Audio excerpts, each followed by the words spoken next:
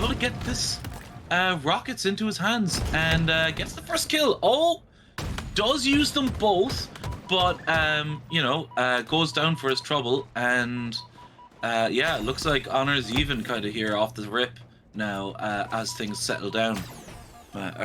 Silva. Clammy getting knocked, dropping the sniper over in their training side, so definitely Grunts aren't real going to be looking to pick that bad boy up. As both right now are kind of just trying to go in tit for tat here, figuring out how to get to the 50-yard line, but it looks like Grunts aren't real are going to be pushing their way through long haul. Yeah, and backs against the walls here now for Hypnotize. So, Grunts aren't real, taking a bit of a good position here, and it looks like with Slop desperately trying to make his way up to he's actually just holding flag now. This is going to be a lot of work here for Slop to buy his team some time, as Keep Composure misses that sniper shot. The flag has made it to plat, but it looks like Hypnotize are back off the respawn screen. I say that though, and 2 more go down. Grunts aren't real, have this over the halfway line, and I don't think there's anyone who's going to be able to stop them. No, just a great control of the map there as they pulled the flag through long. Keep Composure got a little bit of the butterfingers, but he's going to be putting it in for the first cap on Empyrean here. And yeah, honestly, right now, Grunts aren't real. Controlling the Slay game, controlling the map, and they're going to be looking to make another push here as Keep Composure is going to be trying to poke his way through long haul and finding out where the spawners are at. Yeah, Grunts aren't rigged here are doing quite well. Really throwing the the enemy team back. And Clammy now stuck up into, or goes down actually after all that, up in Needles. And they are spawn trapped, Hypnotized. They are absolutely backs against the wall here. So it looks like this pit could go, oh, that miss may from Bud could spell trouble as the power weapons do come up, although it looks like there is no world in which Hypnotize are going to be able to utilize those weapons, as Space Crabs fighting 2 penguins down there might get away with the overshield, but the rockets should be definitely in the hands of Grunts Aren't Real, although I think they may have missed them. Yeah, and the Spanker was up, all the power weapons are coming up. 2 penguins getting the overshield. Now has the strength of 4 penguins. Hopefully he can make a bit of a difference here.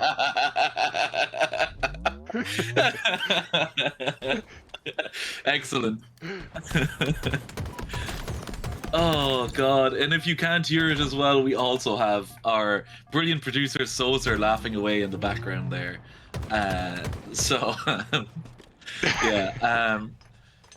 So odds now up on top of S2 of their own base as we all regain composure. Watching over this old green and unable to get the shots to connect, but very close. I often find that that's kind of the hardest shot to pull off, right? Yeah, as Hypnotize here kind of trying to poke and prod here and trying to find a way to get through here past the It's all about timing. Damn it. Exactly. Yeah. So here now, Grunts Aren't 12 Real. and 2. Yeah, and 2 up now. I just don't know that I see a way out of this for Hypnotize. Spawn trapped like heavily here. And yeah, having a lot of difficulty trying to get their way out. I mean, that being said, 2 penguins still managing, even though they're under the cosh here quite a bit, to come away with an 8 and 7 record is very impressive. But Odds TV seems to just be running this map. Yeah, running the map for sure. Up 2-0 here. Plenty of time left in the game. Hypnotize here, you can kind of tell that they started to get their feet underneath them here as they're kind of pushing them back, but they're still trapped over in their tower as Grunts Are Real has basically the entire lane from Needles to Longhole to run this flag. Odds TV putting damage in on the spawners and bottom S1. Their last chance, and it looks like Slop's gone down, and his buddy. So there's one over. It's OG OG Alien, the player who I would say probably kills me the most in any Trailblazer thing, goes down here and, well, I mean, apart from Mocom in chat, and as that is read, we do get 3-0 victory for Gruntsar and Real. So, wow, interesting. Yeah, decisive victory there. Just started off with a 3-0 on CTF. Yeah, I mean, you know, Fixed aren't real. Really kind of came out there and just ran this first game. So I can't wait to see what they have for game two, because we're heading to streets. We're heading for a bit of Slayer, you know. So things could be very different. Silva. Oh yeah, it plays so much faster on streets. The rotations are going to be, bang bang plays moving across the map. But you got the rockets in the middle there. That's going to be the big difference maker that draws everyone to the middle of the map. And definitely, in terms of being trapped in their spawn, Hypnotize definitely doesn't want to get trapped in the sea in the way that they were trapped in the bottom of Snipe Tower on Empyrean. Yeah, it was mad. You know, had like Guns Aren't Real really just always had control of that game. So I think the very or off the rip, like Hypnotize have a lot of work to do to make sure that they can uh, prevent the kind of snowballing that we saw in Empyrean. Now, of course, you have more chances to get back. Like it's more likely that you can get back on streets, but still, it's a tough one to Yeah, kind of find yourself in the back away. Sorry. And then at the end there, you saw Hypnotize starting to get in the teamwork a little bit more coordinated. You saw them kind of working together, pushing through green around training. So they're definitely going to have to kind of step it up a little bit more and keep doing that on streets, because that's like really the crucial key in Slayer. Oh, absolutely. And I must apologize to our viewers. I am afflicted with sexy voice. It is not intentional. It is just due to an illness. So we will try and get through it. I'll try and be I'll try and reduce. I'll try and stay away from certain words and phrases if I can for you. But that's about the best I can do for you guys in chat. So off the rip here now, we're following Bud, and 2 dead already for both teams. And this piv against Clammy Hands is going to be very pivotal here to the way that this this game starts off. As it looks like A and C have been traded off the rip. Oh, and rockets in the hands. Grunts aren't real with the rockets. Nice double fix kill is from in. Space Crabs. Yeah, Crabs flying around with those rockets, able to get 3 kills, and yeah, it's gonna be good for them. I think 7-2 already, and nice with early all the lead power here, and Hypnotize is kind of like gaggled here in the bottom of driveway, basically get pinched from both sides. 2 good. Yeah, and I've got to say as well, we were just saying that they had A control, and within about 10-15 seconds, they're they're all over C. Yeah, Hypnotize stuck there in the back of PD. 1 straggler left on the end of that spawn run. He's hiding behind the counter, hoping no one sees him, but he gets sniffed out. And now we're talking about a 13-3 lead here. 10 kills. Banker on 20-second timer coming up. Oh, but Hypnotize with the back slap. This could be the start of something beautiful. Odds TV gets the kill. Oh, Odds TV goes down as well, so it is still a 9-kill game. 15 kills in. Interesting from Krabs' team here. He definitely had the opportunity to pick from the cream of the crop, and I believe he's put that to work. He's definitely got a very strong team at his side here, as all of them seem to be in and around the same kill and death margin, leading them to an 18-6 lead. Yeah, just good team shots, collapsing on the damage too. Two teammates on Grunt aren't real with 4 assists already. And Odds TV picking up the Rockets here. As Hypnotize is trying to find a way no! outside of C, but they're all stuck in here with the Rockets coming in. Oh, and he makes the jump to Balk. Oh, rude. Kills them all. And spawning off A, they're just desperately trying to get anywhere that has any kind of cover or setup potential, as they're just off the spawn again and again. And, you know, the game is kind of running away from them here, Silva. Yeah, the momentum from the first game sort of carrying over.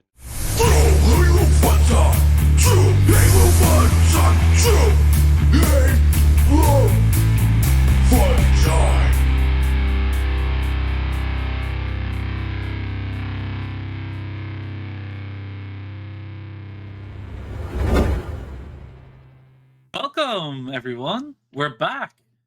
Our second Trailblazer Championship Series, tournament now? Just myself here, Delta, and Silver Fox will be bringing this to you today, and a little bit different than last time. We're going to have a little bit of a round robin tournament going, Silva. Yeah, a round robin tournament seems to be like it's going to be a lot of fun here, and we're also going to see a lot of the different ranked changes that we had come into play here. So a lot of these maps, the meta has been altered a bit. So looking to see how some of these players react. Obviously, 343 has a love affair with active camos, so we have a lot more of that going on, and some of the King of the Hill rotations. So I'm pretty excited to see these changes and to see how these players play it.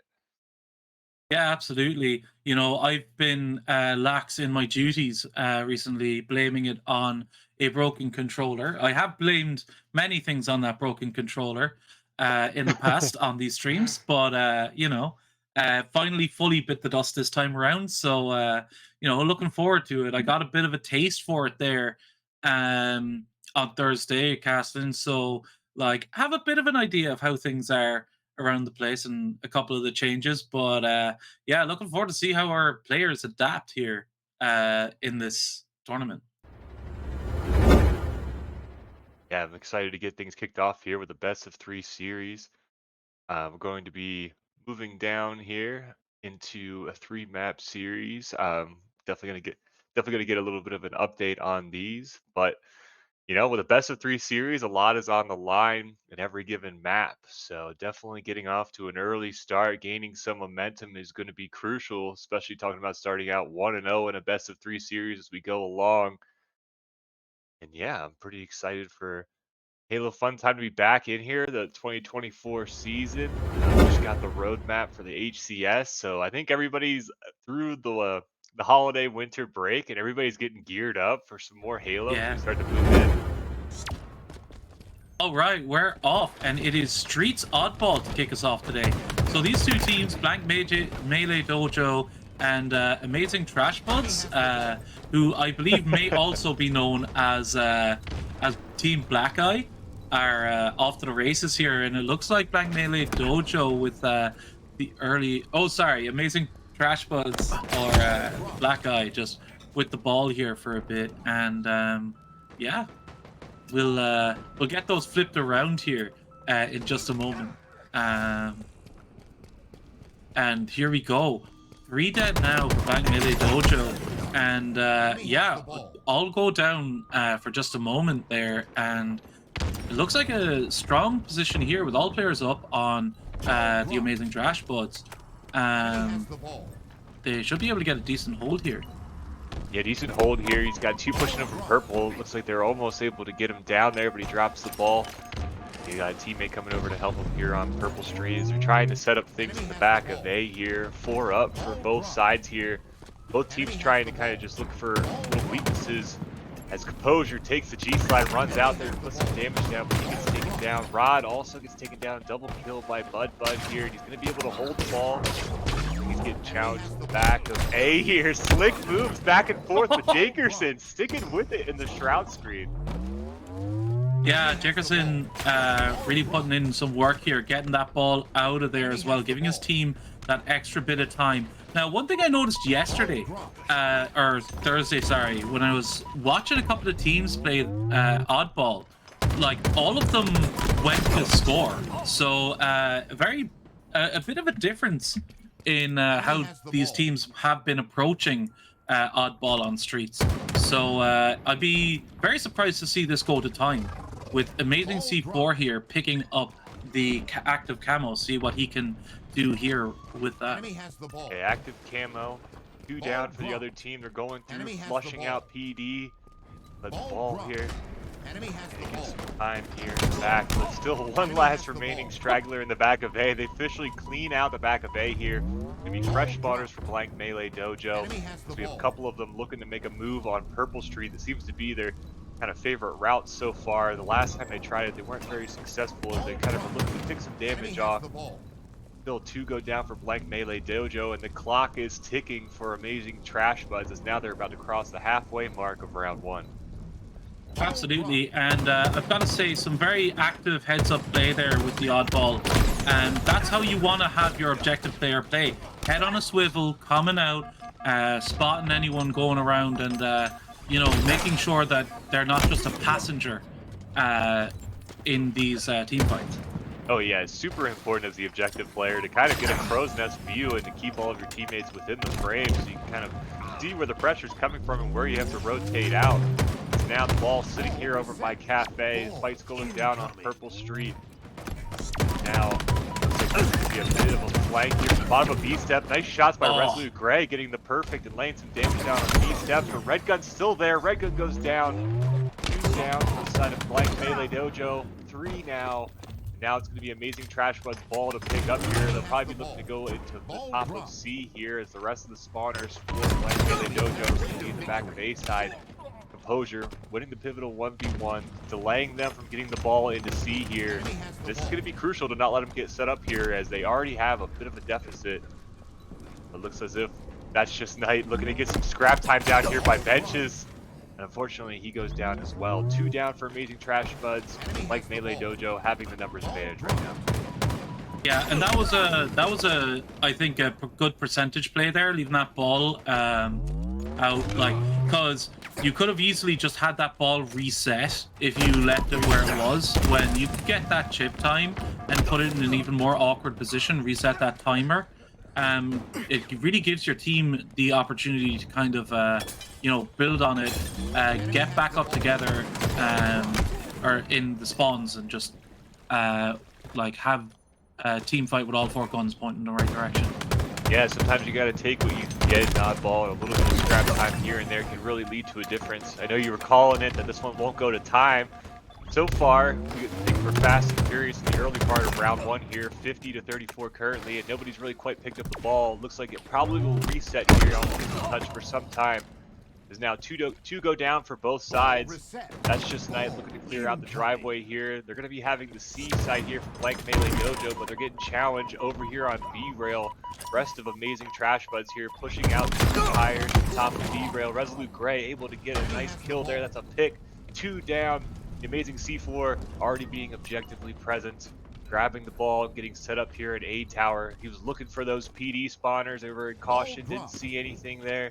But now you realize the pressure's coming from the other side of the map here as Jakerson and Rod are starting to move in past Shotgun. Hyper Trash put down some kills there. 2 go down for Amazing Trash Buds, 2 go down for the other squad. The 2v2 on the map here. Only 1 left for Blank Melee Dojo. He's in the back here. Pivotal 1v1, able to get the kill. Oh, this is very, very impressive play there from Rod. Just keeping this game alive on his own. Bud there, getting the kill, and with that ball still around A, I mean, there's a chance for Blank Melee Dojo, but Jakerson doing everything they can to make it conceivable for their team to get their hands on the ball off the rip. But yeah, I think just I've been very impressed here in this round 1 by Amazing Trash Buds. You know, great. Yeah. great team play, great discipline, great like game sense to just be able to play the ball, you know, when they need to be able to get that chip time when they can, and to have a very active ball player. I mean, all things are pointing in the right direction for them now, and I mean, it's going to take a big effort here to get anything out of this round here for Blank Melee Dojo. Yeah, and I think a lot of these players have definitely played in eights together, so they're pretty familiar with their play styles and how they're going to be doing this. We've seen a lot of this. There's a nice stick, but Resolute Gray coming into the C steps with a vengeance there. He does get knocked down, but for a mixed tournament here, we're seeing lots of really great plays and teamwork here. Not like everybody's not really overcommitting to one particular side. You can tell they're communicating and seeing where the setup is at, and they're working, you know, different sides, different angles, putting damage down and capitalizing on it. But right now, though, looks like Dojo we're about here to have a are change doing of the time. Good job. Let's go. I mean, I don't know how he survives here, but if he manages to do so for 6 seconds, I mean, it's still there. Ooh. Keep Composure would have to do something insane, but the ball hits the ground with 10 seconds remaining. I think we're going to time. Resolute Gray here at the bottom here, but yeah, just checking on it and making sure the ball, no one's going to be able to pick it up here in the last couple of seconds here, as they do finish out the round there. Perfect shots. A nice little statement, a little punctuation mark there by Resolute Gray at the end there, as they win 81-73 in the first round of Oddball. Round 2. Yeah, getting a lot of love for Budbud in the chat here. 20-9 here in the first round. A very impressive stat line altogether. And yeah, can't wait to see what he has to say in this round 2. Shout out to the rest of his teammates though, as Amazing C4, Hiker, Trash, and Resolute Gray all have a nice amount of assists. So they're feeding the beast in Budbud right now, as he's now 21-9, making his way around Purple Street. Looks as if they're going to go for that A setup. They've been pretty comfortable so far, setting things up with the ball on the top of the tower, controlling Purple Street, and it looks as if Blank Melee Dojo continuing to push this side of the map here. A little bit of you know, insight into what kind of their preferences are, but Budbud again shut down all of their pushes. Shotgun play. Oh My. shotgun Lord. camo play, double kill, killing spree off the back of that camo there. They got the Some spawn great speed, work. though. Look. I got the Oh, things are gonna get weird here. Can't wait to see what they're able to do with that. But unfortunately, it looks like Amazing Trash but were like just in time there, noticing the PD pull or spawn and dealing with it quite well. Yeah, it's such a touchy hold back here in the back of A. You got to make sure that you're defending Purple Street, but you got to have a little bit of a presence over in PD on caution side to stop them from spawning there. But Amazing Trash Buds able to react quickly and adapt as they're still continuing to hold the ball here. Budbud now saying, I'm doing slave and objective. Let's go. Keep Composure has to be careful here. He's got a boy in cafe, and down he goes off the work of that. Some great team shots there from the Trash Buds, and yeah, like it's hard to see past them here at the moment with how they're playing on the map. Yeah, now finally a numbers advantage for Blank Melee Dojo as 3 go down for Amazing Trash Buds, able to pick up the ball. They do lose one in the bottom of B steps. That's going to be the call out there for the red room spawns here. We've got a couple members pushing over here to planners. Keep Composure, looking to put some damage down. Keeps his life going here, circling around. Now he's going to be focused here on holding this planner side. 1 go down for each side. Correction, 2 down for Amazing Trash Buds. They're going to be looking to try to reset this ball here. Spotted out. Camo vision, C4 eagle here. eyes, able to get him. Maybe he has our outlines. Oh, up in heaven there. C4 getting away, but not to where he thinks. And that just Nye able to clean up the kill there. And they're going to want to touch this ball soon, because if that ball goes back down into ATM, it could prove to be an awkward pull for them. Oh yeah, 100% here. Looks like both teams here trying to clean out the back of A.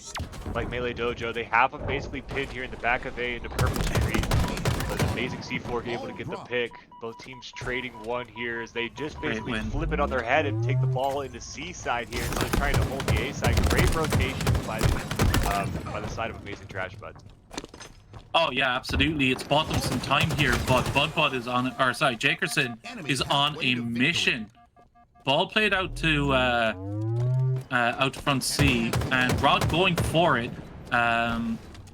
This hold here, I don't think it's going to be long for the world, but if they're able to get that to C, I mean, all bets are off. All bets are off. They do have the numbers advantage still there in the top. Active camo on timer here. Looks like they're going to be trying Jagerson down to one shot here with that's just Vito. Looking to work that shotgun here over on purple side when he gets knocked. I like that He's juking. He's jumping. Ball played out 1 second the difference here between the two teams. Bud here, just trying to play his life, got his hands on the red gun, which, you know, I've got to say, I really like the new placement of, you know, you have to fight for the red gun off the rip. It makes those pushes from C a little less oppressive off the start. Yeah, 100%. We saw a little return to form, though, as he had the red gun back up there in the balcony. Definitely a great place to be having it, but yeah, definitely a lot better having it in the red room as opposed to top C balcony. It's like, oh, you get C balcony and all this cover and red guns. Like, it's the other side that gave him window, so good to see him balance it out a little bit. Absolutely, and yeah, these fights here going the way of the amazing Trash Buds right now, but Hiker finds himself in a world of trouble down in Trash, but Jakerson here unable to turn quite quickly enough. C4 with the ball does try and play it as best they can. Gets that kill, which I've got to say is quite surprising. Great work there by C4 to pick that one up. And yeah, I mean, he's on a one-man mission here. It was 3 down for his team. He was basically the only one in the back of C that they had to clean out. He continues to buy time, moving the ball around. There's only one member of the opposite team now down to one shot here. C4, little life. Oh! Get flanked from Trash, but I think he's going to make his way out of here, though. Based on the way he's playing, get some damage, but dang. 3 go down for Amazing Trash Buds, and Bud here's got to do a little bit of a reset here on their push. Absolutely, but man, that was a huge play. Making Black Melee Dojo work for every single second. And that's just Knight goes down. I believe he may have been a straggler on the off spawn, so that's to be understood. But Black Melee Dojo here now need to keep their hands on this ball because with the time where it is, I think they're just going to try and go for points here. Saying that though, ball drop down bottom mid, maybe a little bit of bait. Jakerson down, and Keep Composure now falls, and the ball goes into the possession of Hiker, and this is very dangerous now. They don't really have all that much time to coordinate a push here, so. Yeah, it looks like they might try to just go for the win here, but the pressure's going to be coming in from C steps. They have the numbers advantage here. Ball is still kind of in the bottom of C here. Does flop out there into the pillars. Battle going down on B steps between Composure and Amazing C4. 3 down from the side of Amazing Trash Buds. Only 1 member left at the backside of Tires here on B steps. Trying to put some damage Composure. down the ball. Great sneaky play by Keep Composure. I mean, that's massive. I mean, they're over on commando side. There's not much that the enemy team can do here. Oh, but Rod jumps out through the fire and the flames, 97, 98 now, and it looks like he's picked up round 2 for his team. My God, what a play there. I mean, they were made to work hard for it, and I mean, looking here, Keep Composure at what, 33 kills so far in this game. I mean, he's putting up Bud numbers. Yeah, exactly. Keep Composure. Basically, Keep Composure and Bud, the 2 main slaves for each team. Bud playing a little bit of the dual role action there, as he also has a minute of objective time as well. But now 2 go down for both sides here. Hiker Trash able to escape with the ball. Active camo on timer here. That's going to be a big difference maker here if they want to make a push and try to get them out of the back of A here, which has been what really kind of led them to success in the first round here, was holding in the back of A. C, sometimes it can be a little dangerous, especially if you get wiped in the back of C. You basically drop the ball in the back of C for them then, and you potentially swap places. So good to see him going back to what was working in the first round. Yeah, Hiker doing a good job here. just trying to avoid damage. I mean, he can see the kill feed. He can see that he's not under pressure, and just making sure that he doesn't get any silly chip damage off Hail Marys or anything like that. C4 goes, or sorry, Bud go down here now though, and I mean this could be a catalyst for the team, but with the B push now completely nullified, it's going to be difficult for them to infiltrate A here. Yeah, that was a heck of a battle though between purple and top B rail, and then another pivotal battle here in the bottom of mid. Is that's the first person to go down. That's the pick Blank Melee is looking for here, but Jakerson goes down, making the move through tires and B planters here. Another one goes down. Another one shot inside of tires. That's 2 down for the side of Amazing Trash Buds. Is now Resolute Gray here. He's got a bit of an impossible mission here to try to push through Purple Street. That's just Nito. Just being super neato, swirly with that ball there. Nice double kill by Hiker Trash though, looking for the triple, but oh, the melee, the people's elbow whiffing into the air. That's always tough.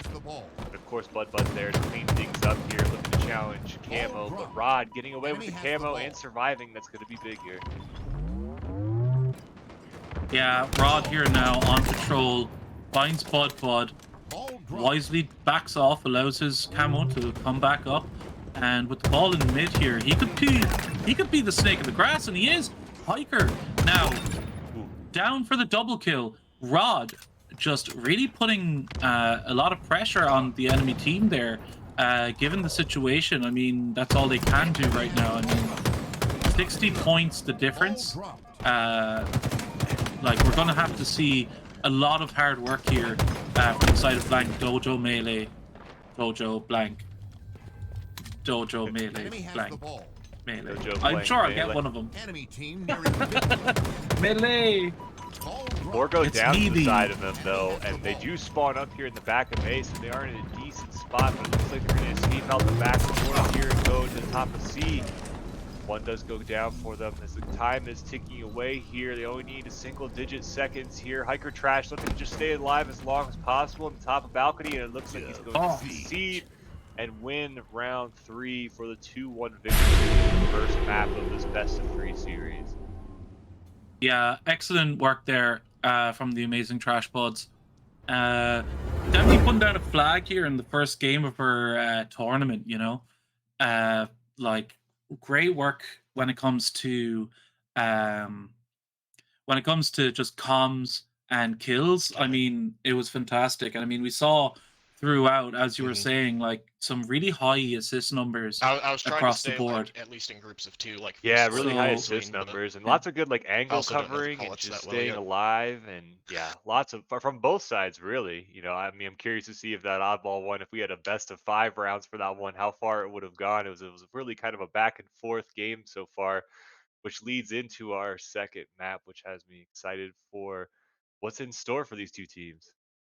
Yeah, and what is in store for these two teams? Let me just have a quick look up here. I believe we have got Aquarius Yes. Slayer. Aquarius The Slayer, such a Proving great Grounds, map. man. Such a great map, even for, CTF obviously is our favorite on Aquarius, but Slayer works just as well. It can be super fast paced, going to require lots of teamwork, reading the spawns, map positioning, and yeah, pretty sure Aquarius will go down there with one of the classic Halo maps throughout the franchise. I love it. Yeah. I mean, it is the Halo Infinite map, right?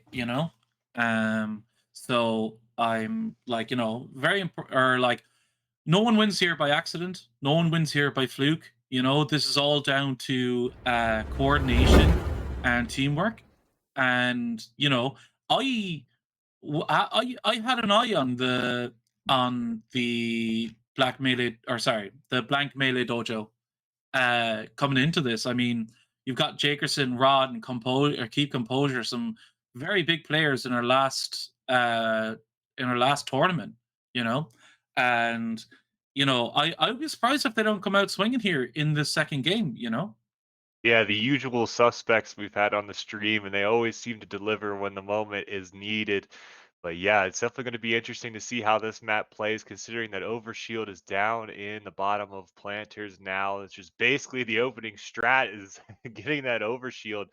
And it's also really interesting just to Everybody see. back to the pile. Yeah, it's just interesting to see though, like the central focus on that side of the map because I mean, for the most part, Heatwave was over there, and you didn't necessarily want to be stuck over in planters and spawning on Fridge, especially in Slayer. But now with Overshield there, it's going to be a bit of a huge difference maker in the way the meta works on this map. Yeah, and with it being such just a nade hole, like it's very difficult. I believe. Boom. Oh, Gray went down before it got popped, so that camo is still on the ground. And with or Hiker, the only player up for Amazing Trash Buds, I believe that should lead to a Blank Melee Dojo Overshield, and it does. Jakerson with it here. Nice, huge takeaway there. Overshield going to be a huge difference maker here as now Blank Melee Dojo has an early lead, 5-2, make it 6-2 now. Now is a little bit of a cycle. Oh, now they're no. up 7-2. Yeah, this is He it. found the third hard play, Silva. He found it. Nowhere to go for the C4 there. Unfortunate to see for him. But, you know, sometimes you do everything right and you still die. Yeah, that's the way it kind of goes for Slayer here, especially on this map here. You know, it can be super fast paced. And when you have a damage down on your body, the better the players they are, the more they're going to make sure that you're not able to get away and capitalize on that damage. We're seeing a little bit of that now as like Melee Dojo, both squads 4v4 at the moment, each exchanging one down. Keep composure here, trying to control the top mid. Bud on the other side of Car 3 trying to control top mid, and both are vying for these, basically the height on the map, which is really what gives you the advantage in terms of how Slayer plays on Aquarius. Yeah, and we're really seeing Rod and Keep Composure here. Rod, for those of you who don't know, is the FDP. But yeah, we all know him as Roddy. So yeah, 9 kills between them here, and definitely the difference makers in this early stage of our game 2. Yeah, Amazing Trash Bud stuck over here in blue utility. Rod making a nice flank for the killing spree. He's able to get this double kill here, which is huge. Got another one here, a blue brick for the triple kill. Oh, triple! On the perfect. Looking for the overkill here. Going for the challenge, but more importantly, he gets that triple kill right before Overshield comes up. Now they have him trapped here in the bottom of Fridge. Overshield running in. It's not good for Amazing Trash Buds as 4 will go down. Still on top of P2. Amazing C4 able to get a nice trade out of that. You know, salvaging it out of nothing. And able, oh my god, you're able to get the beat down on Overshield. He goes down. That he literally just made something out of nothing right there. Absolutely, and I mean that's kind of tightened things up now. I mean, we could have started seeing a double-digit lead there, and it was through the hard work of Hiker and C4 there to keep them keep Blank Melee Dojo at an arm's length. Yeah, basically the tide was coming, and they stood their ground, which was really huge there. And in terms of just the way Slayer always kind of operates there, you know, that really would have stopped a huge landslide from the snowballing out of Composure. But it looks as if Composure and Rod still holding forward, pressing the W key all the way here, finding the spawners here, able to just come from behind. Oh, Rod! Still there. Oh, goes down in the end for his sins. I mean, maybe like a smidge of his last 2 deaths were down to a bit of an ego child, but I mean, when you're this hot, like, I mean, you've just, you know, you feel invincible. And now 13 kill lead here. Amazing Trash Bud still able to pick up some kills and kind of keep the lead from growing a bit. Hiker Trash able to pick off some of the damage there. Overshield is on timer at about 15 seconds here. We're going to be looking for these teams trying to vie for that planner side here. Nice teamwork by Amazing C4 and Hiker there, working the P door on yellow base. And now the rest of Blank Melee Dojo, 3 of them down. Their last surviving member is in blue util. Hiker Trash making the move for the Overshield here. And They're only down by 10 kills here. Yeah, I mean, this is all down to what Hiker can do here. Because, I mean, yes, this trade is required on to Keep Composure and gets it, but does pay for it with his life. And, I mean, things are getting a bit spicy now. Like, I mean, 10 kills at 30, I mean, that's what, like, 4 kills at 45, you know? So it's it's gonna be difficult for Trashbot to get any kind of traction here, because with Rod, like being as hot as he can, I mean, you can't just bank on getting trades. I mean, there's always going to be someone there watching. You know what I mean? And like when the boogeyman is knocking on your door, things can get very dangerous. Yeah, it's worth noting, Rod sitting at 14-5 across the aisle. Bud continuing to deliver the slays and damage for his team, sitting at 11-8 as they look to try to close the gap here before they move into the 40 kill mark. But yeah, essentially here, whenever it comes to Slayer, and you have this big of a lead this late in the game, it's kind of almost on you to like almost lose it more so than the other team win it just based off of that buffer. They can just focus on trading out here.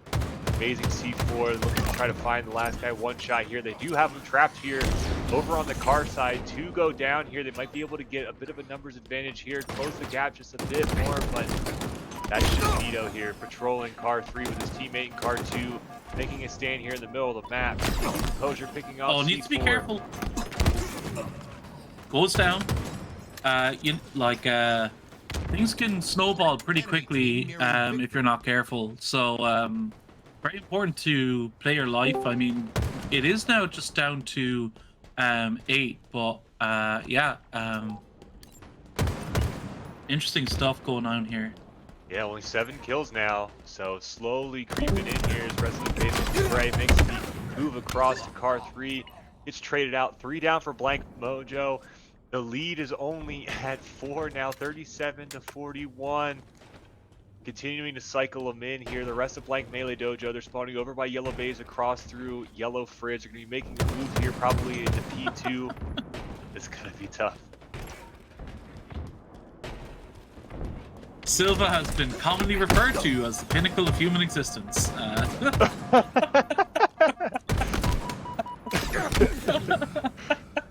I love it. The weather, the ticker on the bottom of the screen there.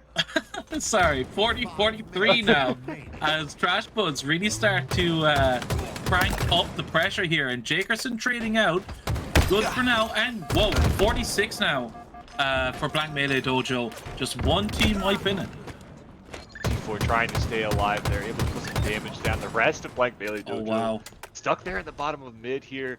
Hiker Trash picking up the damage. Only a 4-kill lead here, but they only need 3 on the side of Blank Melee Dojo. Now we're seeing both these sides get ticky-tacky here. Composure and Hiker Trash going at it here. What a fantastic win now. Cuts the lead to 3. Someone sneaking in the back of Yellow. Oh, but they pay for it. Another one. 2-kill lead now. We're just chipping away here. The momentum is clearly on the side of Amazing Trash Buds. They're stuck over here a little bit on car side. Overshield coming up. Everybody in here. C4. Oh, Rod down, traded out. Oh, but only 1 kill to the other side.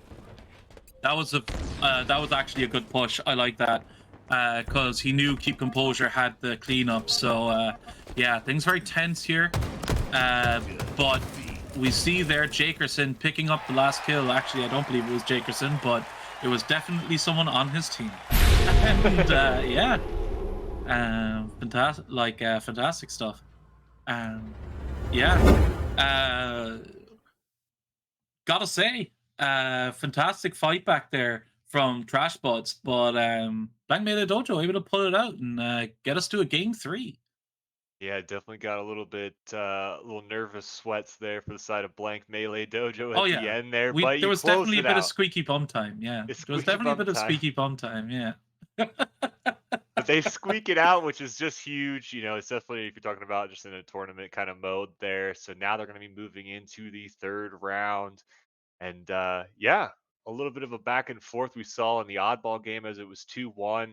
The Slayer game ended up being a lot closer than it was in the beginning here. And so now for Amazing Trash Buds, going to be looking to rally here, or if you're on the side of Blank Melee Dojo, looking to kind of have a little tiny mini sweep in a best of 3 series, but a little mini sweep regardless as we move into Solitude Stronghold. Yeah, and wow, 3 very different game map mode types here Mhm, mhm. in this first series. I mean, Solitude. I mean, you would have to favor the Amazing Trash Buds here in this one based off their performance and coordination in the first match and towards the latter stages of Aquarius. But I mean, this is also like your Halo 5 kiddie map. You might like find that there are quite a few Halo 5 kids on the other team, and sometimes that's going to be hard to deal with because I mean there's nothing better than experience with these maps. You need to know the ins and outs. You need to know, oh, I can bank here instead of there, or I can get this little bit of cover as I run away, or you know um I know that there's a lip coming out of this door, and if I throw a grenade in it, it will blow up in my face. Not that I'm speaking from experience. I don't know why you would assume that, but No, these things can happen. I know you hit the nail on the head though. Just Solitude does it plays almost completely opposite of a lot of the different Halo Infinite maps, with the entire middle section being open, whereas you see on most of the other Halo Infinite maps you'll have a lot more cover in the middle there. But yeah, some changes just from the recent ranked update changes. They swapped out the sniper for the shock rifle over by Seaside on the benches. I still miss the sniper a bit much. I like the sniper on this map compared to the shock rifle, but it's still all right. And yeah, I mean, not too many different other changes here on this map. Definitely in terms of strongholds, what I think the main preference is going to be is holding that C and B side of the map and having them spawn in the back of glass in the back of cafe, and having to run out into the open into all your different shots trying to get B, as down and B is essentially the battleground on this map. Once you commit to It's the bottom murder mid, hole. yeah, once you commit down there, you better be ready to basically just give it a full send once you get into the bottom mid there. And yeah, I think what we see from a lot of teams that are like learning this map and getting better at it is like the funneling into B, then the fight for B. But the teams that end up winning it are the ones that kind of hold the map control, let them run into the middle and put all the damage down and capitalize. Yeah, no, it's yeah, you're absolutely right, Silva, and yeah, as a player, I believe I played this last time when I was a sub on And a our fine little mini sub at tournament. that. And I was there. And I think that if you're spawning in A, you're miserable. And I think that's maybe a little bit why they brought the shock rifle in, because if you spawn on that like blue side, that C side of the map, and you have a run on that sniper rifle, like it can just be massive. So I mean, swapping that out with the shock rifle can make it a little less oppressive, that C side. So we might see um a little bit of a change in the approach, or at least in the lethality from the seaside. Oh yeah, 100%. The shock rifle just has a little bit of an easier, it seems like, of hitting headshots when you're de-scoped out of it. So that's a little bit of the difference there. It's just nice to see actually the shock rifle make an appearance on another map other than just recharge. So as right now, we have A and C control by Amazing Trash Buds. Currently, Blank Melee holding down the B side. Resolute Gray, the last member alive here over on C ramp, looking to clear the C. Is Keep Composure now coming out to hunt him out. Pivotal win there by Resolute Oh, Gray, what a stopping win him. there.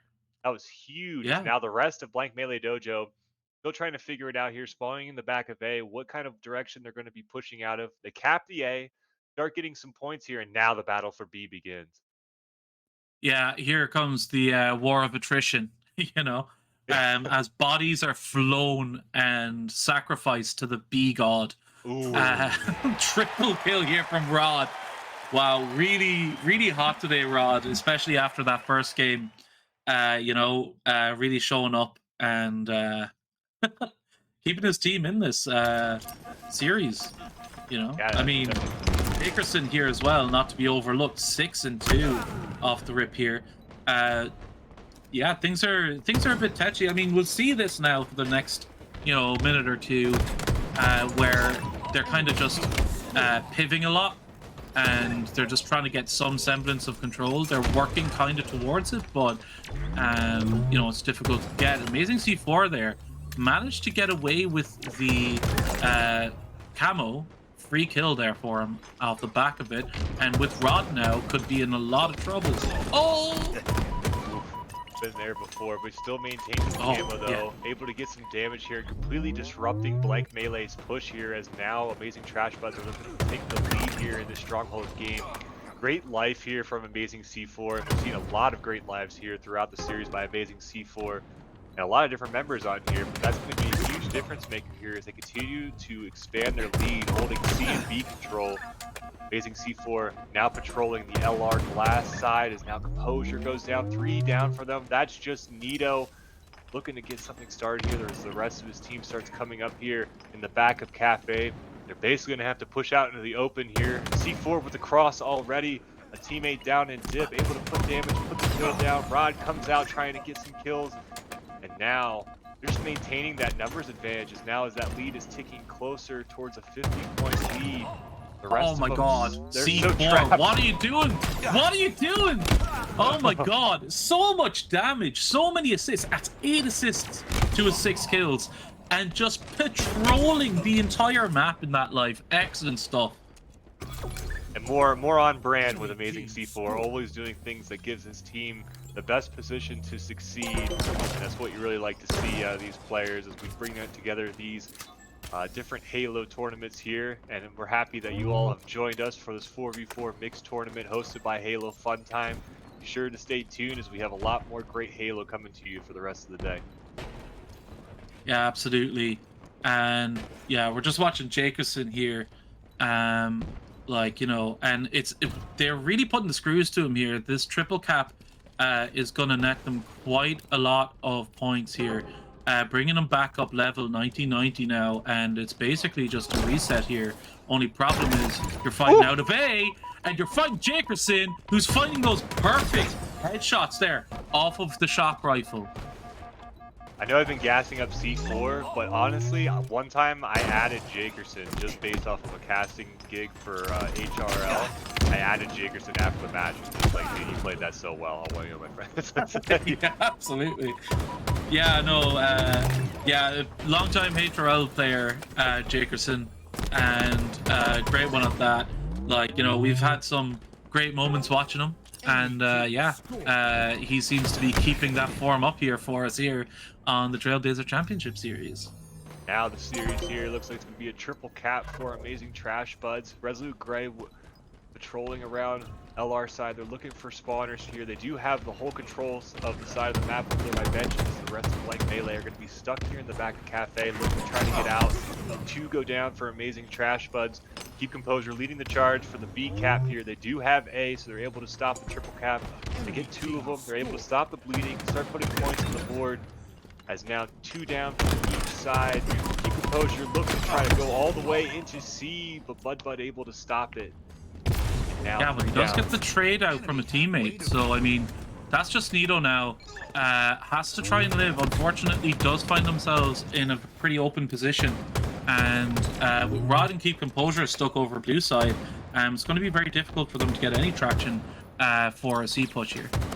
Yeah, Amazing Trash Buds here, stuck over here in the back of C, so Hiker Trash able to get a kill there. He was the only one left for his team, so that was a huge trade for the next round of spawners. But Jakerson, sneaky, coming up the backside on C ramp here, able to try to get the shock rifle, but he goes down. Shock rifle will be sitting on C plat as Blank Melee Dojo controls B and A right now.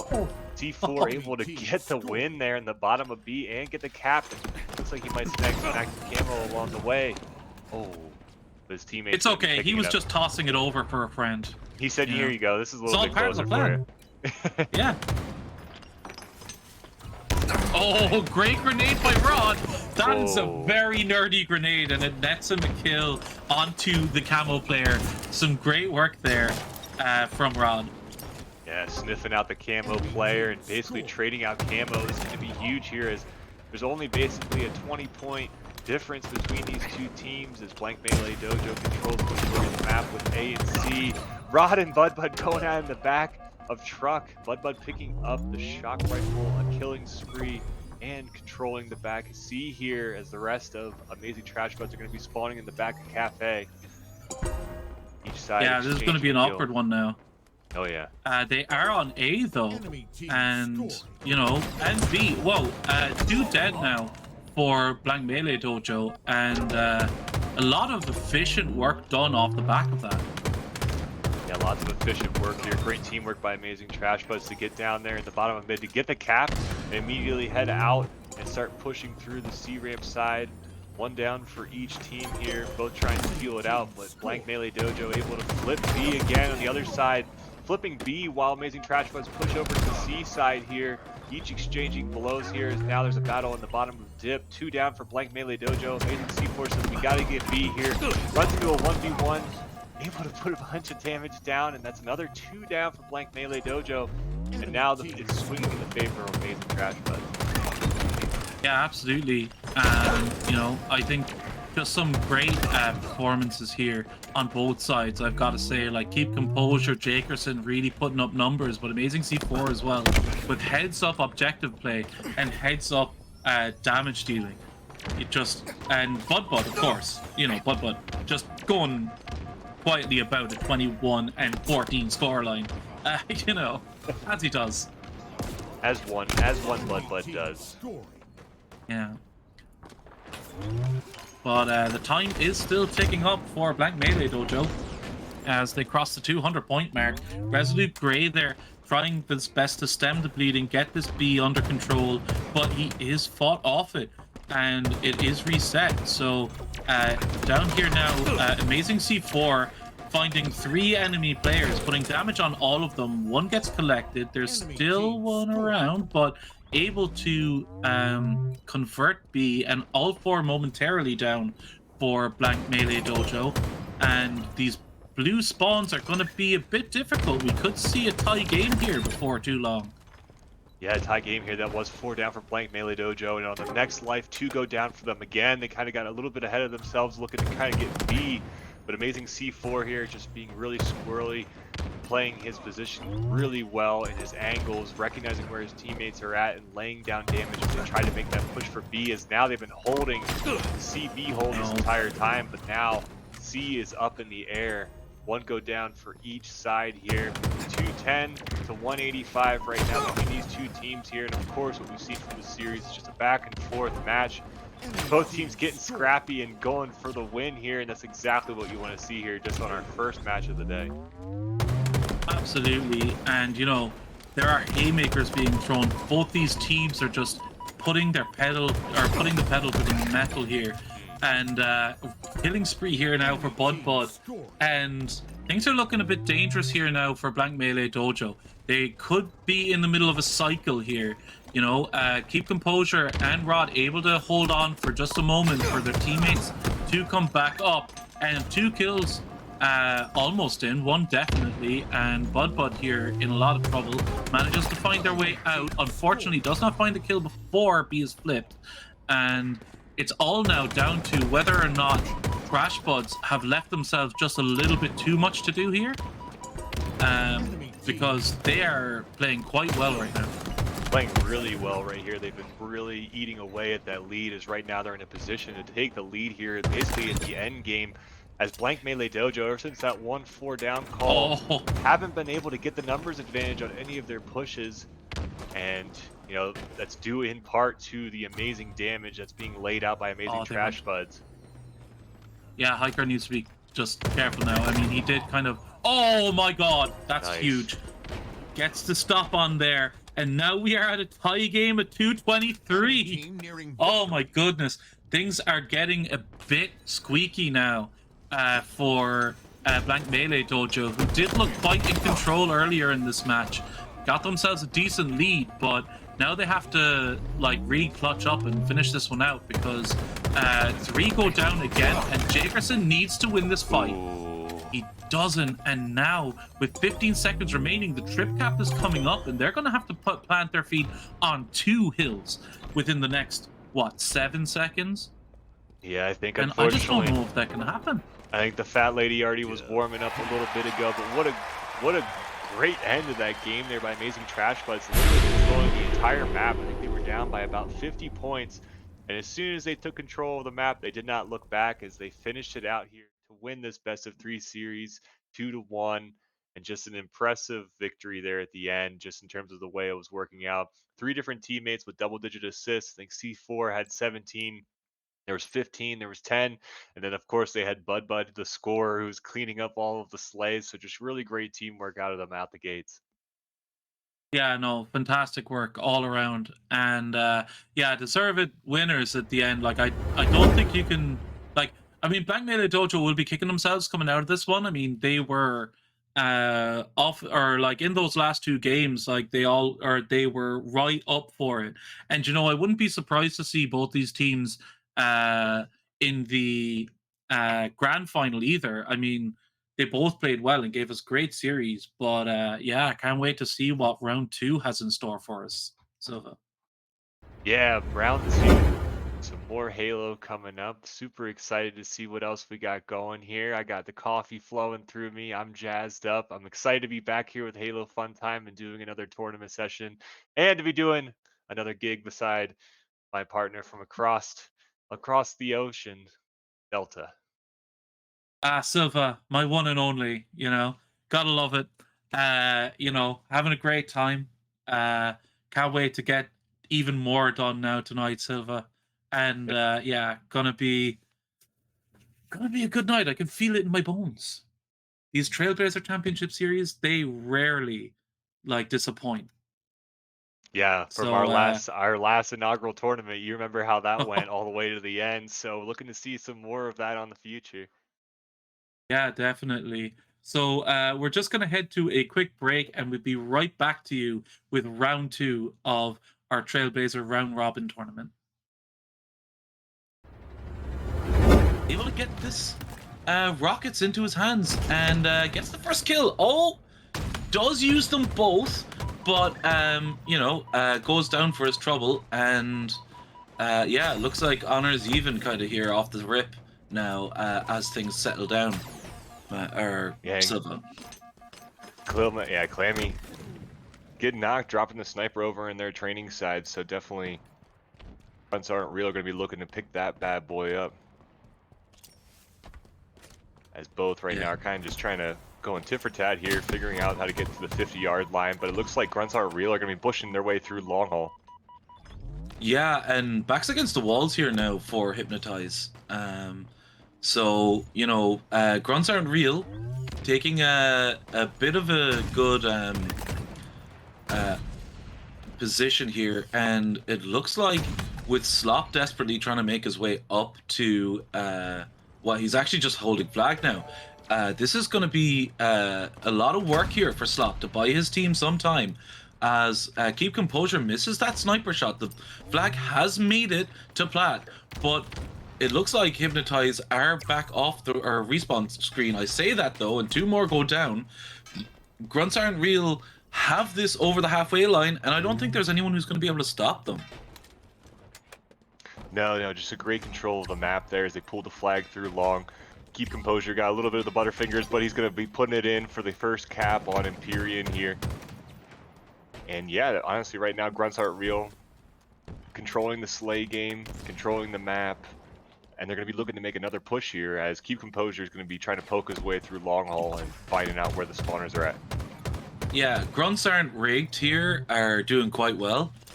You know, really throwing the the enemy team back. And Clammy now stuck up into, or goes down actually after all that, up in Needles.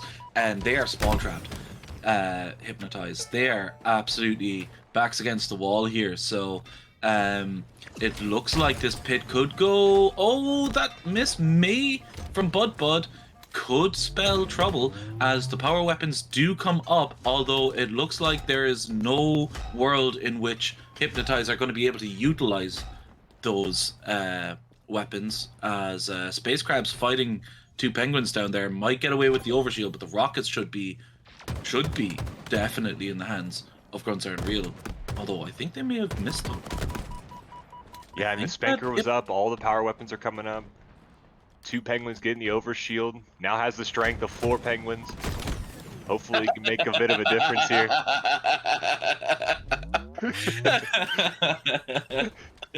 Excellent. Oh god! And if you can't hear it as well, we also have our brilliant producer Sozer laughing away in the background there. So yeah.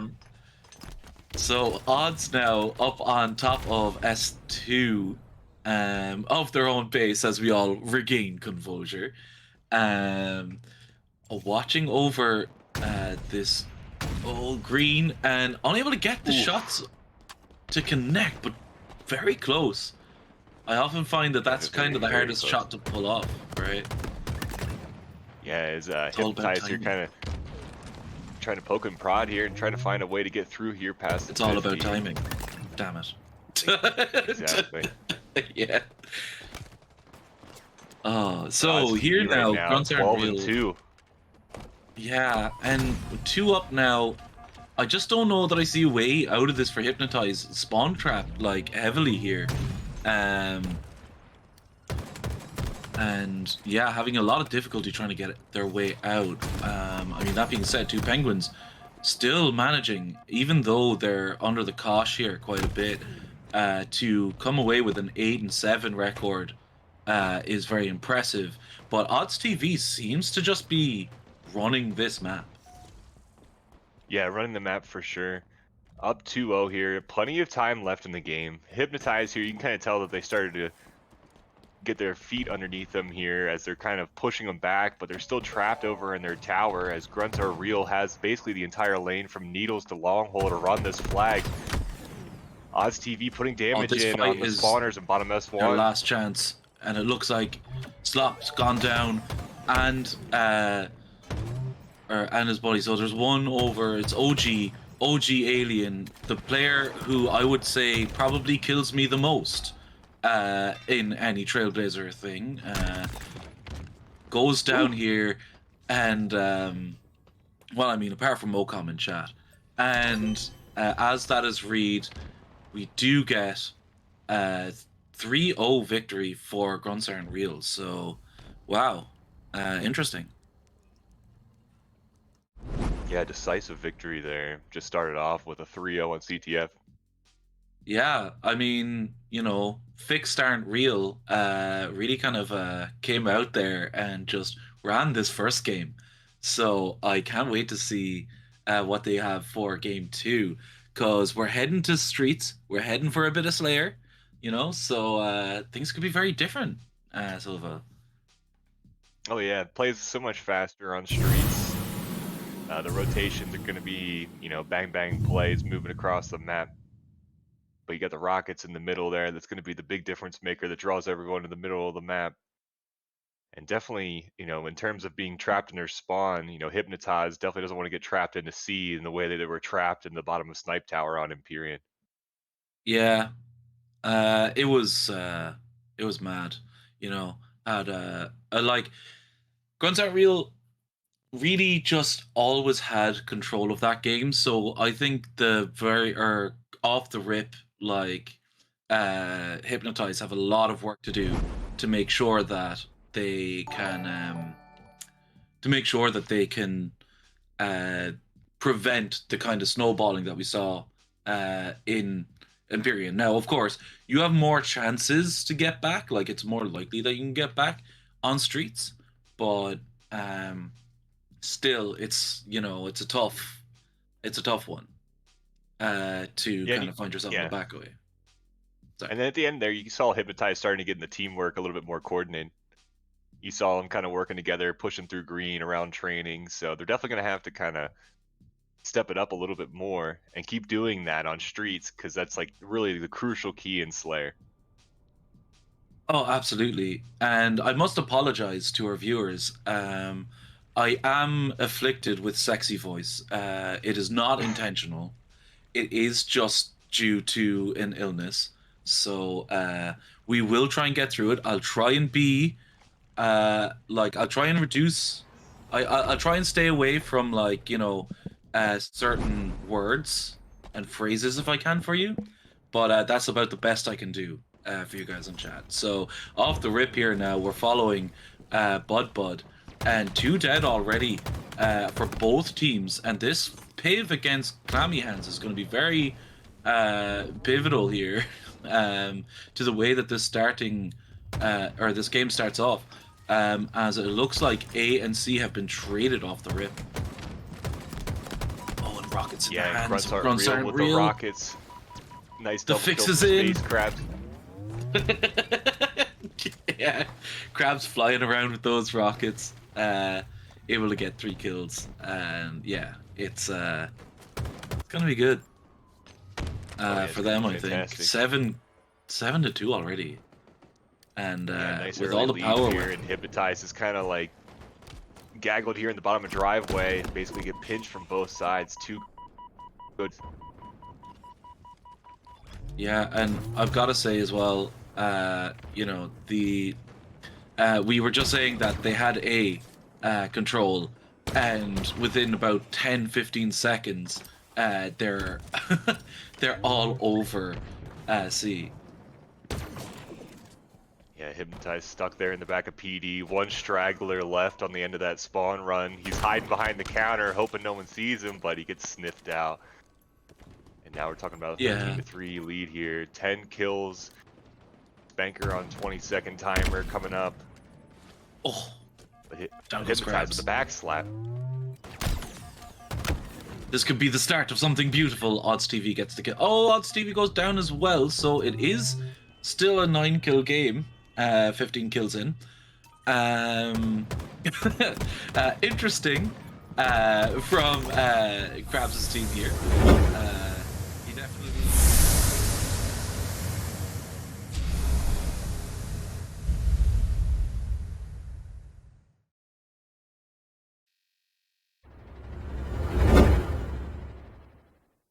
Well, hey, we're back. And yeah, we're going to have 2 new teams now in our round 2 of this round robin. So are facing off against each other. We've got the Drunk Spartans and the Large Avians. Big Bird. It could be dangerous. It could be spreading the avian flu. Maybe we'll see as we move into another best of 3 series, carrying over hopefully some of the momentum energy we received from the first round of matchups between the first 2 teams here as we move into a whole new series, a whole new round of different players. What are you kind of looking forward to here? In terms of maybe some meta changes or some of these players that you're a little bit more familiar with as we move to the next round. Well, so we've got, of course, we've got Space Crabs. You know, the Space Crabs of Space Crabs. Trailblazers. You know, so I'm sure he'll have worked very hard on the new strats coming up here, and he'll be kind of trying to marshal his team around as a late addition to it. Also, we have a sub in here, Tuchu, long-time server member, great commer, like literally like human UAV kind of levels. So I expect that chat to be lively and informative. So yeah, gonna be interesting to see how Team Big Bird show up here. Yeah, Big Bird versus the Drunken Spartans here. Space Crabs, what a great flank here on Big Door. 3 down for Drunken Spartans as Big Bird now in a great position here to get some hill time. They are down by quite a bit, but they find the last straggler over at White Wall. Still a numbers advantage here as the rest of Big Bird starting to take some map control, pushing over into top mid. Space Crabs staying alive, anchoring the back of hill here. He knows he's got one in top mid, he's got one in Big Door. Look at the team shots coming in here. Another 2 go down for Drunken Spartans here, as now Shamrock and Joshi looking to try to make a push here on the bridge side, but it looks like the timing is just a bit off. 2 down for each side here. A great life here from Space Crabs though the whole time, but Drunken Veal giving him the grenade from the top of the bridge here. Now it's almost evened up here on this first hill, but it looks like Drunken Spartans are going to be in a good spot to try to get the first one. Absolutely, and you know we've got like on that side High Key Chaos, who you know constant member of the Trailblazers here, showing up for his team. Drunken Vile as well, really coming out of his shell, and Shamrock Sword now. we are yet to find out if he is in fact Irish or this is stolen valor, but we'll see. He's like, I would join the only Discord with some Irish people in it now. Hey, look, I mean, 343 Illuminati confirmed. You know, it's got stat lines, so you know. And yeah, with this camo coming up now, it's going to be interesting how heavily it's prioritized because we often saw, you know, Overshield being the pinnacle on this map, but now with it and the QT on the map, how much impact can it have on the map? The size of live fire and as open as live fire can be in places. Yeah, and for all of the dedicated folks out here, the camo on live fire is almost you know, a flashback to the early like season 1, season 2 when camo was on live fire here. So good to see that.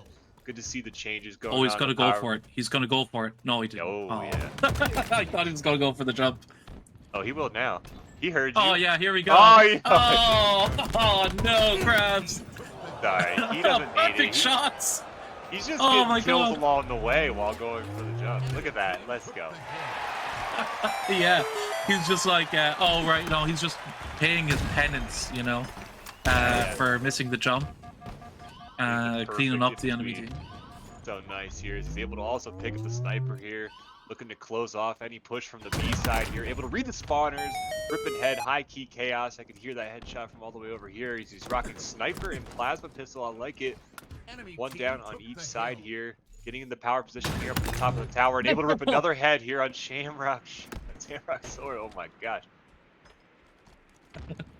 Yeah, no, fantastic shots there, and does go down for his trouble. I believe he was probably naded out there, or maybe just a bit too greedy with the thing, or with the assault rifle. But I mean, I've got to say, like, I'm very impressed with how Big Bird are doing. I mean, 2 late additions to the team.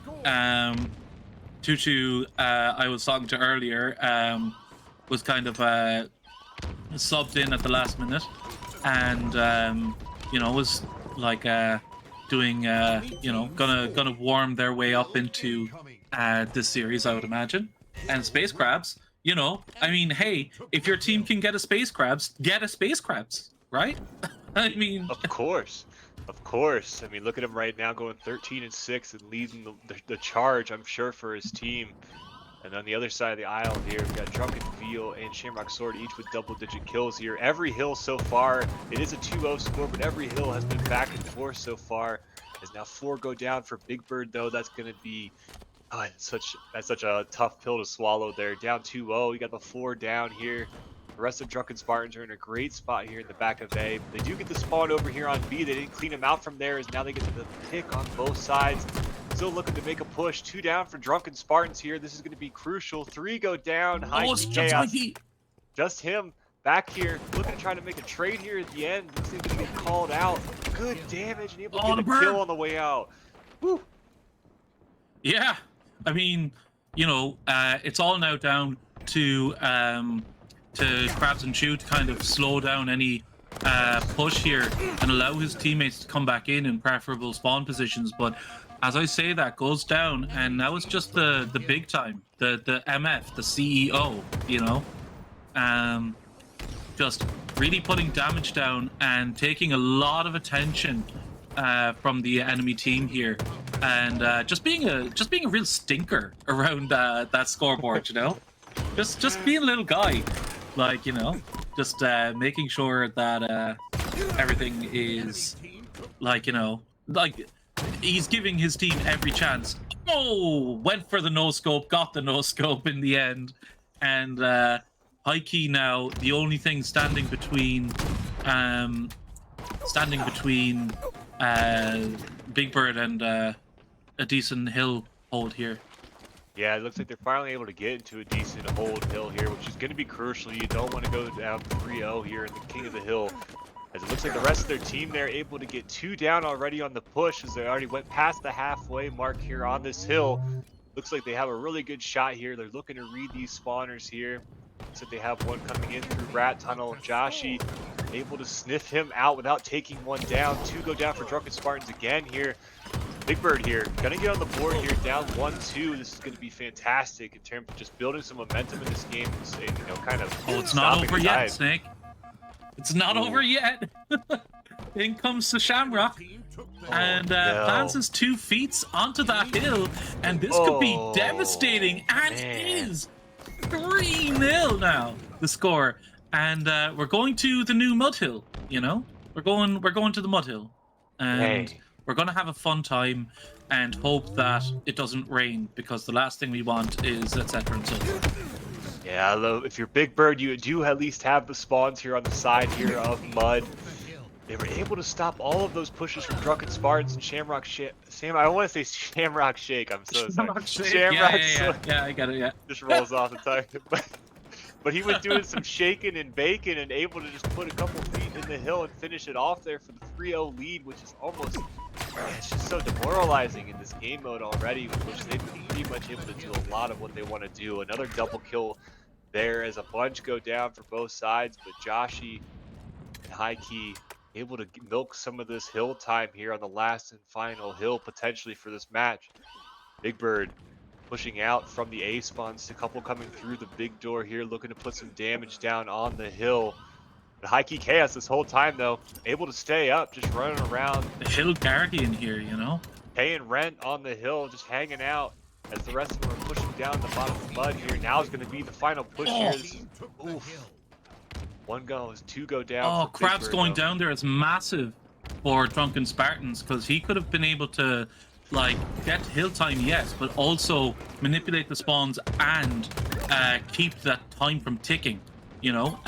Which is their second enemy. But Drunken Spartans pick up the kill, and we're going into a game two. Drunken Spartans 1-0 leaders here. Yeah, quite a statement on the first map here, but a lot of good takeaways if you are on the side of Big Bird there. I think just a couple of plays that didn't really necessarily go their way. And then honestly, just watching that last mud hill there, they have changed the King of the Hill rotations. And that hill on the bottom of the mud though is really tricky. We really haven't even worked out the full meta on that one as basically if you're on Yeah, the C plat, you can't really cover your teammates down there in the hill, but if you're over on the nest, are you too overextended? So interesting to see how that kind of played out, but hopefully we can get a little bit more, back and forth here in the second map, as I know Big Bird's definitely going to be looking to come out here and make a splash. absolutely. I think like there is a lot of shouts in the chat specifically from Germ, stating that the passion on uh on Drunken Spartans cannot be matched. Now, I've got to say, I mean, there are some passionate players there over on the Big Bird side, and coming into this Solitude Slayer game, maybe a bit more, of the like it hasn't changed as much. Yes, the sniper is a bummer for some and a boon for others. Thank you very much. I don't like getting nailed across the map all the time. But, you know, um I think that we saw a good few hills there where Big Bird had a lot of control. Now it's all about whether though or this team can kind of gel together and push forward through the adversity of a 4-0 lead. I mean, I know, like, I know most of the people on that team, on that Big Bird team. And I've got to say, the mentals are good, the vibes are good. And, I can see them definitely not kind of fall or dropping their heads at the prospect of a Solitude Slayer, So I think if Space Crabs is able to put up the kind of like slaying numbers that he did in that last objective game, I mean, they're definitely in with a big shout.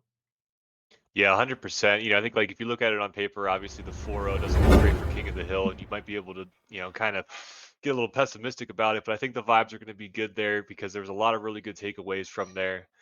It seemed as if the team shots were really on point, just able to really lay down any pushes that Drunken Spartans was able to make. But it was always just kind of one of those like really crafty flanks that kind of unraveled some of their setups.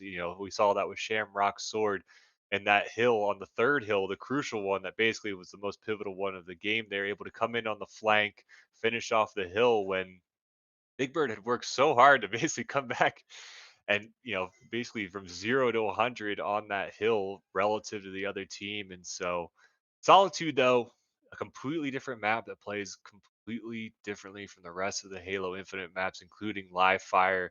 And so going to be looking to set the tone early here in map 2 as we just have a best of 3 series, so not a lot of time to work with to swing the tide the other direction, but I think we're going to see him coming out firing here. Absolutely. And, I think as well, just with it being so open, you know, uh, like a very, it's almost like the opposite of live fire, right? It's like you took live fire and you unfolded it, Yeah. So you have the tight corridors on the sides and you have the wide open kind of space through the middle. I mean, your seas, your mud, and your your uh cafe or is your tires. Sorry, vice versa. My Yeah, apologies. no. I Opposite. got you. Yeah. It's like they basically like inside out it a little bit, especially like live fire and stuff like that. As we do have a lot of the corridors on the backside here. But it looks like the middle control here is trying to be taken here as one goes down from each side. I believe active camo still hanging out in the top mid, looking to try to get it. Joshy chasing down the camo. Oh, great Shamrock shot from Shamrock. always making great plays. Shamrock able to knock down that teammate as now two go down for the side of Big Bird. Shamrock able to walk away, double kill, has a shock rifle, Oh no. triple kill, activates the camo, looking for the overkill. Guy here controlling the entire middle of the map here, looking to in advance for the spawns. Great map awareness and knowledge here, knowing that they could spawn in the bottom of C lift. They're able to pick up the easy one-shot kill. Another double kill as he starts this game off 2 kills short of a killing frenzy already. Look at that, already hunting out the next line of spawners. The Space Crabs knows he has the shock rifle over there. He knows he's going to be looking into that glass jump up spot as now he's looking to rally his troops here in the back of A. One pushes out. Oh, Choo-choo. what a grenade. What a grenade. A great push out there from the bottom of driveway. They were not expecting it. 3 go down for Drunken Spartans here. So Big Bird, when everything is clicking for them, they can really be a force to be reckoned with. But Drunken Spartans always being so crafty and sneaky and making things happen. Yeah, and 12-6, again, it's early in the game. Let's not get carried away. The only problem that I see is Big Bird are just all over A side.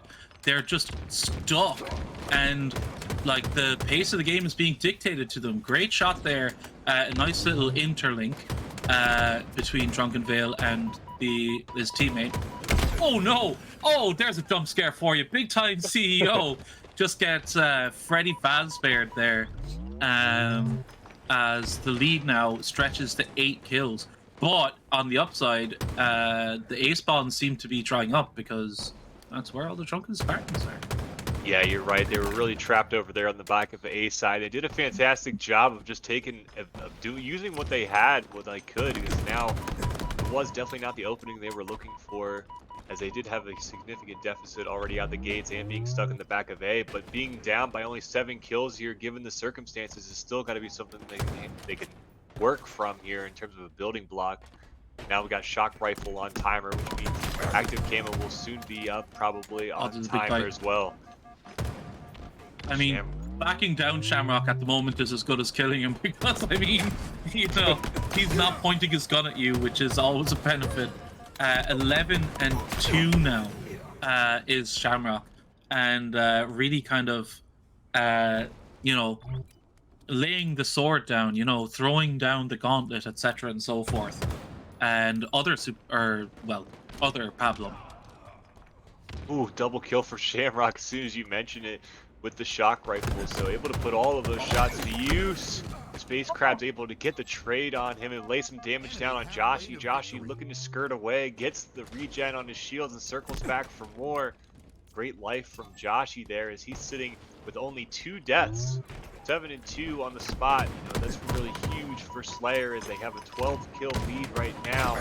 Shamrock doing just a fantastic job of when he's on the attack, he's picking and choosing his times when he attacks and always making it sting for the other team. absolutely really kind of putting them to the sword now. That was what I was looking for earlier, I assume. And yeah, of this Piv versus Tutu, perfect shots. I mean, he's playing almost flawlessly at the moment. And it's going to be very difficult for Big Bird to kind of contain him.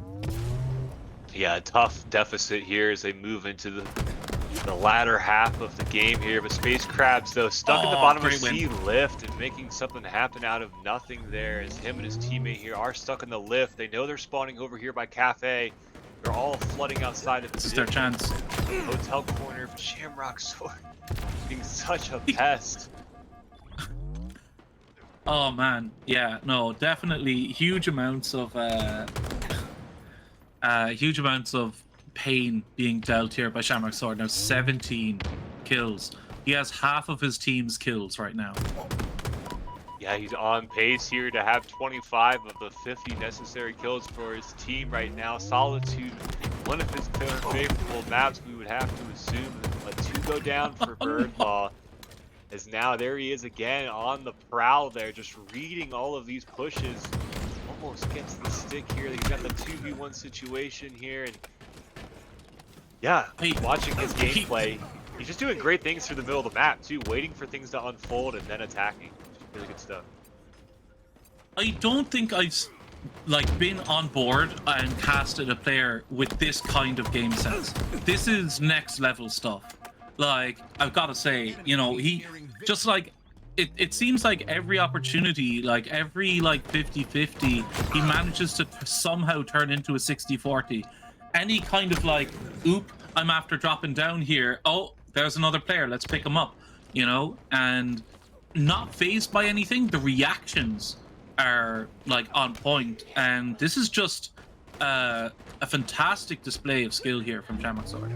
I know, right? And also, you look over the line, and he's got Joshi. He's going 14-4 on his team too, which is basically Shamrock Sword here is overshadowing him just a little bit. But those two performances combined are why we have the lead we have here. Is there's only a few kills left for Drunken Spartans to finish out this map 2 in the best of 3 series. One kill left, and they get the steak ready to go. They're going to get the grill fired up as they come out of the gates on fire here, winning 2-0 in the best of 3 series in their first matchup. My goodness. I mean, I was hoping for a 31 on the other side, just keep a bit of pride intact, but I mean, they were having none of it. Vicious display. No prisoners taken by drunken Spartans. And wow, I mean, they're looking very strong. Yeah, definitely. For a mixed tournament, to be on different wavelengths like that and to be coming together there and working, especially on 2 different types of maps. We have one live fire winning it decisively 4-0 and then switching things up on Solitude Slayer and coming out on fire on that map too. So definitely as they move further along in the tournament, this is definitely going to be a huge confidence builder for them and something they can kind of rely on in terms of how things are working and flowing. Obviously, Shamrock Sword leading the charge for them there as he basically went 20-4 at the end of that last game, but it was his 8-0 start there that gave him the lead, and they never really looked back in that Solitude Slayer game. Yeah. And just a couple of comments we got there. One of which was Shamrock out here depositing Big Bird's life points into his 401k.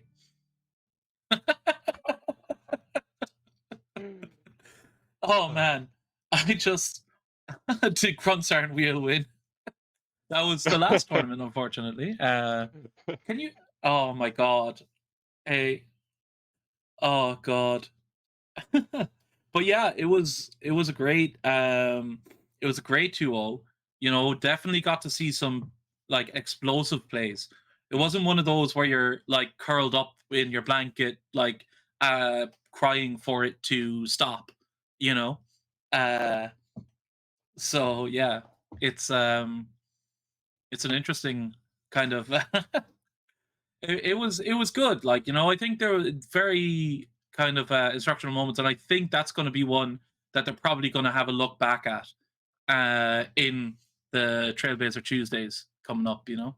Yeah, and then if you're on the side of Big Bird, definitely, these things can also kind of be a little bit of, I don't want to say a wake up call because that's a little too cliche, but definitely something that kind of like resets everything and realigns you guys going forward. So just because you Yeah. hit a roadblock doesn't mean you can't succeed at the end of the road. So looking to see how they bounce back from this one, and then also looking to see how Drunken Spartans carry this into their next series. Yeah, absolutely. And yeah, speaking of, I think we're going to go to a short break, and then we will be right back with you for round 3. Able to get this rockets into his hands and gets the first kill. Oh, does use them both, but goes down for his trouble. And yeah, looks like Honor's even kind of here off the rip now as things settle down. Or Yeah, Silva. Clammy getting knocked, dropping the sniper over in their training side. So definitely, fronts aren't real. Going to be looking to pick that bad boy. Hammer wielder. There's a third for the triple kill. Can he get another? He sees one on the radar. It's literally a ball toss difference. Yeah, Sometimes. 100%. As now, Grunts Aren't Real are moving in to C here, cleaning it out, able to win the piv there, and the ball's sitting there on C steps. But there looks like the rest of his team has spawned out as they're starting to circle around there. The top B rail. Got a straggler here down at ATM, perhaps. Able to pick up the kill there. Nice win by odds. Huge win right there. And now here, looks like they might be able to tie this game up here soon. Looking good.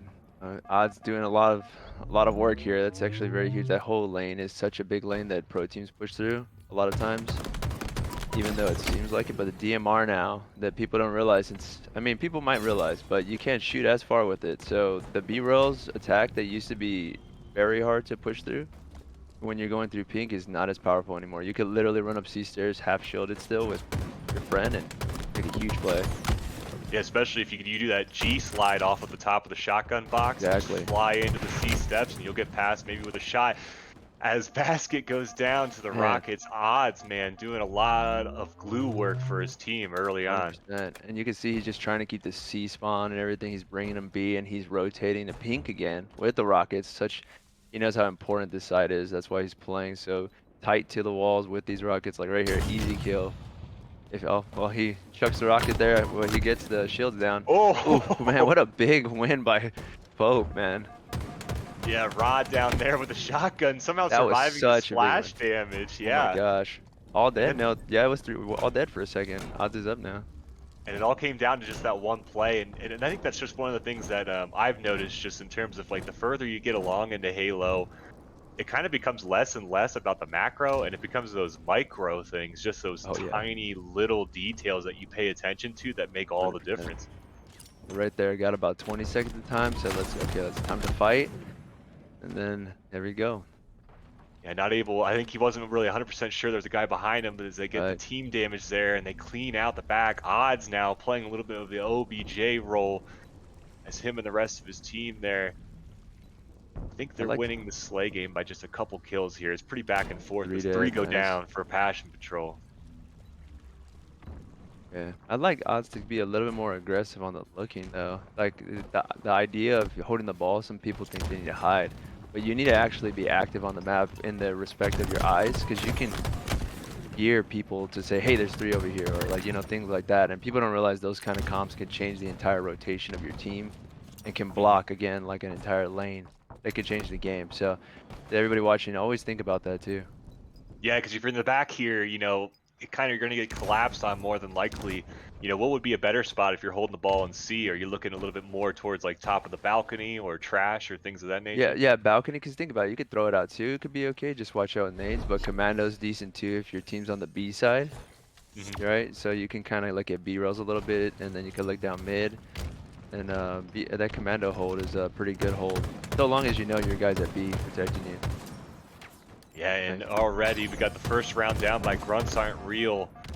And a really quick round of oddball there just to kind of get it Yeah. started off there. I think both teams being very efficient with the ball time that they're getting here. It's not really a scrappy game. It's kind of huge chunks back and forth.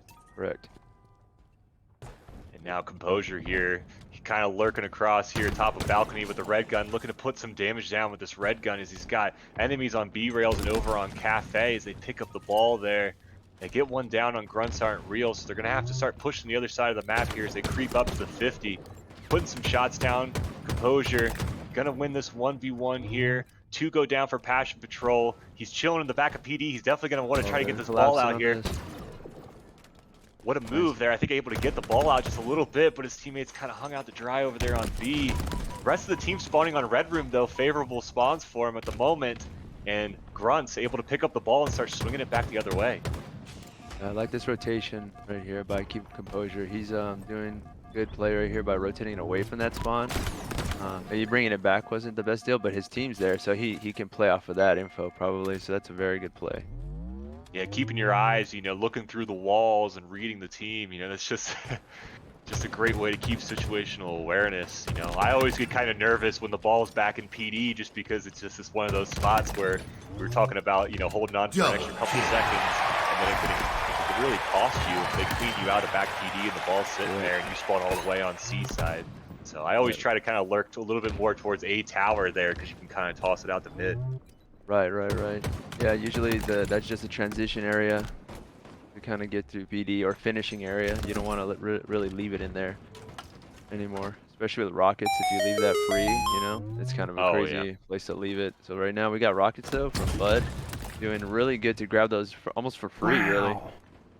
And this is gonna really set them up to get this ball. Oh, let's see what they got. 2 down for blue, 3 down for blue. Oh man, 3 down. Nice.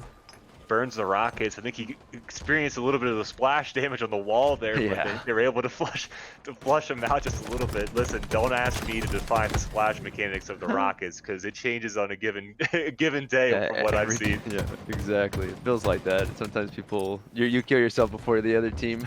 Sometimes with those things.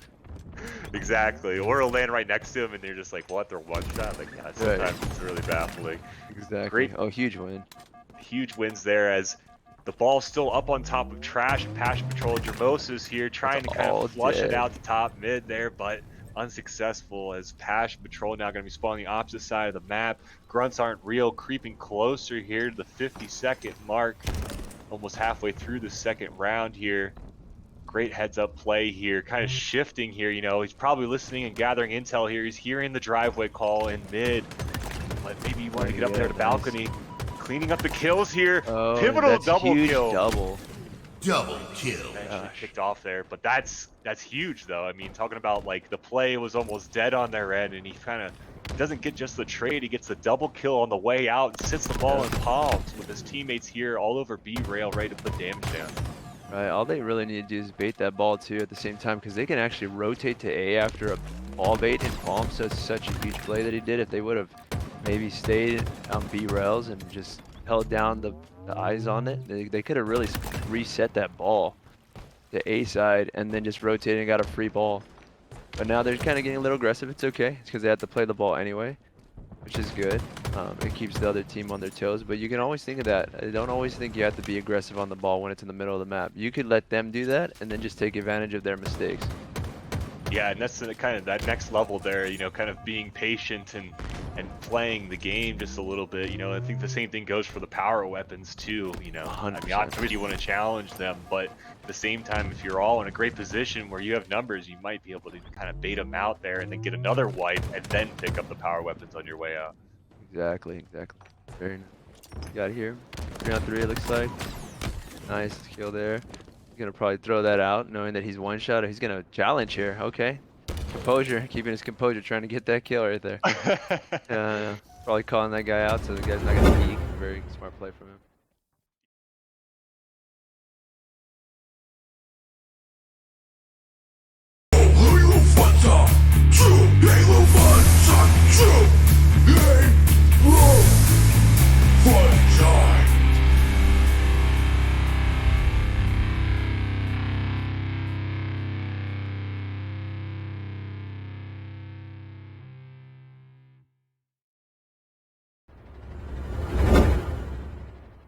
And we're back with the 4v4 mixed tournament hosted by Halo Fun Time. I've been your host, Silva Fox, alongside Delta here, and we're going to be moving into round 3 of our tournament for the day. So far, we've seen a lot of really great competitive Halo, lots of really great plays from a lot of these different players. And yeah, how are you feeling over there, Delta?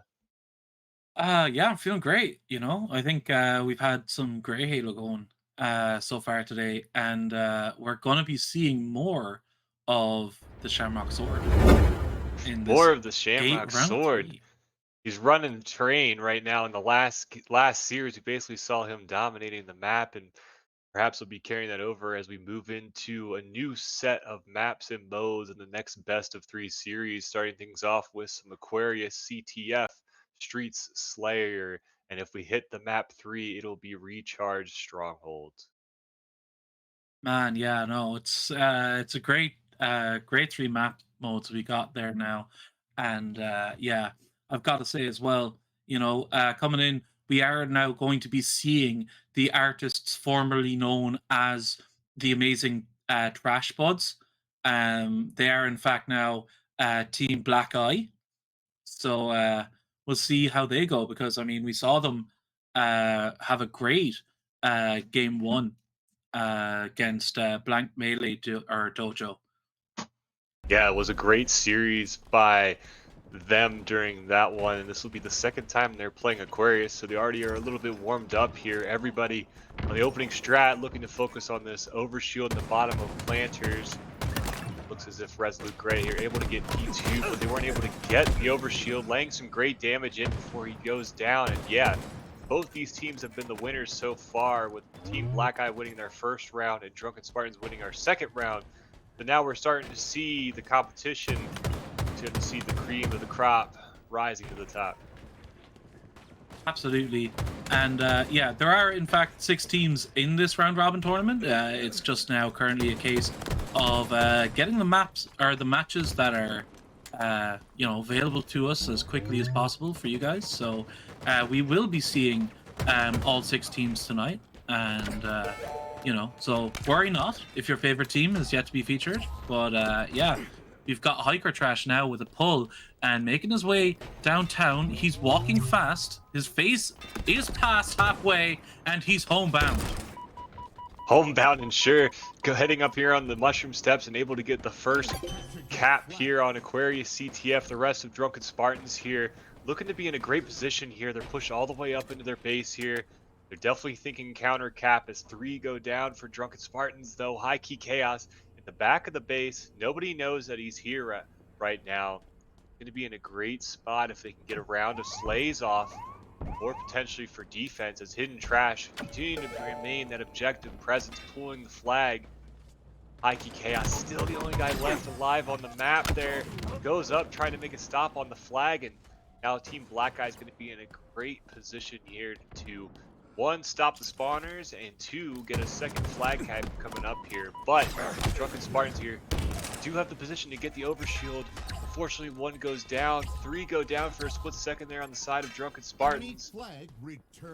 Now Resolute Gray here, just making sure he takes the safest route possible to get the flag cap right there as they go up. An early 2-0, I think, on this Aquarius CTF. Those are pretty fast caps. Absolutely hot out the gates here, our Black Eye.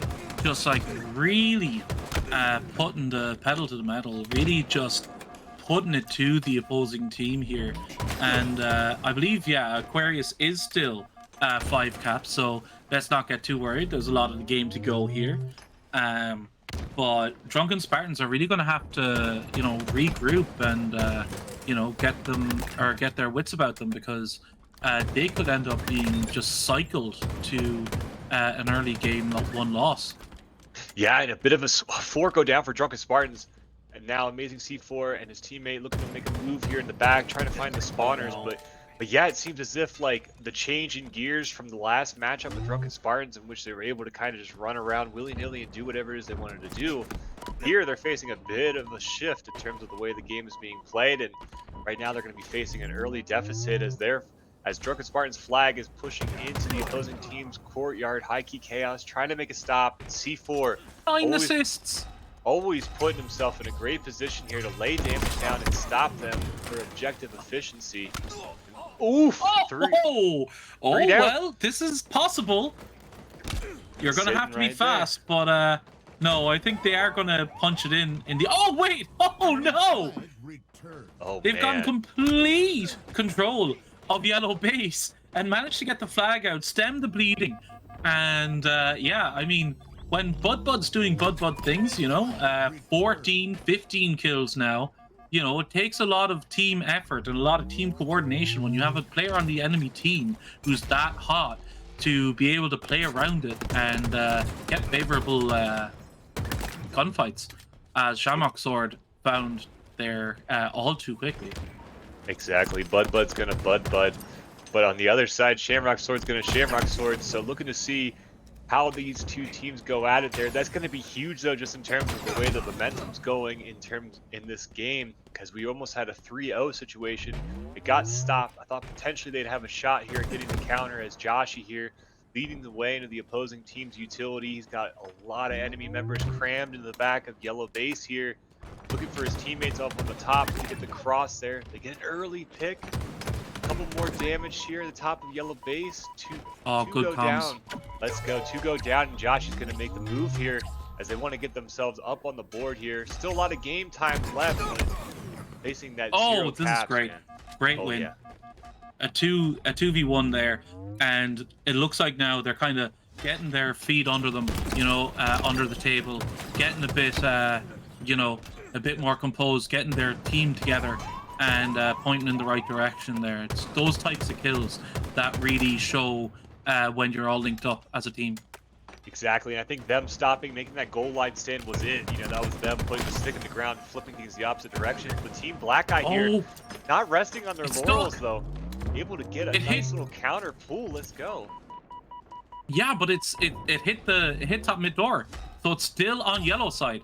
That delay could be huge, but it looks like the slaying has still gone the way of Black Eye, so they should be able to punch this one home. 3-1 there. That's a nice lead to have here. They only need 2 more caps. Bud holding it down in P2 here, able to get the perfect, and Overshield coming up here in a couple seconds. Maybe they'll look to get that 4th flag cap with the Overshield. Yeah, and you want to make sure that the game isn't over before it starts, you know? Joshy there, tossing the flag out, just almost as a statement of intent, did draw back the guns at 2 players and allowed his team a little bit of an advantage in that team fight. And now they're well over halfway. We could be seeing this go to 3-2. And, you know, we still have a game on here. Yeah, there's a couple players there trying to make it some difference there in the damage, but Shamrock Sword with a great flag run through the bottom of the map there, super speedy and lightning quick, makes it through the other side. And now we have a 3-2 game here. It seems like the game is flowing in the opposite direction here from what we saw early on. Yeah, absolutely. And yeah, Joshy here now doing great work for his team. You know, positive in the KD, and has been at the forefront of a lot of their success when it comes to flag caps. Now, Hiker, in a really annoying ratty position, he was always going to get traded out there, but he did his job to slow down the enemy flag pull and allow his team those extra few seconds, and we're seeing a bit of love from Joshy. Oh man, a couple of love taps there from the bandit rifle, and off he goes now. Will that time spent doing that, I mean, that gets some that gets the heart rate up, you know, that gets the heart pumping. And 3-3 now, able to get it back, and Joshy's feeling hot. Joshy better clip that one. Not only did he take the body shots, he went and grabbed the flag and put it in to tie the game. 3-3 here, 4 minutes left in Aquarius, and now this game just seems completely up in the air in terms of who's gonna now take the lead here. It looks like Drunken Veil able to get the back smack, pushing in the bridge. They have 2 down. They're gonna have numbers. They're gonna have Overshield. Black Eye spawning in the back of yellow base, probably in the back of yellow fridge, and they're gonna be watching. They're gonna be watching this flag. Now it's Bud again. Bud again. Slowing it down, stopping it, and now it's Joshy with the Overshield. Oh, and he goes down to Bud. Overkill from Bud.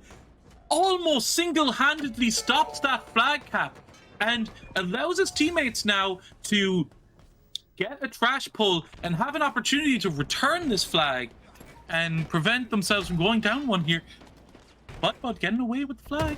What a Little touch. monster. Oh Overshield my was God. involved in that play. He was one shot for like 90% of the time, bouncing around, getting all 4 of the kills down, stopping the flag cap too. But still in the same position Oh, here, Bud looking to make a Joshy! move. He wins! Oh, that's gonna feel good if you're Bud. That's a That bit of hit. revenge. Bit of revenge too from the early body shots between Joshy and Bud. Bud getting the revenge real easy there at the bottom of the blue brick. Yeah, and you gotta be careful when it comes to these body shots. You might wake up a monster, you know? Yeah. Oh no! What a grenade there! Just tossed in anticipation and ran straight into by Drunken Vile. Great entry frag move by C4, but unfortunately he gets knocked down. Drunken Spartans with the 1 flag lead. Bud here is super on fire here, looking to get a double kill, emptying the clip. 2 down on the side of Drunken Spartans. He's got some teammates that are close in util. If they can clean out Shamrock here, they're gonna be in a great spot. The rest of them are going to be spawning here in blue fridge. Bud already on top of the next round of spawners as his team gets the flagpole. Let's go. Wait, while that was all happening, the flag got punched in by Drunken Spartans. They lead 4-3. Let's go. Now overshield. I Bud can't believe they able to did it. Heck yeah. With dude. all of that effort from Bud, they're still able to punch that one in. And yeah, this is now getting a bit nervy for the side of Black Eye. They are getting the kills, but they're still not able to get their hands on that flag. Yeah, different game compared to when they had that 2-0 lead. Now, Hiker Trash looking to make something happen, but it looks like it's going to be a dead flag.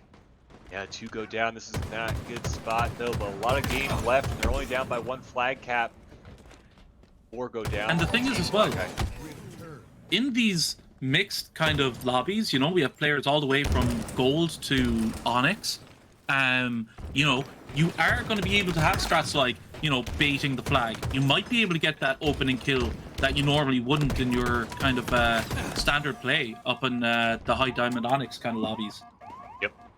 Yeah, 100% here. It's just cool to watch how these different teams are coming together here in this mixed tournament. They do have a wide range of CSRs on each side of the map, but you wouldn't tell based off of the stat board, as both teams are still pretty evenly matched. Bud with the standout stats of 31 and 17 is now this flag by Shamrock Sword. Looks like they're going to be in a position here to go up and finalize here the CTF Aquarius. Oh, What a comeback. Down 2-0, almost 3-0, but like I said before, when they got that goal line stand and stopped it from being 3-0 in the favor of Team Black Eye, I think the whole game just completely flipped on its head. absolutely. Here we are with the metal music, you know. Get the Halo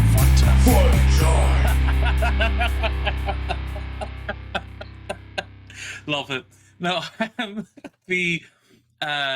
yeah, absolutely. You nailed it on the head there. I mean, that was game over for them if that third flag would have gone in.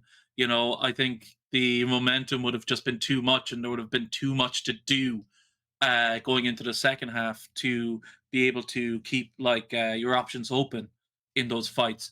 You know, bleed off those extra couple of seconds so that you can, you know, put something together. But oh my god, what a match we just saw! And I mean, going into game 2, I mean, the top fraggers for both teams are, you know, there's a bit of spice there, you know, maybe a bit of passion on display.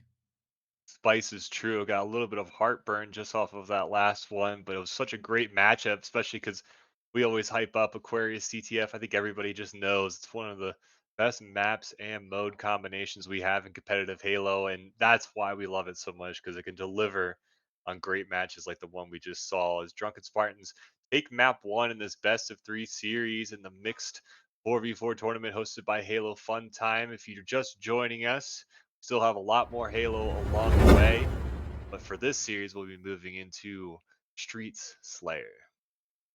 Yeah, this is going to be an interesting one now. I mean, we saw how how Black Eye did in their Street Slayer, you know, or no, their Streets Oddball. My apologies. Very well coordinated, and uh, really efficient, you know. But now it's all about who can get more kills than the other team. I hate to say it, you know, but that is the case. And you know, we've seen players be hot, we've seen players be cold. Um, but one thing that we can always keep in mind is that, like, when it comes to Slayer, you have your Slayers and your OBJ Slayers, and you know, we could see different names popping up in the kill feed a little bit more often. But then again, I wouldn't count Bud out of the top fragger category just yet. Yeah, I think we've come to expect Bud here to deliver on the slays for sure, but a lot of those come a lot easier when you have your teammates that are just pouring on the damage, and we've seen that from the rest of the side of Team Black Eye. You know, C4 lighting up the assists, laying down damage, and assists are a great tell too of the like what kind of damage you're laying down. It's not just spraying and praying across the map, but no, you're getting the kills that need to happen in the moment, and so kind of dictates whether or not you're being more interconnected. And usually in Halo, 4v4 Halo, the more interconnected you are, the more likely you are to succeed, as every player has a huge ripple effect on the rest of the game. As now both teams here on the opening looking to get a good start here in Slayer, as High Key Chaos not seen here on B steps, able to get a kill. One goes down for each side, but now they recognize the B stairs push and they react. They react with passion. Shotgun's already on scene downstairs. This is madness. They're flying all over. They're really getting in each other's faces here off the rip now. And with this kill from C4, I mean, he's pretty much guaranteed himself that cam. Oh no! From downtown, High Key Chaos with the Hail Mary stopping that pop. And yeah, things could have gotten pretty bad there for Drunken Spartans, if not for that holy nade. Yeah, the holy nade that stops it. I'm pretty sure they still burned the camo in the process. I didn't see it drop out there by bottom laundry. 2 down on the side of Black Eye, as now Drunken Spartans here looking to lay damage. Both teams exchanging blows, but for a split second there, 4 down for Black Eyes. Now they get fresh spawners in the back at the C side of the map. Drunken Spartans working with a 3-kill lead here. They know they're in the back of C, looking to play some damage, gather some intel. They're in a great position here, pushed up past the 50-yard mark of the map, basically having them pinned down to C. But Resolute Grey making a great play there from top planners to heaven, staying alive, getting some damage, and drawing Joshy out over there. That was beautiful. I mean, he pulled Joshy away from the team fight and managed to allow his team to win that team fight over on the other side, bringing them back to within 3 now. As Joshy does go down, the trade yet to come. So 12-14 now, the scoreline, and things are hotting up. Yeah, great to see these two teams not skipping a beat from the end of that last game there on CTF Aquarius. And now we're in Street Slayer, and they mean business there as C4 gets a huge pivotal win. 2 down for each side. High Key KS trying to snag that active camo and stay alive with it as he makes his way. Or it might have been Josh. I believe he did die. Yeah, I think he got killed on his way there. It's now Resolute Grey holding down the back of Cafe here, looking for some stragglers from the other side, able to pick up Drunken Veal there. As the rest of his teammates are fighting over on B side, Resolute Grey trying to make a move over there. No team really getting one advantage in terms of the total numbers here. Oh my gosh. Shamrock Shake, is he running MNK? Because that turnaround was lightning. That was a quick flip, yeah. I would put my money on it. But like, we can even see from the movements of these players, they are right up for it. Like, you see the affectations, you see how they're looking around, you see how they're snapping to shots, and you know, that's exactly what you get when that heart is pumping, when these guys want to win, right? I mean, you might say this is just a mini tournament of round 6, but they're on it, and they want to show that they are the best team here. Now, of course, just to let everyone know, these are CSR balanced mixed teams, so like, these weren't made beforehand, but you know, we're seeing some teams gel together a lot quicker than others, and it's a sight to behold. Yeah, a sight to behold it for sure. As Black Eye there were able to remove the deficit in the Slayer category as they were able to take the lead for a split second here. But yeah, like you called it earlier, both teams running right at each other. 3 go down for Black Eye. Active camo on timer here as it looks like the rest of Team Black are going to be spawning over by the backside of Red Room. Not in a great position here to get the camo, but they're still going for it anyway. Both teams fearless in this matter as they both can trust and rely on their team shots, but unfortunately they kind of get collapsed on there in the bottom of B steps trying to go for that active camo. And Drunken Spartans here, they have a lot more map control here as they increase their lead back to 5 kills again. Absolutely. And good shots across there from Joshy. Again, a very low death player. Very good at playing their life. And really kind of a very big deal in all kind of in all modes, but like Slayer especially. Oh yeah, I think we saw on the one Slayer on Solitude, he was sitting there with like 2 deaths halfway through the game. So really crucial, and just a lot of well-balanced different play styles on each side of the aisle here. Is over on Black Eyes, amazing C4 leading the way with 10 kills at the moment. But on the other side, Drunken Spartans, High Key, and Shamrock rocking 11 and 10 kills respectively as they have a 5-kill lead here moving into the second half of the game, 35-30. Absolutely. And you know, I may not often get a lot of kills, but you know, I'm a man after his heart. You know, I mean, I do love just living. You know, living is one of my favorite pastimes. You know, It's what you do best. Breathing air, you know, and things like that, etc. and so forth. I wouldn't say I do it best, but I'm definitely somewhat competent at exchanging oxygen for carbon dioxide as a means to generate energy through the breaking down of carbohydrates. Also bringing a lot of personality to the cast as always, Delta. Don't sell yourself short. Yeah, 3 dead now for Black Guy, and 4 kills now the difference. Drunken Spartans in a commanding position, but may have been a bit hasty going for that overshield. And spawns in C mean shots down range, and I believe Gray may have gotten his fingies on those on that their camo. So we'll see now how things shake out in the next team fight. Black Eye playing for their life in this series. Double kill there from Gray. Great work with the camo. Closing it now, 44 to 45, but sometimes, I mean, you get a rush of blood to the head, you are camo, but you know, you still have no shield. So, you know, with the pace that this game is being played, you can be forgiven for jumping the gun a little there. But yeah, difficult situation now for Black Eye as they're 3 kills down, 4 now, and 1 kill remaining for Shamrock, or for the Drunken Spartans. Yeah, Drunken Spartans here. They only need 1 kill left, but looks as if 46. Team Black Eye, they're going to turtle in here. 1 shot. Oh, he makes it away. He gets away with it. 48. Oh, Drunken Veal coming away with the final kill to tie this series up. Well, not tie it up, but finish it up at 2-0.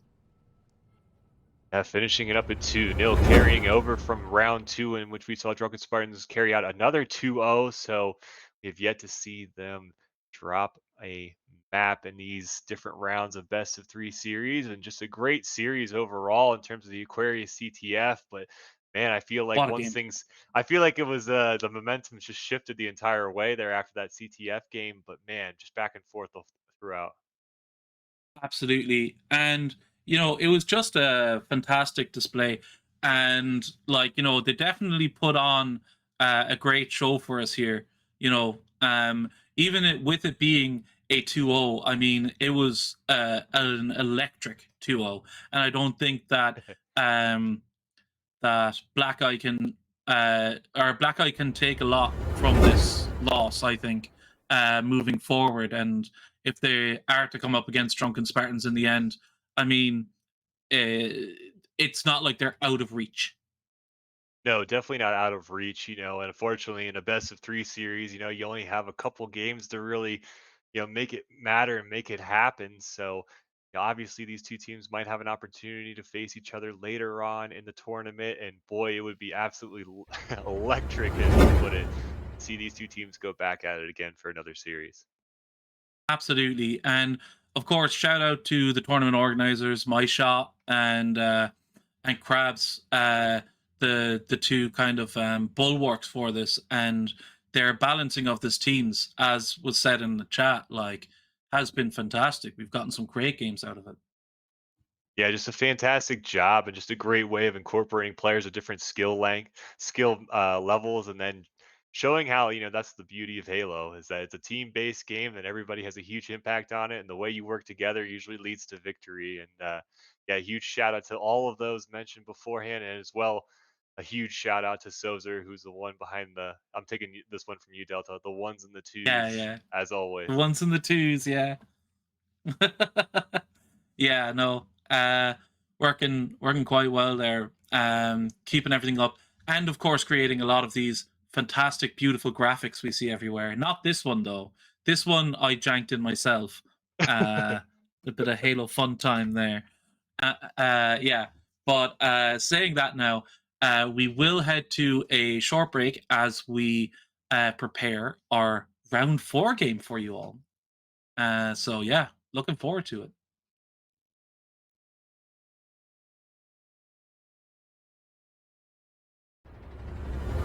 Able to get this rockets into his hands and gets the first kill. Oh, does use them both, but goes down for his trouble. And yeah, looks like honor's even kind of here off the rip now as things settle down. Or these two teams, who has the intestinal fortitude to pull through when all the big lights are shining and when it all matters? It all comes down to this, and I think you put it in just a great lens here. King of the Hill here is going to be a great way for both these teams to kind of feel each other out. But, if you're on the side of online shooters, though, you definitely want this to be a quick and dirty win here so you can reset the bracket. Mediocre, working with a cushion here. Maybe not so much in terms of thinking that this series is so dire. As both teams go off and trade here, Viz again making an impact. He got a double kill, letting his teammate go over there, get the camo and the snipe. And North Snipes we saw in the last series is the last guy you want the sniper, the hands of the sniper for the opposite team. Yeah, and I've got to say here now as well, there was a last minute change to online shooters. A sub has been brought in. It's fleshed, and he is coming in place of Ralph. Some big shoes to fill here, coming into the grand final best of 7. Great no snope from North Snipes, and it's gonna be up to players like North Snipes, like Demos, like Viz, to really help bring Fleshed into this series, because he's coming in completely cold, and yeah, it's gonna be interesting to see how much that impacts him coming into this grand final. Yeah, just a real testament to Flash, coming in here and he's playing against people that have been playing all day and they've been super warmed up playing at the highest levels of competition back and forth. And yeah, he's going to have to rely on his teammates to kind of help him get into the groove here, as I think this is the first we're seeing a Mediocre on the stream today. Basically having an easy path all the way. Well, I wouldn't say easy, but I would say a smoother path of the grand finals. So, this online shooters team, they're going to have to bring it as 4 go down. They're going to have to dig deep here into the gaming endurance, and go further than they've ever gone before here to really make an upset and a splash here in the series. Yeah, and Mediocre have a point to prove here. They're like, hey guys, we're in this series too. We had to win every one of our games just to get on stream. Getting to the end, bringing an end to the reign of terror of space crabs. But online shooters are able to get this first hill, and Sneaky Snipes walking around here his way up into the hill and trying to pick out a fight that's favorable. Unfortunately, tagged with a grenade, but was able to recover the situation with help from teammate. So Cream Rock now going down, as does Dr. Cream and Scream, and he's screaming, he's creaming, and he's screaming when he's creaming. Like when, and who among us hasn't screamed when we creamed? And certainly this is the guy who earned his PhD in it, so perhaps any... I'm just kidding.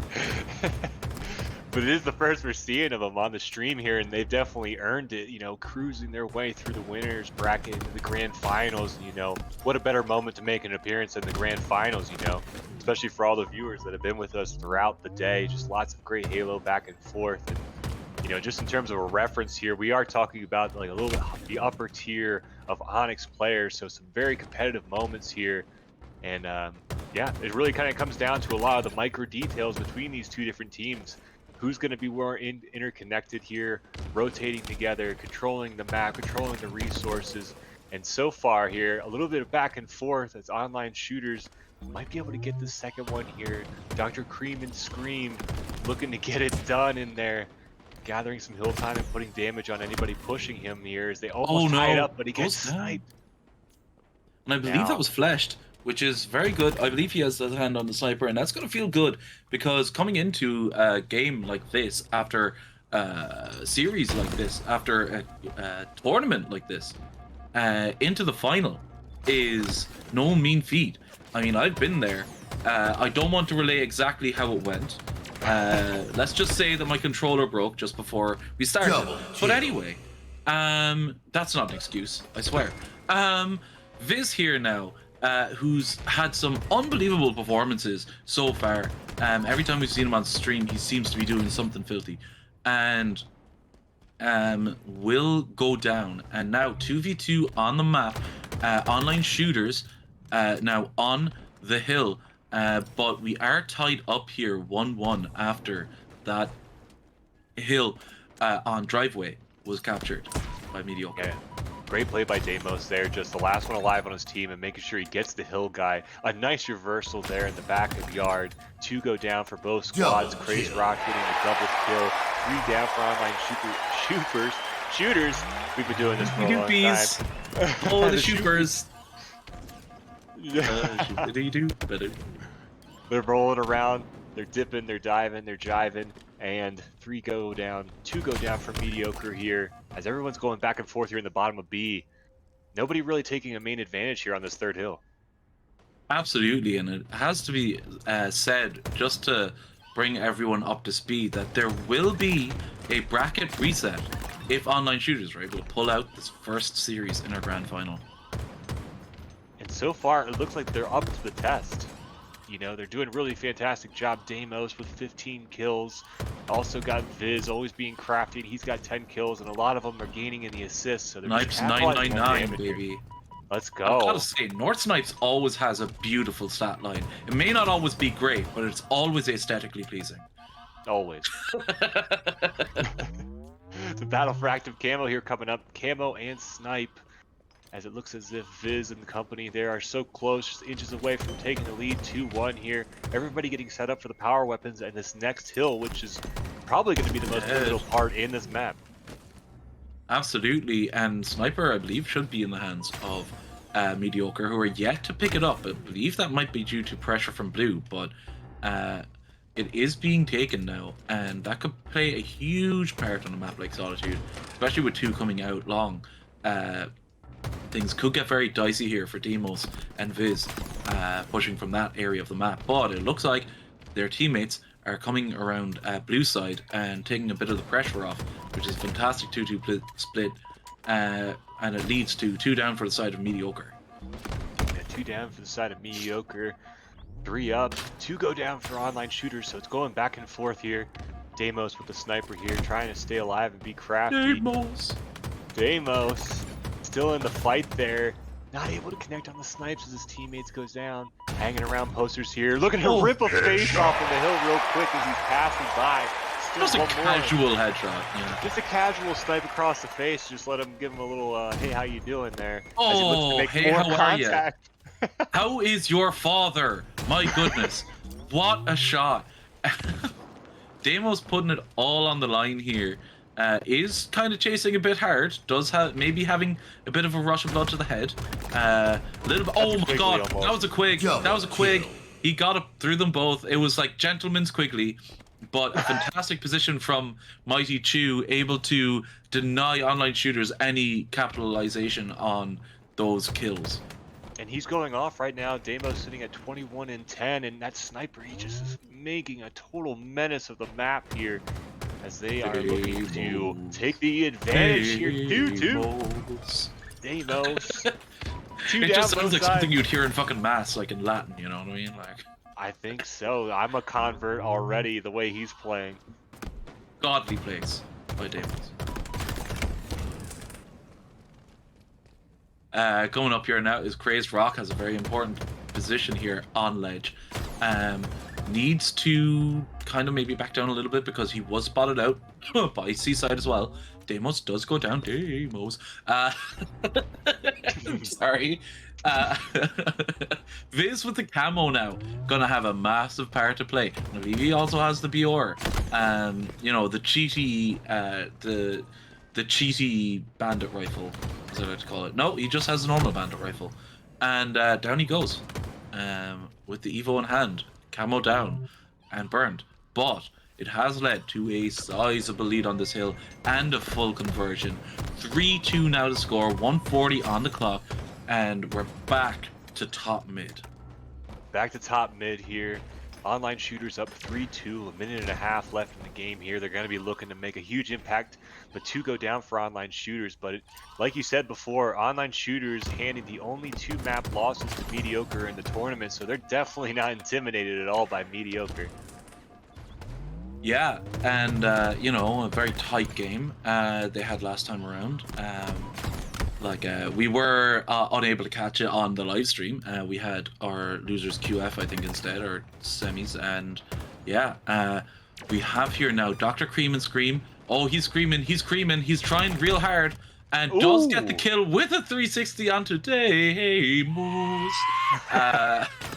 Dr. Cream and Scream now, creaming all over that hill as he screams in agony due to a bullet ripping through his Spartan Mjolnir armor. Don't knock it till you try it. That's all I gotta say. I've just gotta say, looking forward to a good Cream and Scream in this final. Moving swiftly forward, Viz with camo on the hill.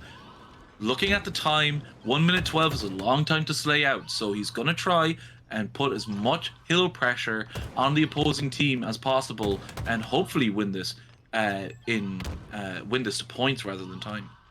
Yeah, Viz, you know, it seems like he's always the one that's going to be getting on these active cameras, but great nades to knock him off.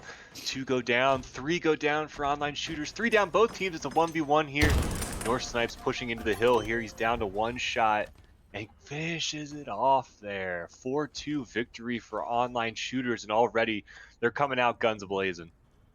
Absolutely, and some great work all around by online shooters to take that first game, and that is a flag in the sand, right? That is them saying, you know what, we're here to stay. We are not scared of you. You beat us in that winners final, but the real winners are the winners, not of the winners final or the losers final, but the grand final, and Couldn't have said it possibly better. grand final losers, winners, grand final bracket reset. You know, I think you know, it's easy to track for sure. Clear as mud over on our end here, as we've definitely been casting a lot of Halo today. You know, it's a great tournament here. The inaugural Trailblazer Championship Series here. We're in the grand final. These two teams have been duking it out all day. And it's the real current us. Hello. We are going to be sharing with you another round 3 game. This game has been delayed due to some technical issues with to do with electricity. So we are going to see what our teams are able to put up. So each round for all teams have the same map pool per round. So we're going to be seeing again our spicy little Aquarius CTF for game 1. Spicy CTF. With Overshield down here in the bottom of P1, John Eric and company looking to make a flank over here into the back of the blue court. Able to get the shots down. Huge Oh, double kill by John Eric as he's able to pick up the Overshield here off of the rip. yeah, fantastic work there by Generic. And AO Chris now substitute in here late in the day. So we'll see how he impacts the team's fortunes coming in to replace Jakerson. You know, some big shoes to fill. So let's see how he's able to do it. And coming off the bench, it could be a spark that your team needs, or it could be a little moment here trying to get some of the momentum building here as the rest of the teams and a lot of these other players have been playing for some time now. But couple go down the side of Nice Kitty. Huge trade here in the top of P2. Oh, 3 down for Blank Melee as both sides basically having their whole teams wiped out here, and they're going to be kind of looking for a reset here and trying to get some map control. absolutely. They're going to really want to start to keep composure as we follow him here through Yellow Gen, trying to Nice. manipulate spawns. Gets a nice little cheeky nade kill there. And I think that's going to open the door for a little bit of a flag pull as AO Chris able to make it around the corner and does get his hands on that flag. So this looks very promising for Blank Melee Dojo to go 1-0 up in this series. Yeah, going up 1-0 as a flag. Their flag does get pulled. Running into a pivotal battle there in the back of Util. 2 members from Nice Kitty are there. They're going to be trying to work. The return there is keep composure. His teammate looking to come in here and lay some damage down. They get their Oh, it does get huge returned. clutch return. And 3 down there on that push. They might be getting a counter cap here, potentially, if they can get the flag out. Yeah, that grenade did wonders there, slowing down that push because things could have gotten very tasty for them here. Now they're making a play for the overshield, unable to quite get it. As Nice Kitty get away with it, and we'll see how they're able to put it to use. As Yeah, Nullifier goes down here to AO Chris. Hey, yo, Chris, still firing on all cylinders there. John Herrick with the overshield looking to make the G slide. Almost gets it there, but he's going to be a hard target to kill as he makes it all the way into his side of the map here. How you doing? Looking to try to get some damage on there. Body blockers there. Everybody's available. Not able to get the dead flag pulled there. Killing spree. And now we're already talking about a 1-0 game here. But as we saw from our last CTF Aquarius match here, doesn't really matter how you start. It's always how you finish here. It's the last match series we had almost was basically a 3-0 lead that went the other direction. But it is nice working with that lead when you have it. Absolutely. And we're seeing now players kind of come to the fore. We're seeing John Eric for Nice Kitty, and we're seeing Keep Composure here, putting up some good numbers for his side too. And oh, this is a messy fight, but manages to come away with the win. Does Meow You doing? And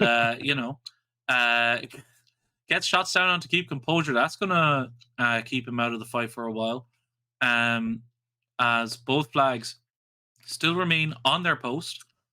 And yeah, AO Chris again, just jumping around. Meow is just being a little sneaky beak. A sneaky little kitty down there under or at bottom C. Oh. Yeah, looking for a gun Yeah. in the back pocket. Unfortunately, out of ammo on the heat wave, but he's looking to do some more plasma damage across the map. I love to see it. As Overshield's coming up, that's going to be the big move here. As Rod's going to get away here, and the plasma pistol making a return again. How you doing? Asking everybody what's going on there. As I believe he's able to get a double kill as well. I haven't seen quite a plasma pistol play like that for some time, specifically on Aquarius, as they still kind of maintain map control here and map presence, holding on to that 1-0 lead. Lots of game left. 2 down on both sides.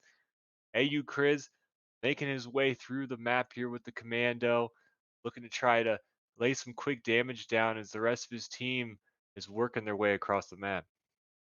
Absolutely. And we are working on game audio. We'll have it for you shortly. But Keep Composure here, patrolling up top car, and goes down to a beautiful sticky nade there from Nullifier, nullifying the advantage just for a moment. Yeah, just for a moment here. Magic holding on top of car 3 here. He's going to be leading this push into util. Runs into composure. Wisely backs up here. Waits for his teammates to make the move. It's going to be going down here in util. Both sides trading a kill. Keep composure. Another one there trading a kill here. Almost having a third straight trade there in util. With Blank Melee holding on to their side of the map there and stopping the push. This is going to be nice for them to kind of work off and start building their way across the map here. As Keep Composure, they're going to be looking to try to get top mid control here, get some slays and move across, because I don't believe they've had, I think they had one flag pull and they got all the way to the other side, but I don't think they've had a really good flag run since the early parts of the map. Yeah, absolutely. And Keep Composure there, getting a key kill onto John Eric, trying to thin the numbers and the potency of this attack, as AO Chris up there doing God's work, putting a ton of damage down. Keep Composure now with the double and should be able to get the return here. Yeah, easy return here and a nice stop there on defense. Is now Nullify and his teammate are going to be trying to work their way through car side here. John Eric and them making another push into util here, but they're getting shot in the back there. Blank Melee Dojo just doing a fantastic job of kind of flanking and stopping their pushes. How you doing? Asking him the friendly how you doing there, as he now wisely runs away from Overshield, getting some damage into him. Circling back, finishing off Overshield. Great play. Awesome, fantastic shots there from Meow You Do, and 13 and 8 here on the server. Really putting up numbers now and helping his team control that side of the base. And also, I mean, you know, really been putting in a lot of work as a team, because, you know, you've got shooters like, you know, Keep Composure and AO Chris and Rod over on the other team. You know, they're no slouches, so being able to coordinate and keep those players relatively quiet here as we enter the mid to late stage of this CTF game is quite impressive. Yeah, 2-0 lead for him now as 4 went down for Blank Melee Dojo, and then I think a second team wipe went down as Nullify casually strolled across the map with the flag, getting unchallenged the entire time. They now have a 2-0 lead in this game here. Blank Melee Dojo, they kind of have to get something rolling here offensively to kind of get themselves back in the game. Absolutely. And I mean, both teams here have had substitutions, as I believe, for this round. So they are working like, you know, hard on getting that coordination. Who can slot in the easiest, the quickest, you know what I mean? Keep Composure gets caught out there going for the overshield. And I believe... oh, there it is, on the ground. How you doing? Picking it up. Who else but the eponymous Kitten. Eponymous Kitten coming into the tournament here and making a statement early on. We also see some great plays from AO Chris coming in there. Nice headshot. 3 go down for Blank Melee again here. They might be able to get another flag pull. They have a pin here in the back of Blue Fridge, as the rest of the teammates there on the top of P2. But it looks like they're not able to quite capitalize on the map advantages. Now 2 go down for Nice Kitty, but the flag is already on the other side of the map. Looks like he could easily get it punched in, but no, the flag gets taken. Kind of stopped at the goal line here. Who is that? Just a snake in the grass there down on Fridge. Like they couldn't really deal with them, and I think that could be, or it at least took quite a while to get rid of them. And it's the difference between that flag being where it is and and punching it home. Yeah, a bit of deja vu here, or it might have been in the script for today, with one team going up 2-0 in CTF, and then the other team making a very clutch goal line stand to stop it from being 3-0.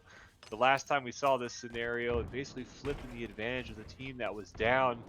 Nice Kitty, though. They look to be in control and composed here, as now they're backed up to their base here, looking to put some damage down. They get 2 down on the other team, stopping that push as the other members of Blank Melee are stuck in the back of utility car side, looking to try to just make something happen here as it's already not going their way. Another one goes down, and Nice Kitty working their way out of the base. Overshield on timer here is going to be crucial. There might have the first stab at it, but Ayo, Chris, and teammates able to put down Overshield. 2 down on Nice Kitty. It's going down in P1 here. Huge pivotal battle between Keep Composure here, and he picks up the Overshield and pops it.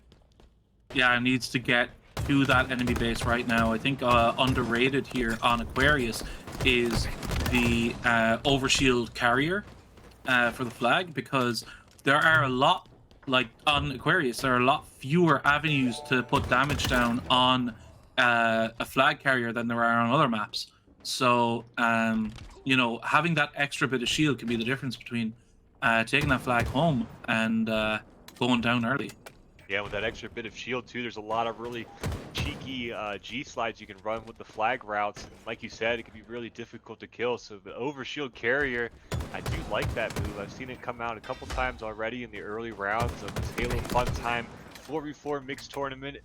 If you're just joining us, be sure to follow and like, as we're going to have a whole day here of some competitive Halo here with some mixed teams ranging from wide CSR ranges, but in Halo, it's all about the team-based performance here, as now we have a 2-1 game, the last minute, as Keep Composure gets another flag pull here. They're going to be in a good spot here, 4 up for both sides.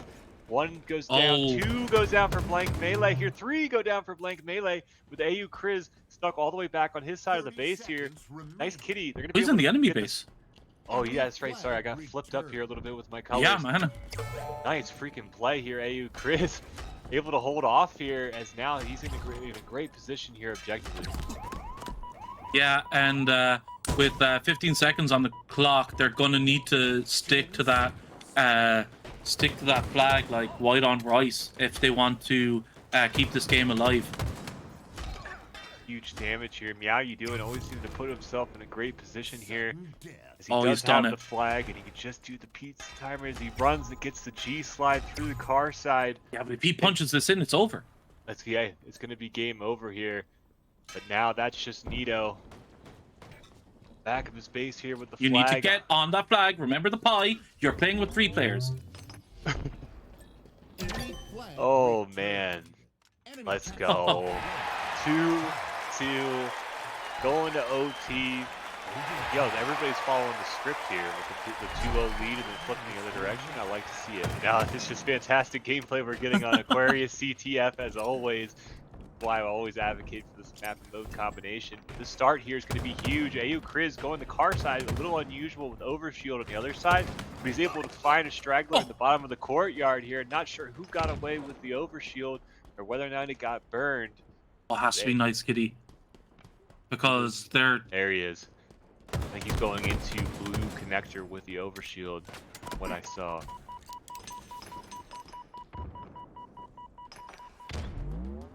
Oh, sorry. This is very tense, guys. I love it. Watching Generic it, here now. Pull in and... you know, sometimes we've got a... You know, we enjoy this Halo gameplay too, you know. We are also fans. So, you know... gotta sometimes just sit down and admire some great Halo. Exactly, exactly. Lots of good things to catch away from this game here. Lots of great gameplay as we're working into this overtime here. Both teams kind of vying for the middle position here. Now you doing laying damage down on both sides of the map, but gets into a piv. 2 go down for Nice Kitty, so now Blank Melee Dojo might have a chance here to kind of make some moves. Nullify, though, able to work his way to the other side of the map. He's Chris. Might get an easy pick here on Chris. No, Chris is so doing a great job there. The bottom of the blue brick staying alive, yeah. Yeah, and I've got a shout out here again. Keep Composure. 34 and 19. Excellent stats here in this game. Really showing up for his team when it counts here. 2-2, and just needs to make sure that he, you know, remains calm. As a lot of pressure being applied by Nice Kitty here onto blue flag. Now, I'm not used to seeing overtimes kind of on Aquarius go this long. I think the Overshield might have something to do with that, because I mean normally you just have, you know, either the first team who touches the flag wins or they lose immediately.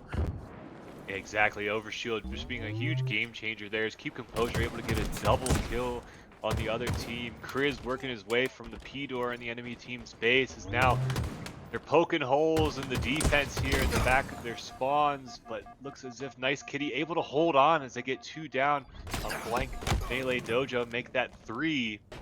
As now Composure's got to get something started here, stop them from getting into his base. A nice, well, perfect. Now you that's a do it, good and that's start. how you do it.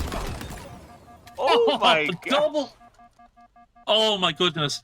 That like foresight with the grenade, fantastic work, and then the shots to top it off. I mean, he's bought his team a chance here. And stopping the next flagpole here, holding top car 3 side, so 3 kills right Oh, away he's in off trouble. of the rip. This is really good How was stuff. he alive? How was he linked? Oh, this is dangerous. Squeaky bomb time now. FGP, or sorry, FGM punches in flag, and here we go. Nice Kitty. Nice Kitty now on the board in this series, and you know, wow, what a couple of games we've had so far today, Silva. I know, right? I almost feel like we should just keep playing CTF Aquarius over and over again, but unfortunately, we would ruin the fun of it showing up every now and then. But yeah, we've had some really great HCTF. matches so far. Yeah. But Oh. yeah, no, just some really great series here. I'm curious to see like how these teams kind of react to the close loss or the close win. You know, going into the second map in this best of 3 series. You know, we've seen a lot of really great plays from some of the substitutes that just came in off the bench. So shout out to them, just getting into the mix here and getting things rolling early. Yeah, no, fantastic, fantastic display there from both teams. So going into streets, I mean, it's a toss-up. This Slayer game, you know, I think it could come down to players who've maybe adapted to the new meta early, you know, because you often see that some players like myself will, you know, adapt pretty quickly, but, you know, after a bit of time, you know, everyone else kind of gets more and more adapted to the meta, and they would kind of overtake you. And it's a lot of work to try and keep up with all these changes. Yeah, huge changes here. Just feel a lot of the different equipment and stuff on Street Slayer with the Invis now in the bottom mid. And yeah, Invis definitely is a huge shakeup for Streets. I don't think I've ever seen that power weapon on this map. And so it could be a really, really great play for you. But it's also super difficult flying down there, snagging the camo, and even just staying alive on Streets, as it is such a close, tight knit map and action packed. And I'm excited to see these 2 teams going at it because they seem to both be pretty fearless. And Streets is a really great close quarters match where the 2 teams can really duke it out and get, you know, basically a lot of kills and a lot of slays and a lot of damage. But in Slayer here, it's going to be the teamwork that's really going to come out on top here. As now, for one side, it's going to be their series on the line a little bit as they're working down 1-0. You're absolutely right. And as well, like with this camo, I mean, with rockets, when you go down bottom mid, you have the chance to maybe save yourself, right? You know, you have 2 rockets to fire off and, you know, equal the score, right? But you pick up that camo, you've got to get away, right? I mean, you're not going to blast someone with a rocket. You have to really pick your moment more when it comes to the camo, right? You really need to make sure that you have the ability to pick it up and leave, you know?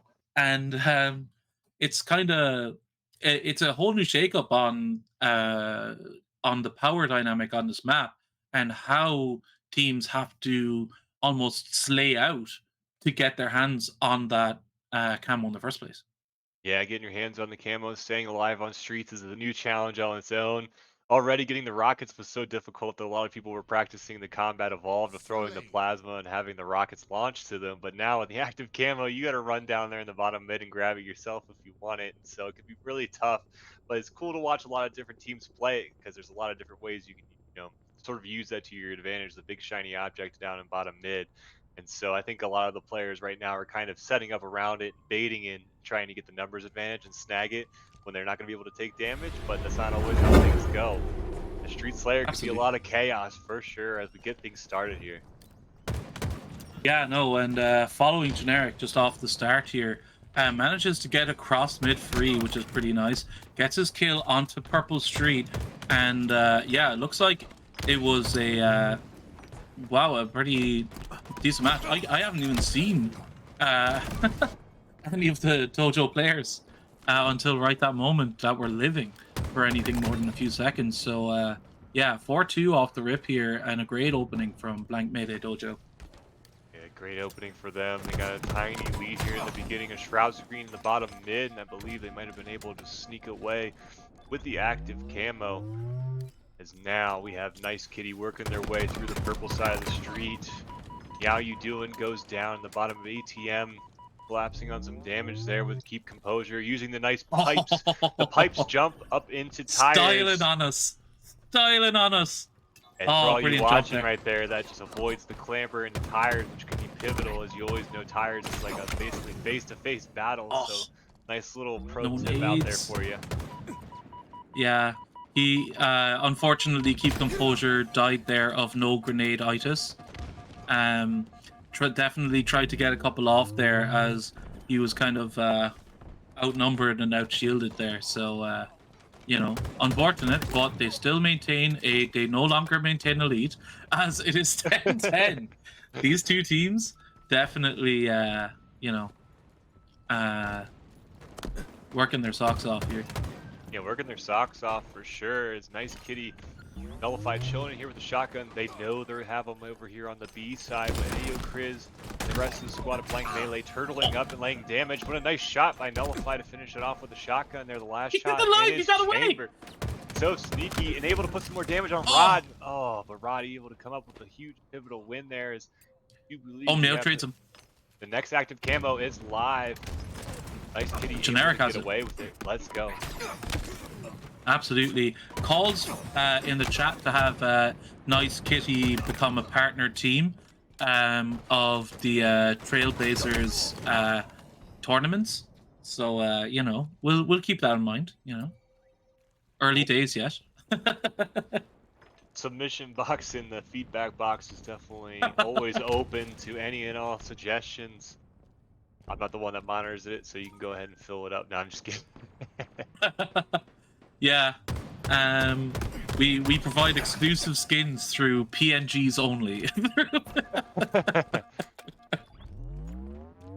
Now Oh, we're working man. here. Nice Kitty taking a 3-kill lead here, but 2 go down on their side as now they're looking to see where the pressure's coming Heyo. from.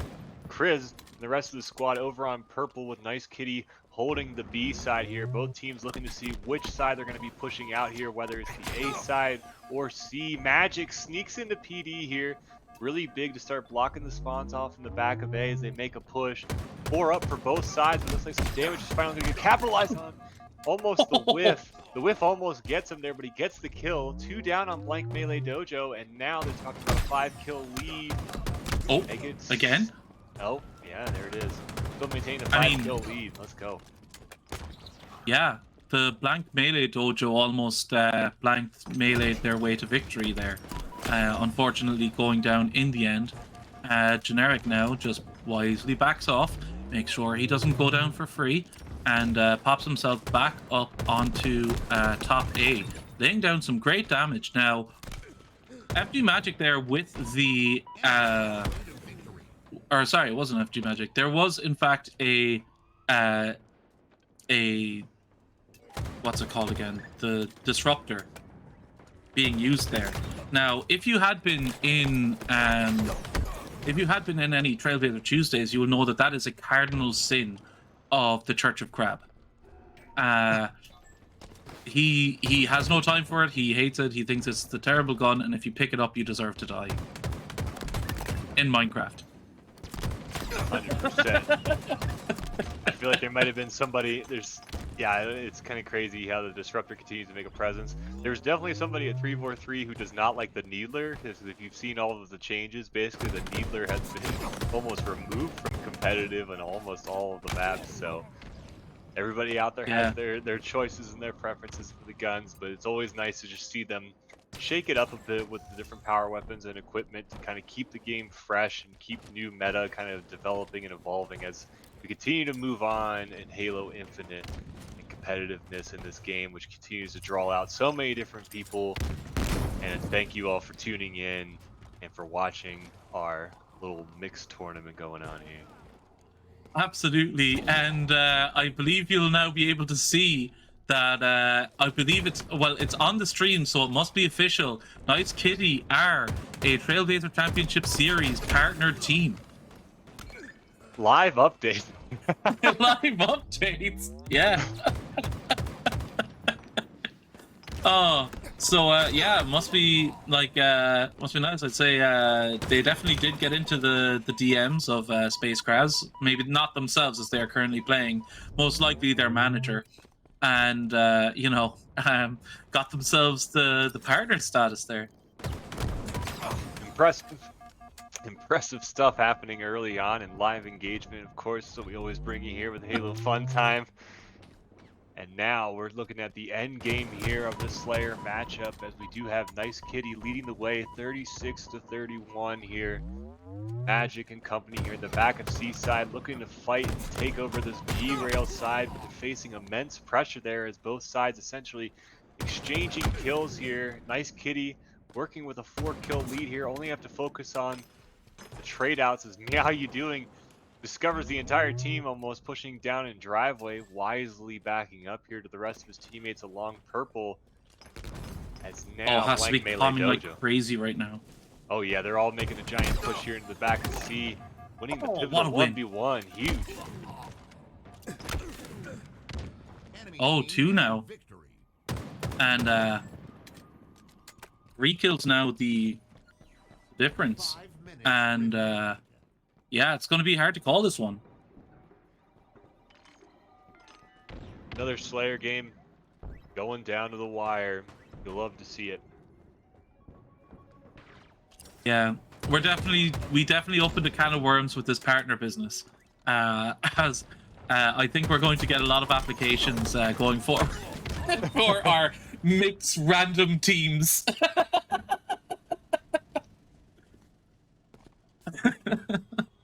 You love to see it. You love to see it. Is Meow You Doing sitting with 10 kills, 11 assists. Has the red gun here, looking to put some damage. He knows the spawner's there. Snipes Composure from the doorway into PD and lays some more fire down before emptying out the gun. Active camo on timer here. They have a lead to work with. Just gotta finish these last round of slays here and maybe not give up active camo, and this map is assuredly theirs.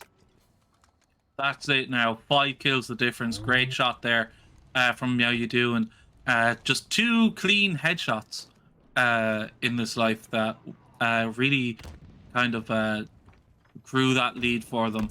And with Nullifier here now, calmed out was Roddy though, and I believe that was their kind of chance. Unless something spectacular happens, it looks like Keep Composure is going to go down here, and that is 2-0 to our newly partnered team, Nice Kitty. Great performance from Nice Kitty. They were really in control of that game throughout. You know, in the CTF game, they were up 2-0 and sort of let the other team back in. They closed the door, and it's nice to see them kind of maintain composure and move into map 2 and finish off that Slayer on streets. Yeah, absolutely. They definitely took a cue from the opposing teammates' kind of main Slayer there, and kept that composure. So yeah, I've got to say, fantastic display there. As I believe that rounds out round 3, our little Brucey bonus game there. So we'll see now, moving forward, which which team which teams will be following. So yeah, I believe as well, I may be rotating out for the fantastic Odds TV debut. So you know, keep your eyes posted, and yeah, I hope the rest of the stream goes great. The rest of the stream will go great. Thank you so much, Delta, for being over here in this little virtual casting booth as we broadcast essentially around the world based on the distance Yeah. between us. But yeah, thank you so I mean, much for what, that 10,000 miles, Silva? Yeah, you know? just a little Well, bit. it Yeah. can't keep us apart. It just can't keep us apart, you know? But yeah, thanks, and thanks, Ozer, as well, man. Fantastic. Heads up play with that partner. with that partnering. So you know, we'll see now as the stream goes on if any other teams are able to get the illustrious PNG next to their name. But yeah, coming into our next game, we will have, or sorry, coming into our next game, I believe, will be on shortly. So we're going to head to a break, and thanks very much, everyone. Able to get this rockets into his hands and gets the first kill. Oh, does use them both, but you know, goes down for his trouble. And yeah, looks like Honor's even kind of here off the rip now as things settle down. Or Yeah. Silva. Yeah, Clammy getting knocked, dropping the sniper over in their training side, so definitely Grunts aren't real going to be looking to pick that bad boy up. As both right now are kind of just trying to go in tit for tat here, figuring out how to get to the 50-yard line, but it looks like Grunts aren't real are going to be pushing their way through long haul. Yeah, and backs against the walls here now for Hypnotize. So, you know, Grunts aren't real, taking a bit of a good position here, and it looks like with Slop desperately trying to make his way up to well, he's actually just holding flag now. This is going to be a lot of work here for Slop to buy his team some time, as Keep Composure misses that sniper shot. The flag has made it to plat, but it looks like Hypnotize are back off the respawn screen. I say that though, and two more go down. Grunts aren't real, have this over the halfway line, and I don't think there's anyone who's going to be able to stop them.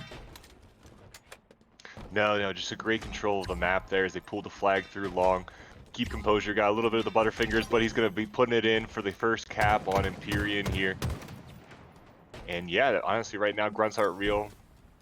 Controlling the Slay game, controlling the map, and they're going to be looking to make another push here as Keep Composure is going to be trying to poke his way through long haul and finding out where the spawners are at.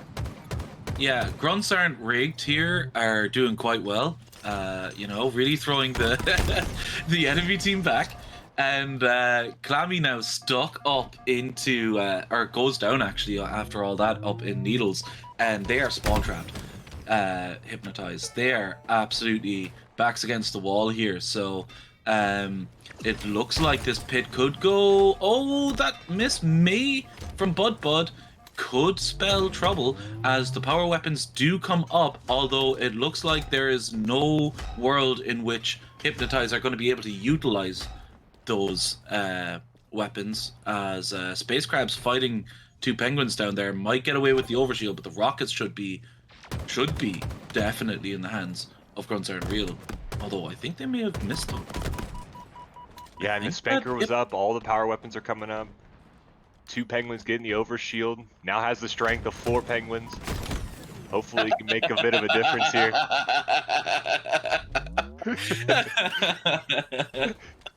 Excellent. Oh god, and if you can't hear it as well, we also have our brilliant producer Sozer laughing away in the background there. Yeah. So odds now up on top of S2 of their own base as we all regain composure. Watching over this old green and unable to get the shots to connect, but very close. I often find that that's kind of the hardest shot to pull off, right? Yeah, as Hypnotize here kind of trying to poke and prod here and trying to find a way to get through here past the It's all about timing. Damn it. Exactly. Yeah. Oh, so here now, Grunts Aren't 12 Real. and 2. Yeah, and 2 up now. I just don't know that I see a way out of this for Hypnotize. Spawn trapped like heavily here. And yeah, having a lot of difficulty trying to get their way out. I mean, that being said, 2 penguins still managing, even though they're under the cosh here quite a bit, to come away with an 8-7 record is very impressive. But Odds TV seems to just be running this map. Yeah, running the map for sure.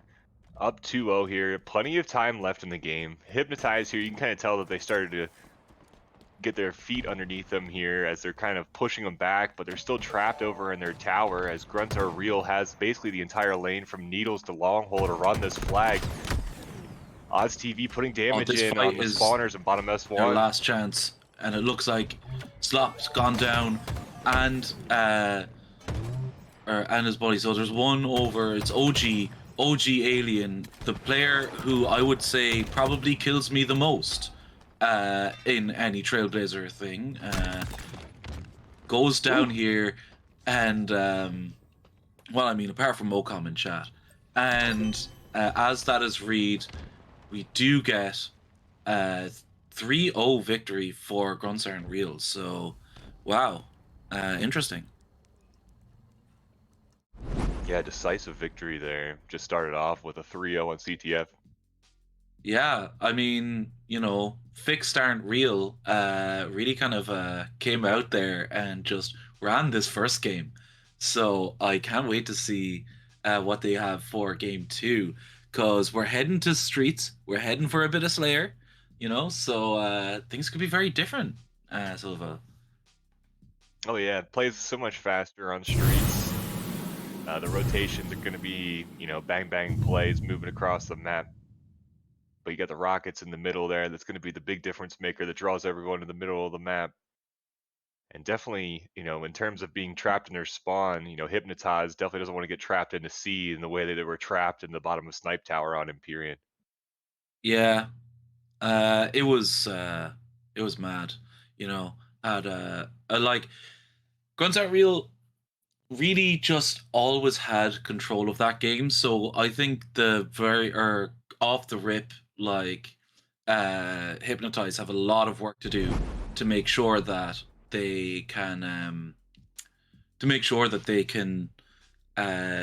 prevent the kind of snowballing that we saw in Empyrean. Now, of course, you have more chances to get back, like it's more likely that you can get back on streets, but still, it's, you know, it's a tough one to kind of find yourself in the back way. Sorry. And then at the end there, you saw Hypnotize starting to get in the teamwork a little bit more coordinated. You saw them kind of working together, pushing through green around training. So they're definitely going to have to kind of step it up a little bit more and keep doing that on streets, because that's like really the crucial key in Slayer. Oh, absolutely. And I must apologize to our viewers. I am afflicted with sexy voice. It is not intentional. It is just due to an illness. So we will try and get through it. I'll try and be I'll try and reduce. I'll try and stay away from, like, you know, certain words and phrases if I can for you.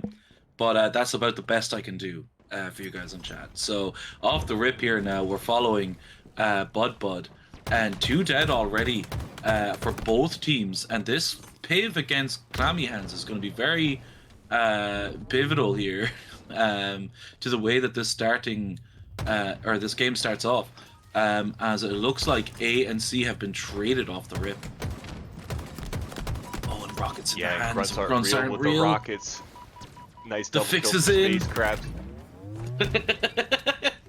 Yeah, Crabs flying around with those rockets, able to get 3 kills, and yeah, it's gonna be good for them. I think 7-2 already, and nice with early all the lead power here, and Hypnotize is kind of like gaggled here in the bottom of driveway, basically get pinched from both sides. Too good. Yeah, and I've got to say as well, you know, we were just saying that they had A control, and within about 10-15 seconds, they're they're all over C. Yeah, Hypnotize stuck there in the back of PD. 1 straggler left on the end of that spawn run. He's hiding behind the counter, hoping no one sees him, but he gets sniffed out. And now we're talking about a 13-3 lead here. 10 kills. Spanker on 20-second timer coming up. Oh, but Hypnotize with the back slap. This could be the start of something beautiful. Odds TV gets the kill. Oh, Odds TV goes down as well, so it is still a 9-kill game. 15 kills in. Interesting from Krabs' team here, you know. He definitely had the opportunity to pick from the cream of the crop, and I believe he's put that to work. He's definitely got a very strong team at his side here, as all of them seem to be in and around the same kill and death margin, leading them to an 18-6 lead. Yeah, just good team shots, collapsing on the damage too. Two teammates on Grunt aren't real with 4 assists already. And Odds TV picking up the rockets here. As Hypnotize is trying to find a way outside of C, but they're all stuck in here with the rockets coming in. Oh, and he makes the jump to Balk. Oh, rude. Kills them all. And spawning off A, they're just desperately trying to get anywhere that has any kind of cover or setup potential, as they're just off the spawn again and again. And, you know, the game is kind of running away from them here, Silva. Yeah, the momentum from the first game sort of carrying over into the Slayer match here, as Grunts aren't real, running with full confidence and full steam, running across the map, controlling the power weapons, and kind of sealing off their spawns for Hypnotize.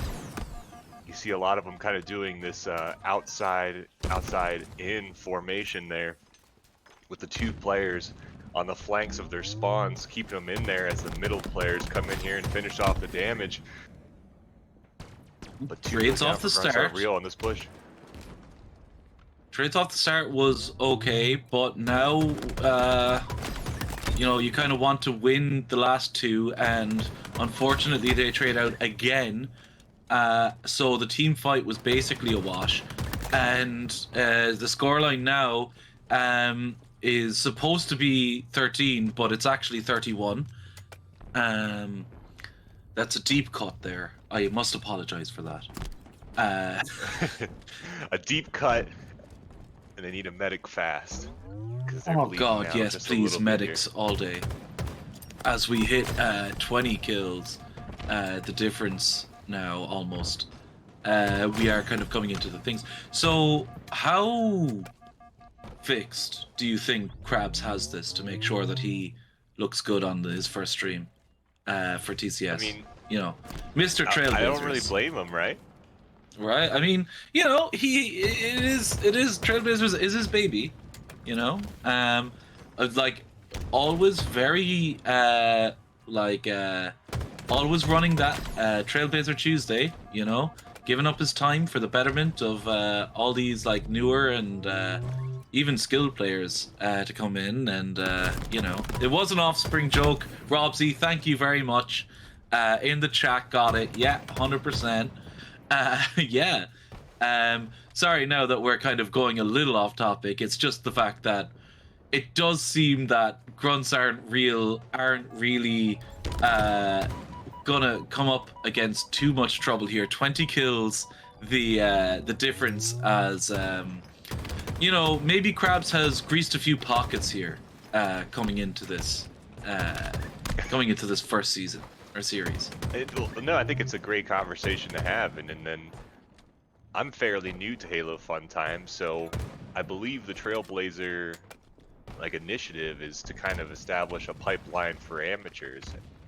Is that right? Yeah, and you know, and it's very much kind of like every Tuesday it'll be training. Like, you know, they'll go over certain things, like for example, one of them would be starting strats off of A or off of on streets, or holding positions for extractions and all that kind of stuff. And you know, they'll go over that, and then they'll have a couple of games afterwards to kind of drill it in, you know, things like that. They'll also do 8s and or that stuff. And yeah, I mean, in fairness, you know, Krabs has put in this time, so you know, I mean, you know, he like, you know, he deserves to get a ring, you know what I mean? Like, he's put in the time. He's decided, you know what, I'm gonna join this team of ringers, which I'm sure are completely normal ranked players and not professionals in any way. And yeah, just come in here and yeah, have a good one. So yeah, 48-25. Are we going to see a stake, or will the pride of Hypnotize kick in to get those last 4 kills, just so that they can get? I think that grill's fired up a gentleman's. little bit. I think they're trying to throw that steak on there. Yeah, well, we can see the confetti falling as, as we're coming into the last little bit here. 49, and we're getting ready here for the for the win, which we get. Steak-tacular for Grunts Aren't Real, a completely legitimate team that is not too powerful going into this game 3. Oh man, yeah. So that one was not much to say. Yeah, we have Penguin in the chat requesting help to be sent. We hear you, we feel you, buddy. Hang on in there. It's just one more game. It's just one more game. Live Fire Strongholds is up next. And yeah, we'll see how it goes. Cause yeah, I mean, like we were talking, and I'm just gonna like give you a little peek behind the curtain as Krabs is like, before, when we're setting up, he was like, you know what? I think we should cover our game, because our game is going to be the closest. It's going to be like, it's probably going to go the distance, all this kind of stuff. Talking like, oh, so, it's just a little me. So pop us on stream. Because we'll probably go the whole distance in this first game. And then Cuz shows up and just, yeah, 5v4 is what we're seeing, basically, at the moment. So, yeah, we'll, so we'll see how, game 3 goes. Hey, maybe through the fire and the flames will be forged the phoenix of Hypnotize. Yeah, down but not out. That's what Hypnotize has Right. got to be saying here. And Yeah, Stronghold's and definitely going to be a different kind of game type than we had up until this moment. So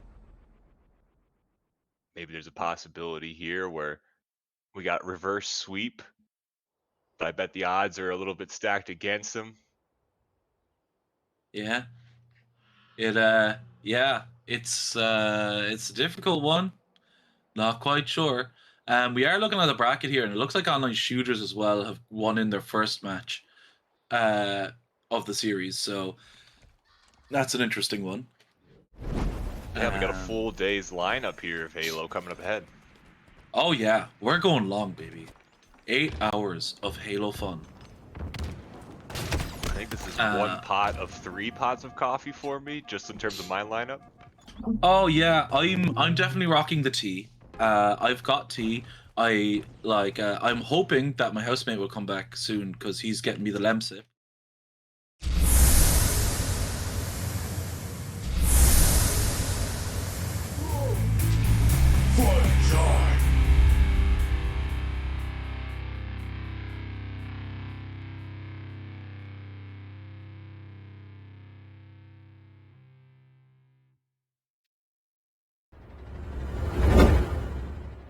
And we're back, ready to move into the latter half of our Halo Fun Time Mixed 4v4 tournament here. I've been your host, Silva Fox, and now entering the booth, I'm joined alongside Odds, longtime competitive player, streamer, HFT member, coordinator, influencer. I think the list goes on and on. How you feeling today, Odds? It's many names. I'm feeling great. I am so happy to be here. Thank you guys so much for bringing me on.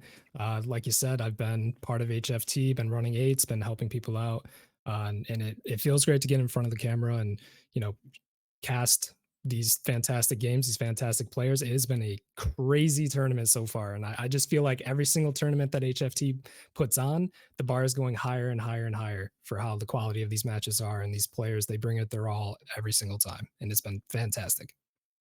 Yeah, players have definitely been bringing it all ever since we started running these tournaments, going all the way back to like the inaugural marathon tournament we hosted the first one, and yeah, continuing Yeah. to bring some great competitive Halo. So anybody that has tuned in to us for the first time today, this has been run and hosted by the Halo Fun Time Discord. Check it out. Lots of great opportunities, whether you're casual looking to get into competitive or just looking to do some fun customs. There's lots of great players in here with a lot of great Halo experience that are willing to share that knowledge and offer opportunities to grow and get better and continue to grow the Halo community. And they've been a big factor in getting a lot of this stuff put together as we are looking to start things off with some strongholds on Solitude for the first map in our best of 3 series as we enter the round 4 of our tournament on the day. So odds TV, just in terms of the way Solitude plays, if you're in the team huddle, what are you telling your team off of the start here?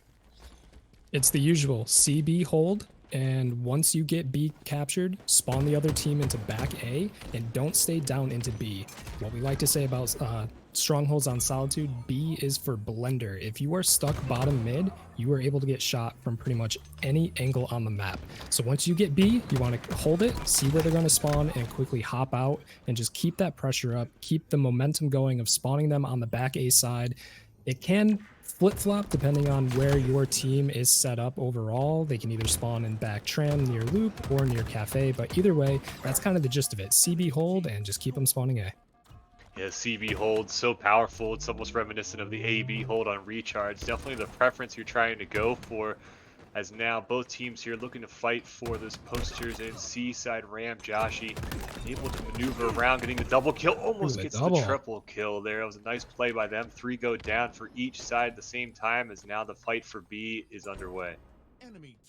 Drunken Spartans, I mean, Nice Kitty had a nice hold. They almost had a triple cap going, and most of the team was flying from cafe to top sniper, but Drunken Spartans pushed up, got aggressive, especially with Shamrock with this shock. They flipped the map. That's exactly what they have to do. You see Nice Kitty spawning back on the A side on loop, and now they have to break the CB hold. Yeah, having to break the CB hold, not an easy task, especially when they're set up like this, as Drunken Spartans already get 2 down off of the initial push. Nullify sneaking around the C lift, able to get a trade, but basically the whole push gets shut down. Yeah, just like that, Drunken Spartans are just keeping Nice Kitty on respawn, and because Nice Kitty can't get a setup on the map, they can't get out of their spawn. You see, they keep spawning that back loop. The points are just racking up. The game is still early, but having this double hold, Drunken Spartans already up 47-17. We see Generic fighting in bottom B, going to loop, but 2 people onto the top loop of Cafe, able to shut him down. Meow You Doing sitting on silo, getting pressured by 2 people, gets taken down. And again, Nice Kitty is just 3 members down at all times. Yeah, 3 members down, the numbers advantage definitely playing in the favor of Drunken Spartans. Active camo was up, not sure if anyone was able to get away with it, but Joshi patrolling across high-low dip with the shock rifle still has couple more shots left in it as C is being kind of taken over here for Drunken Spartans, able to rip the head off. What a shot. Nice killing spree by Josh. He's getting aggressive with it with a double kill. Keep That's going, what we like Joshy. to see. Keep it going. He was ready for the glass push too. that S4 is so powerful. You see so much of the map. Yeah, obviously Joshi was getting shots onto glass, and then as Nullify and Meow You Doing push up into poster side going up to top C, they're not looking for that S4 guy. They're looking for the person who's sitting on the C capture. And because you're an S4, you just get free shots, and 2-3 of them go down. So again, they're just being put into a blender. It doesn't look like Nice Kitty can get any kind of setup on this map to break what Drunken Spartans has going for him, as Joshi hits another headshot on Generic. Oh my lord, that man is just going off with that shock rifle right now. Absolutely going off, and the usual suspect. We've seen him throughout the day so far, putting up really great numbers. Currently sitting at 12-2, leading the way in slays for his team as they now have over 100-point lead here, and have basically held on to that CB hold for the majority of the game. And a thing to keep in mind for anybody watching at home, this tournament's been going on for about over 3 hours now. These players only get better and better as time goes on. They get warmed up, they get used to the maps, how the flow goes, they get used to their teammates. So they have streaks like this where Joshy, he's probably feeling good. He's warmed up, his shot is on, he was hitting with that shock rifle. Now we get a fight back into bottom mid, but it looks like Magic goes down. Two members of Drunken Spartans being on back hotel. Joshy again. They're just saying, Joshy, get that shock rifle, man. Just go off. Just hitting every shot. Just taking Nice Kitty out of the match completely. Yeah, you gotta put the right weapons in the right hands, and you gotta ride the hot hand when it's rolling. Is now Nice Kitty trying to make a little bit of a push here. They have the numbers advantage. Dead, three dead. 3 down on Duncan Spartans, and this is their chance to flip B here. Ike was alone in bottom B, but it looks like Magic is picking up on C. It's going to be a trip cap. And just like, yep, there it is. Drunken Spartans are spawning, trying to fly out of driveway to bottom B to break this setup.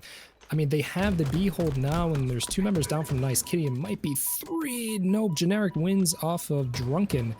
If you are Drunken Spartans, you're kind of... I can't exactly say it as they're trading out. They do have numbers, and it looks like Drunken Spartans has got the lead again. Yeah, Drunken Spartans, yeah, definitely maintaining that lead advantage there as they're able to maintain B there, as a lot of the map controls kind of flipping to the other side here, as now they're looking to clean out the back of Cafe. Cafe clean for the most part, but just double checking here as they look to kind of make a wrap around here. Maybe a play into C, picks up the kill there in the backside. Nullify, making a push over here into C, jumping up to that powerful position up there in S4 to lay some damage down, but lots of damage is being collapsed on, and a lot more of the same what we've seen from early on in this game. You know, Drunken Spartans maintaining the numbers advantage and able to do a little bit more of what they want across the map. Love that play from Joshy there. He was alone on C as one member of Nice Kitty was pushing on. Nice Kitty had about 25% capped on C. Joshy sprinted in, slid, reset it, and instantly got out of the hill. He basically stopped the cap timer and then got an angle to help the rest of his team, as now 2 members of Nice Kitty go down. Nullify comes off of spawn, but Drunken Spartans just have the setup. They just have to get where they need to be and then just say, okay, we hold. This game is slowly, or actually rapidly closing out, I should say. It is now almost 220 to 37. If you're Nice Kitty, you need to do something drastic here. You need to do a full wipe into a complete setup. But as I say that, the Caster Curse, Nice Kitty are down 3 members, and Joshy has camo. Oh boy. Joshy's got camo, only 3 deaths so far, 21 and 3, averaging 7 kills per life. Also being objectively efficient, as you mentioned, always just kind of disrupting every push that Nice Kitty has here, able to get behind their lines, getting the outside player in the formation on the push, putting damage on him, not letting him get whatever they want. Ooh, Two go down though for each side. 2 versus 2. Joshy had a fantastic play with camo there. He was inside Cafe around 2 or 3 members of Nice Kitty, and he wasn't shooting. He was just getting intel, because if you shoot with that camo, you give yourself away, you get the aim assist back on you, and just like that, the Spartans win the round 250 to 37. What a dominant showing. An absolutely dominant showing from Drunken Spartans, showing that obviously as we go along further into the tournament, their guns are getting hot and they're definitely warmed up and ready to keep rolling through the rest of this tournament. Absolutely controlling camo and shock rifle. Joshy making some fantastic plays and huge long lives. I'm curious what his average lifetime was in that one. It seemed like he never went down, but yeah, I mean, if you're on the other side of the spectrum there going into map 2, you got to come out of the gates firing here. Otherwise, it looks like might be a little bit of a short series. Honestly, if you're Drunken Spartans, or if you're Nice Kitty, I would say you got to see where Joshy is. Joshy is being dominant on this map. He had control of power weapons and power positions. You have to call out where Joshy is to not be in his line of sight against the angles, especially against that shock rifle. And usually you don't want to target a specific member out, but I think in this case, with Joshy popping off the way he is, they might have to just focus on playing around his death. If they see that Joshy is about to go down through a pick, or they see on the kill feed that Joshy is down, they have to call out, okay, S4 was open. In the case of the stronghold on Solitude there, Joshy was staying mostly on C on S4. You got to say, okay, Joshy's dead. Let's push on to C. That's what they got to do. They got to take the big hitters out of the round. Yeah, you definitely have to knock Joshy off of whatever he is on right now, and I'm His curious big because old I'm at. pedestal. Yeah. Yes, but yeah, I mean, moving into Slayer Live Fire though, just a completely different map and mode, and just in terms of the way this one's going to be playing out a little bit compared to Solitude. I know personally for me, Solitude's one of my worst and least liked maps, but then obviously something like Live Fire that's been around since the launch of Halo Infinite is just a steady force, and a lot of people enjoy, and so. What do you think in terms of like if you're Joshi and continuing to maintain his dominance, what's he need to do on this map? Keep up momentum. He's got to get those slays and he's got to keep his team behind him. They have to, when it comes down to Slayer and especially on live fire, um, it's not like strongholds on solitudes where you get the two cap setup and then you take positions on the map. Live fire, it really helps to keep a rotation going, stay with your team, keep the other team on the back foot, keep them up on spawns, but be wary of where they're going to spawn and where the last people are so you can capitalize on killing them and just keeping them on a constant spawn rotation. As we see two members of Nice Kitty in bottom mid nullify with a no scope on a Drunken Veal, it looks like, as Joshi is chasing down that sniper on a C plat. Taking down Nullify. That is now three members on C plat. Joshi with the sniper, and just like that, he's got the power weapons. He's watching active camo. His teammates are double teaming on the cuts, but all four members of Nice Kitty are actively contesting this camo. Let's gonna see who's gonna get it. Joshi gets it. Oh no. Camo sniper. Let's see what he does with it. Hey, Josh, you camo sniper, definitely on the other team. You're going to be calming out, but it looks as if we might have some sort of technical issue here as we'll be resetting the map. Not sure if anybody dropped there, but Honestly, sure. better to have the reset in the start of the round than to have it midway through. You don't have that momentum going. You don't have that fire burning just yet if you're on the, receiving end of whatever the other team's putting down on you. But honestly, it's not the worst. They can just do a full reset and they kind of get the gist of it. And that's what I like seeing. There was a lot of team fighting and a lot of uh, focus on the active camo side because now with the ranked update, it used to be an overshield, but now it is active camo, which kind of changes up the meta a little bit. Um, Not too much in terms of back when it was overshield, that was a huge pivotal thing to fight over because having such an extra shield, usually that man led the charge into whatever setup the other team had. But now with active camo, he plays a little bit more passive. He can back off. He doesn't have to barrel forward with the overshield looking to start fights and get picks.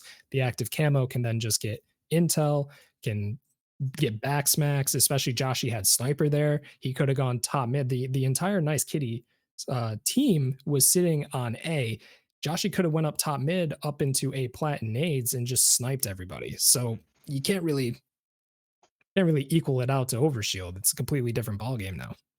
Yeah, completely different ball game, but still just a huge significant impact when you talk about those back smacks in terms of finding out who's the one player that you definitely got to knock out to break the setup. And if you're on the other team, though, you're definitely looking to find Joshy if you have the camo and sneaking up behind him and knocking him out to hopefully get the dominoes falling a little bit more in your favor as Nice Kitty. They're definitely going to be looking to try to make a difference in here in the Slayer, get a nice buffer in terms of getting a lead and working off of that. But now both teams able to get a quick look at their starting strategy. Curious to see if there'll be any changes or updates a little bit.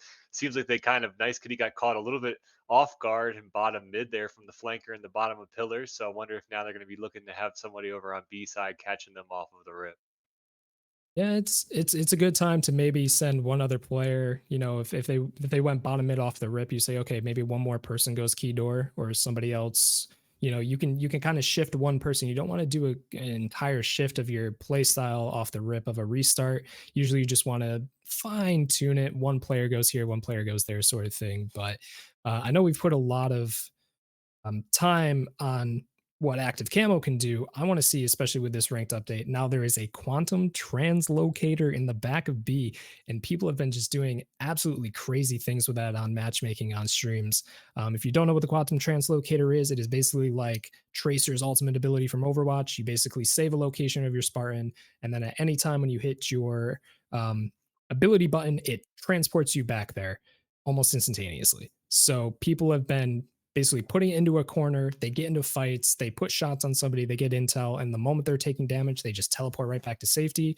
It's on a map like this, you are just switching power positions really quick with that ability. Yeah, curious to see how Q2 can be used. Typically, when we see it over on King of the Hill or something like Stronghold, you know, they'll usually have a portal in the backside of green ready to return to B and hold it. But with Slayer, a lot more fluidity in terms of just the way the game is playing. Oh yeah. So a lot more options on the table for the QT to make a significant impact. Still feel like people are getting used to the brand new meta, the new power weapon in the back there, and still figuring it out. But now we're going back into it here on the second map of this best of 3 series. A full reset of the Team Slayer, just to clarify. Already we're seeing 2 members of Nice Kitty in bottom mid while the rest of them are sitting on C plat. That is 2 down from Drunken Spartans. Joshi and Shamrock Sword sitting on the respawn, looking like they're going to be spawning on the B side of A. Nice Kitty looking for camo in about 3 seconds now, looking to rotate over. Their whole team. Shamrock going down with the perfect from Generic. But he gets cleaned up real quick. Let's see who got camo this time around. I did see QT there for a split second. Yeah, not sure who was able to pick up the camo here, but Magic moving around the top of the tower here, looking to try to just stay alive here. So every time he goes down to one shot, they're basically trying to pick him off there. Able to squeak away, but not for Oh, long. they finally got him. Yeah, Drunken Spartans, though, maintaining a slim lead of 2 kills, make it 3 kills at the moment. It's 2 down for Nice Kitty. Is now Drunken Spartans seem to be carrying over the momentum from the first map. And he's got the sniper on a top tower, so he's kind of just chilling, letting his team kind of dictate the flow of the match. Looks like Generic's moving to push against him on C plat. Oh, High Key can't get the 1v1. And it looks like 2 other members of Drunken Spartan are getting called back. They're on silo. Joshi one shot just trying to put shots down, getting out with his life potentially on top cuts. Yep, he does. And so far, I mean, a 9-6 game, like I said, Slayer does not start until about 30 kills. So right now it's a little bit of a back and forth brawl until you get to about that 30 kill mark where every kill and every trade starts to matter. So right now both teams just kind of duking it out, getting those trades, Drunken getting the melee but getting picked up by Nullify. I think that's Sniper down on the bottom of cuts there. I believe there's a couple shots maybe left in that sniper there in the bottom of the cuts. It's now both teams converging over here on C plat in the top tower. Sniper able to get the no scope. Significant trade there. Good as they continue trade. to duke it out here. 1 down, 2 down for Nice Kitty. 2 down, both sides still even numbers. Both sides looking to win the exchange here. As now Shamrock Sword spawning up with the QT, popping it in the back of green here, looking to go out here and make a move and always rely back and flipping. Oh! What a shot. Nice shot there on Shamrock. I'm liking this from Nice Kitty. If you see here on the screen, they are sticking together. They are making sure they're covering each other's angles, and they're going 1-for-1 trade. It is now 16-15, and when we touted on about it earlier, it was 9-7. So pretty much every kill that one team gets on the other, it is instantly being traded out by their teammates. So fantastic job of these teams sticking together, cleaning up their kills, cleaning up the trades, and keeping this game so close. Ooh, backsmack from Nullified on Shamrock, and it looks like Joshi goes down. He gets traded out from High Key Chaos on Nullify as Meow You Doing trying to stay alive in bottom tower, but gets picked up by Drunken, and Magic tricks up. Yeah, it's back and forth. These guys are just trading out every single kill, not one team getting a huge lead or setup on the map, and that's exactly how you want to play Slayer.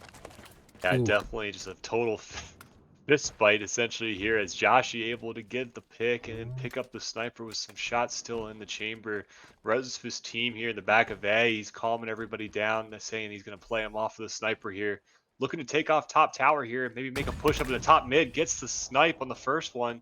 That's the initial pick here as they look to kind of make their move across the map. Shifting it up a little bit and swing it over to the nest side. But it looks like while they're Covering doing his that, teammate there.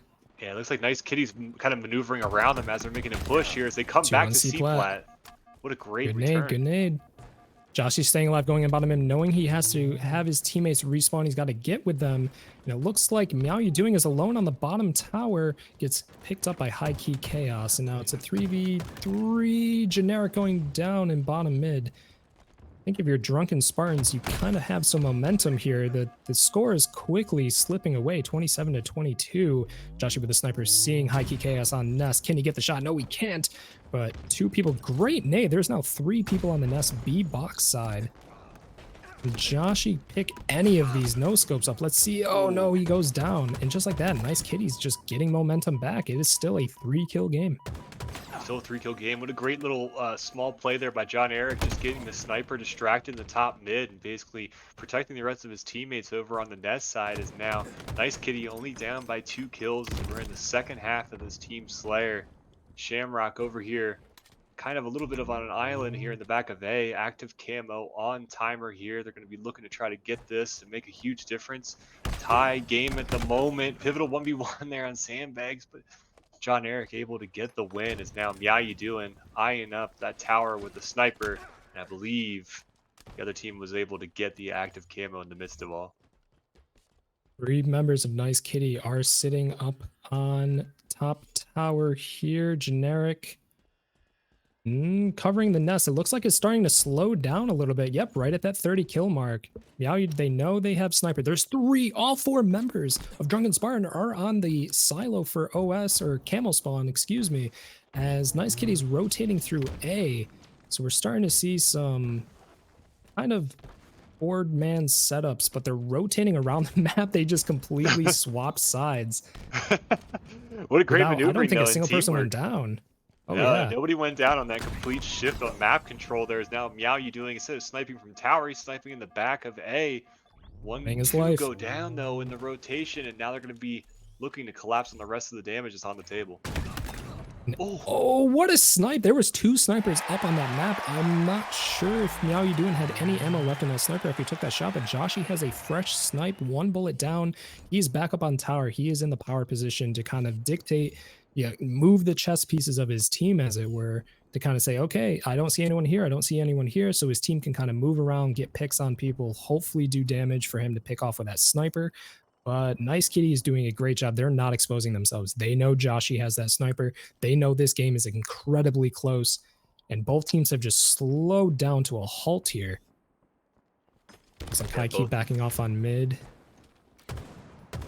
Yeah, it looks like they kind of are a little bit pinned here in the back of A, though, as it looks as if the other team has a lot more control over top mid. Is now Shamrock poking holes in the back of A, trying to get them separated here. Maybe lay some damage down. But they're holding strong here in the back of A and turtling in. He gets through on top A plat, playing his life on Keydor, but gets picked up, nullify on Shamrock. Meow You Doing pushing up onto A, and it looks like it was kind of a 2 for 2 or 2 for 3 there. All of Drunken Spartans spawning on back B, which is not the place you want to be, especially if they have control of big door like Meow You Doing and top mid. Generic getting an aid onto Drunken. Joshy picking up Generic there. So as you see, just trade for trade for trade. Even though Nice Kitty is up 39 to 33, Drunken, I think you have to slow this game down a little bit. You have to just pick a position instead of rotating the map. You need to get picks, you need to get the kills, and then you need to get the setup. Yeah, it seems like a little bit more so that just Nice Kitty has been able to take a little bit more map control when the game has slowed down, and I think it's given Drunken Spartans kind of almost backed into a little bit of the corner, as you see now most of them on the B side there, shifting their way into the back of B, while Nice Kitty here kind of working their way and stretching their map control and getting a lot of different angles here. QT is up in the back here, but Meow You Doing running in here, trying to finish up on the damage here, as Drunken Spartans only down by 7 at the moment, but we are entering the final kills of this Team Slayer match on the second map. Meow You Doing had such a good play there. He saw 3 people on A plat when he was jumping up from screens. He got a few shots and he played his life through bottom mid. He basically put a minute and a half of average lifetime onto himself, which is fantastic because you don't want to be giving off those easy kills to Drunken Spartans who then can capitalize.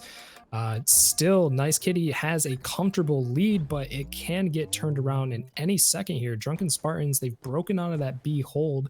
Now it looks like Joshy is on A, but High Key Chaos is alone on top C, trying to get mid to his teammates. With Nice Kitty is on a split spawn, so Drunken, if they can kind of capitalize on this to kill the stragglers that are in bad positions, they can bring this game back. It is now only a 4-kill difference. And just a great work of great teamwork there, making sure they got the sniper there up in top mid, getting plenty of guns over top mid.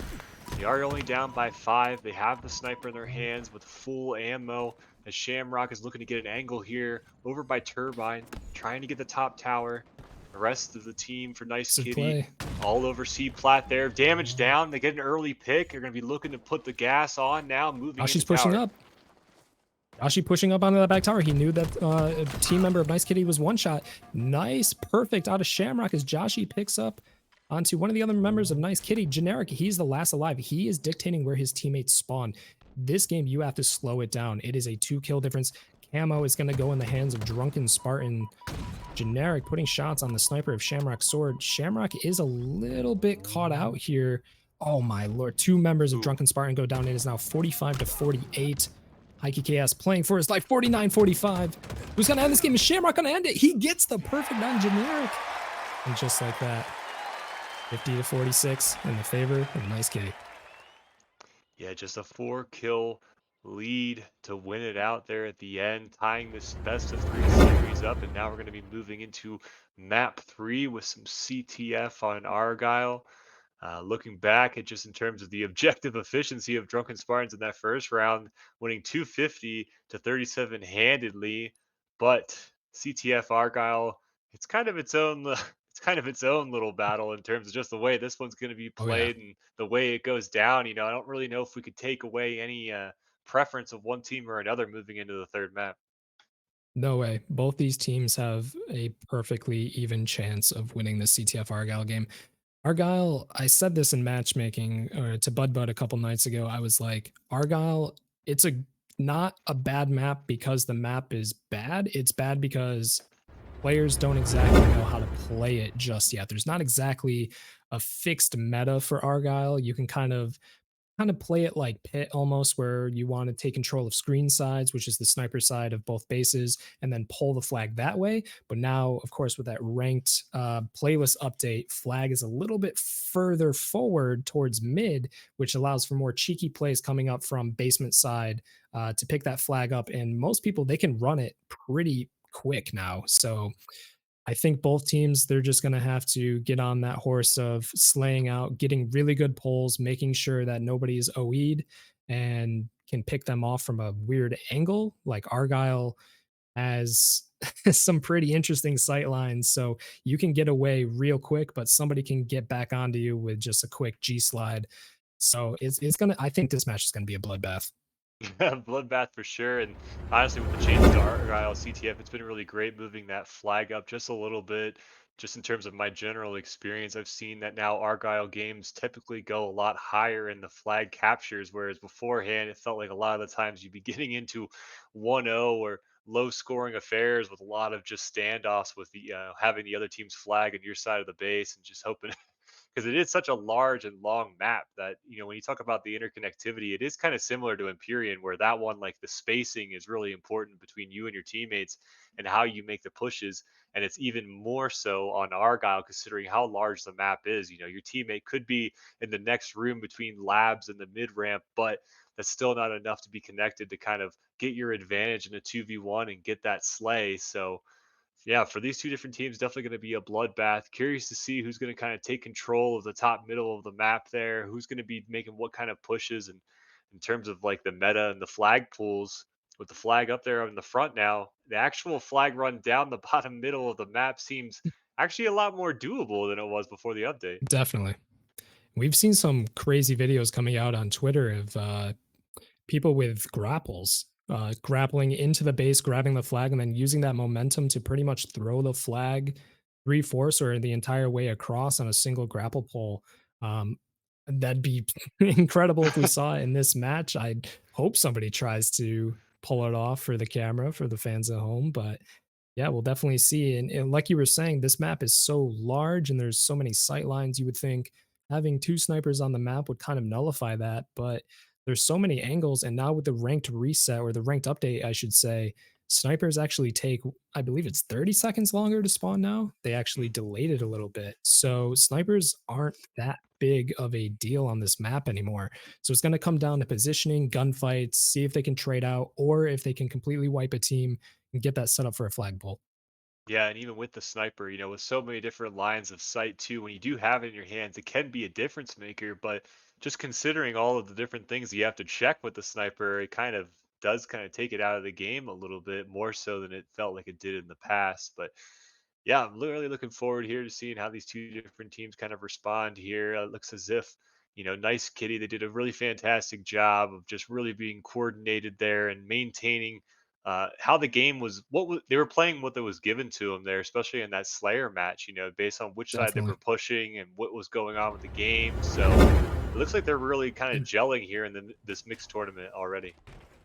Yeah, they're doing fantastic. And anybody joining us, both these teams are 3-0. So these are pretty much the top two teams in this tournament right now going against each other. So that is why we're seeing a game 3, 1-1. And even in that Slayer game before, I was going to touch on this.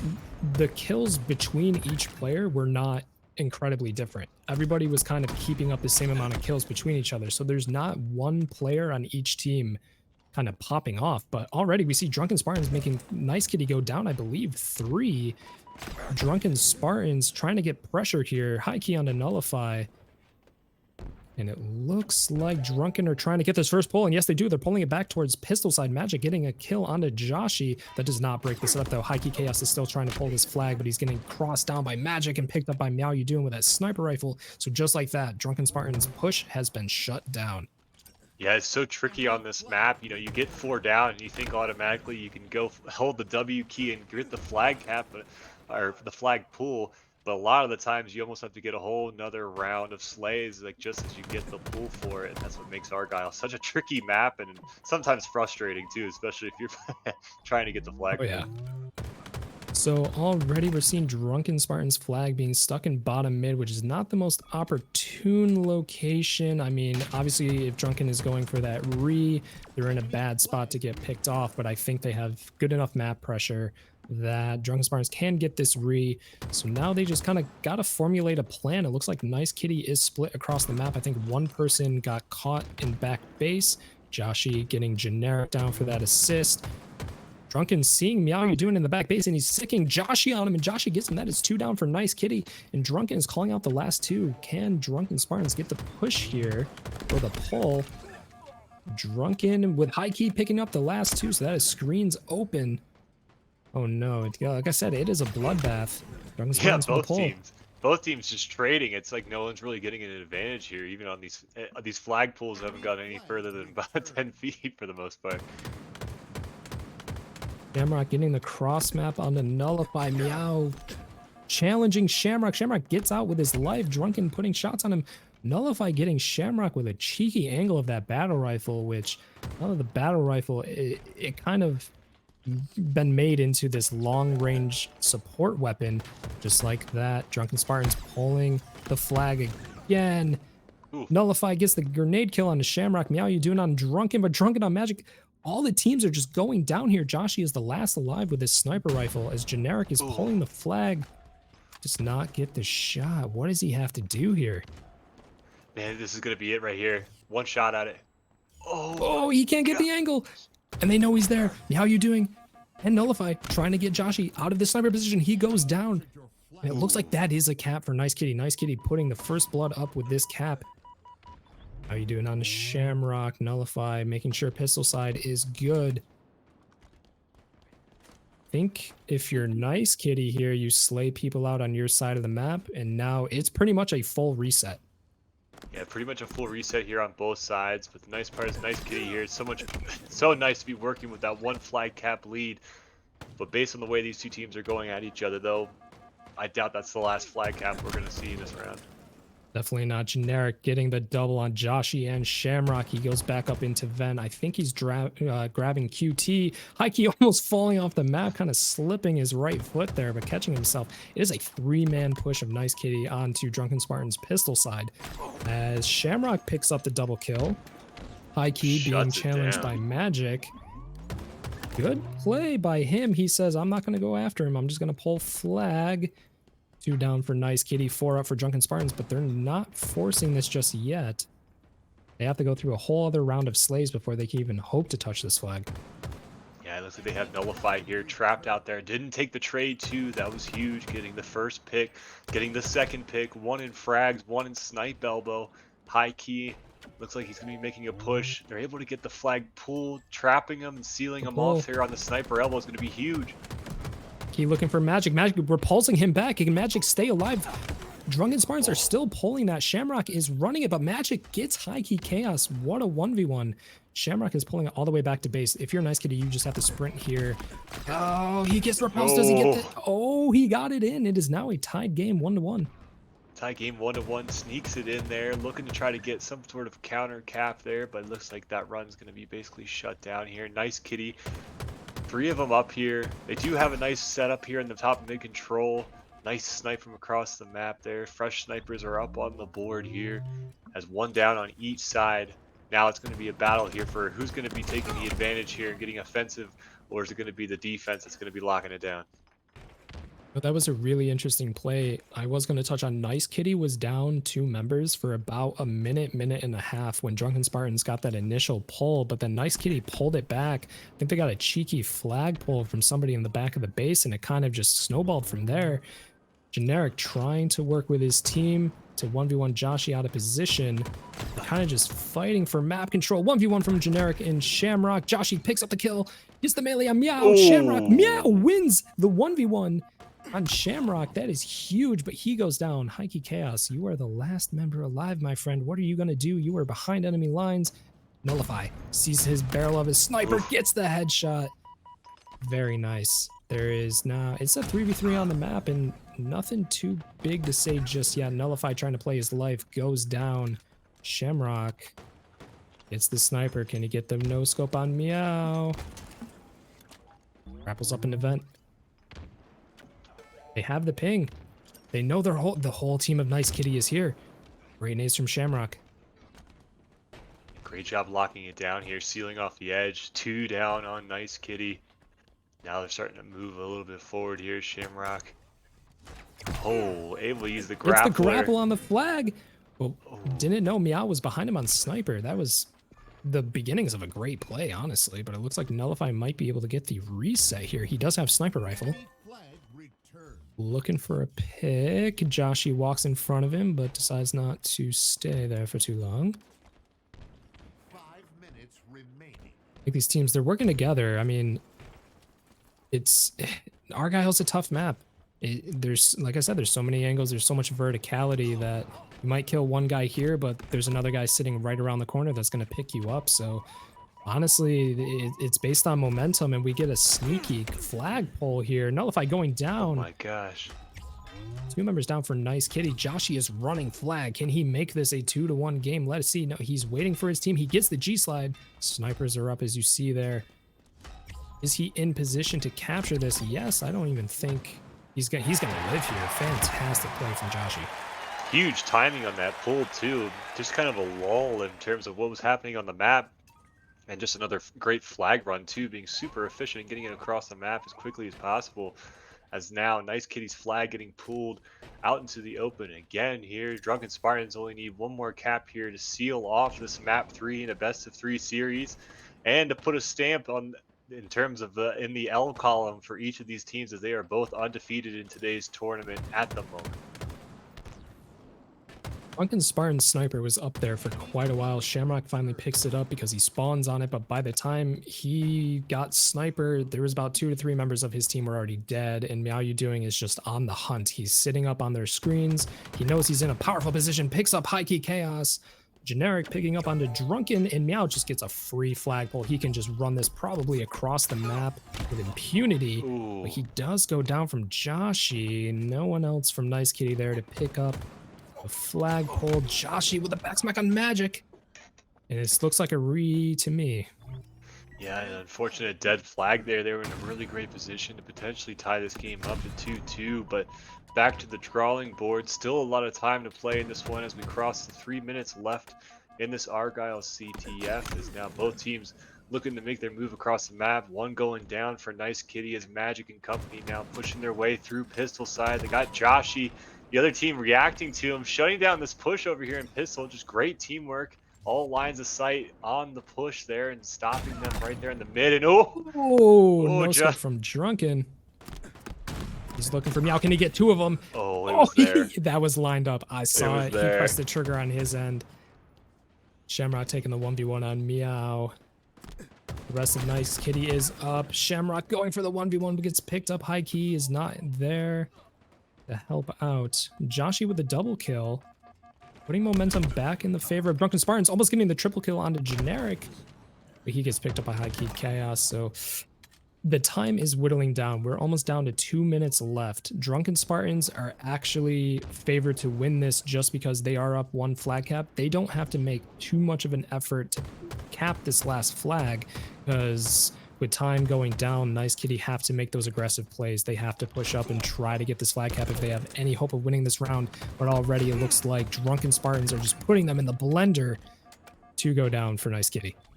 Yeah, Drunken Spartans doing a fantastic job maintaining map presence with the lead here. They just have to shut down any push by Nice Kitty as they're working to do whatever they can here to try and poke a hole here and make their way across the map.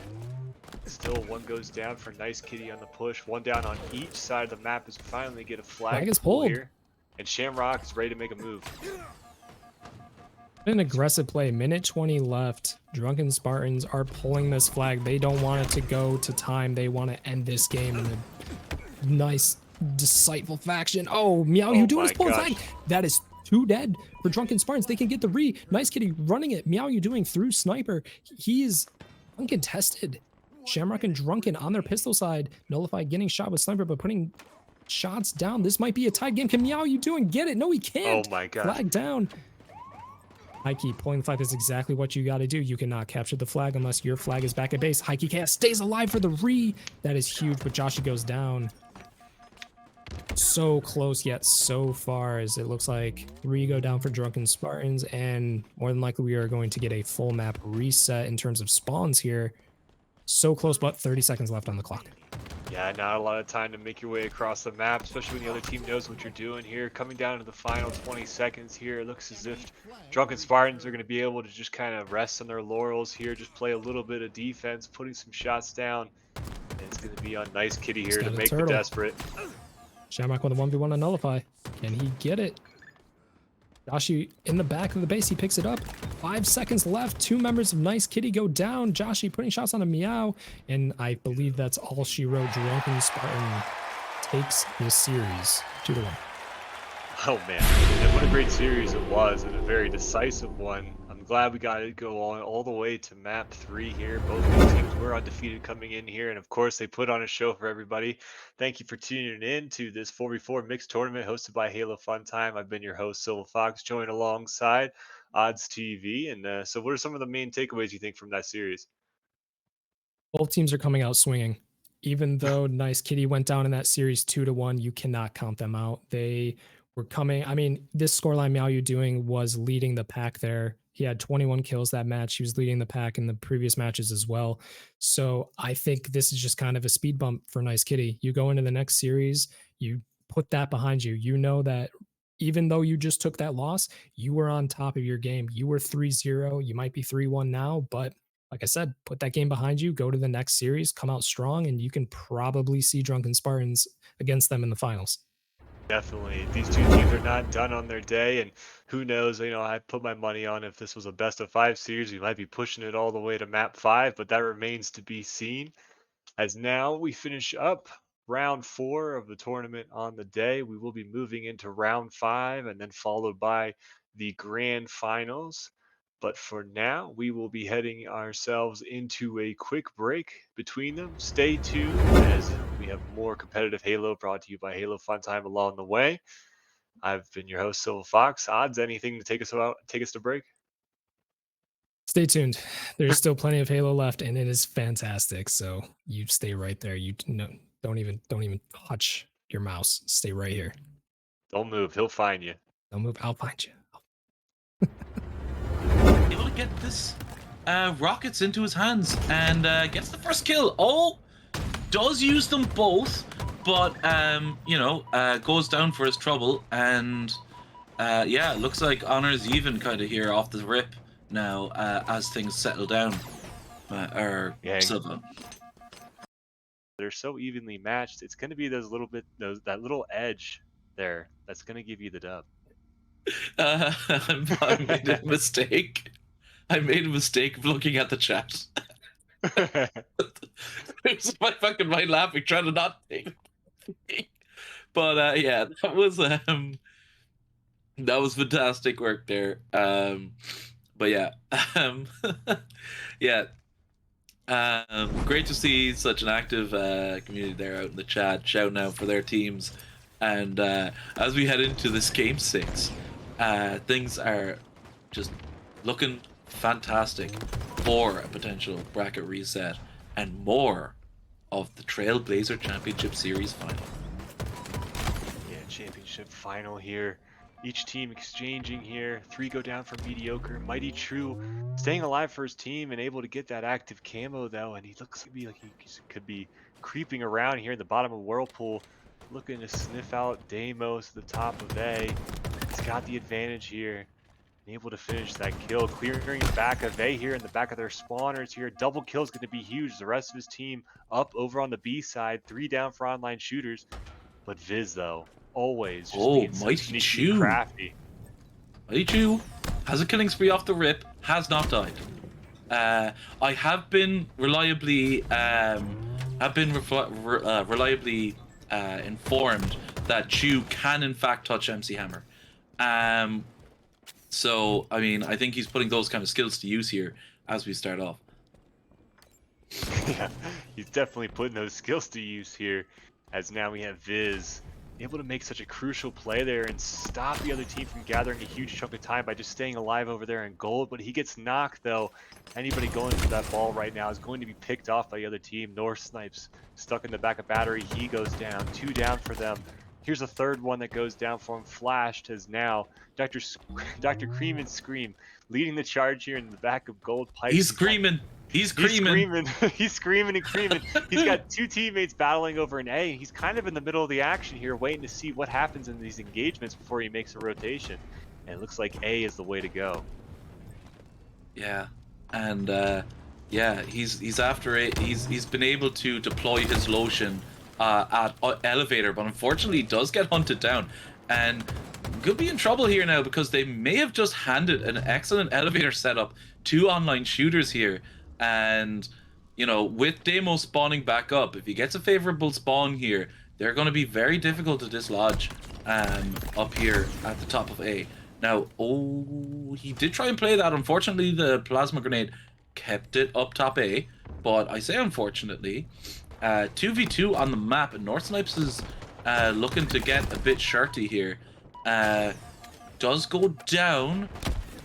We could see a switch again, but Mighty Chew gets chewed mightily, and down he goes. And North Snipes now the only one still alive for his team, and a good setup here for Mediocre in A once more. It's like deja vu all over again. Yeah, taking the lead here. The lead keeps swapping hands here. Oh, back no! and forth. Ooh, an unfortunate whiff there, but he does finish the kill on Deimos. 1 go down for each side, and yeah, the ball has pretty much spent its entire time here in the first round in the back of the A elevator. Each team cleaning it out and then holding it down.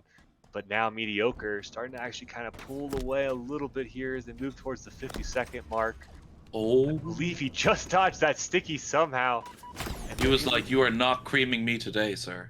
No, he is the doctor of the cream and scream. Don't try to be creaming and screaming him, that's for sure. But 3 go down for Mediocre. Sorry. I need to stop looking at the chat during this game. Oh god. Okay, yeah.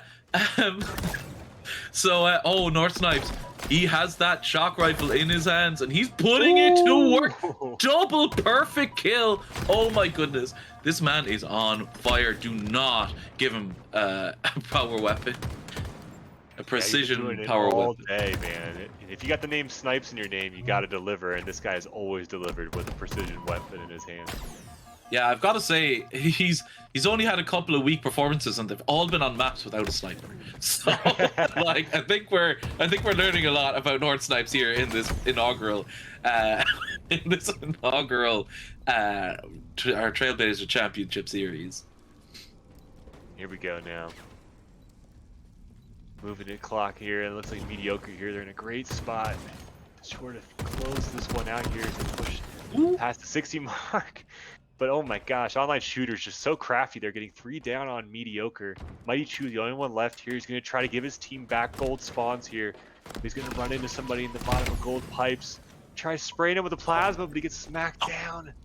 And I think that's another one that goes down for them as each side trades. 2 down for mediocre. And we just Guess where have the North ball Snipes is. up here. North Snipes here with the ball. He's just milking the clock, and he's just about to take the lead here for online shooters.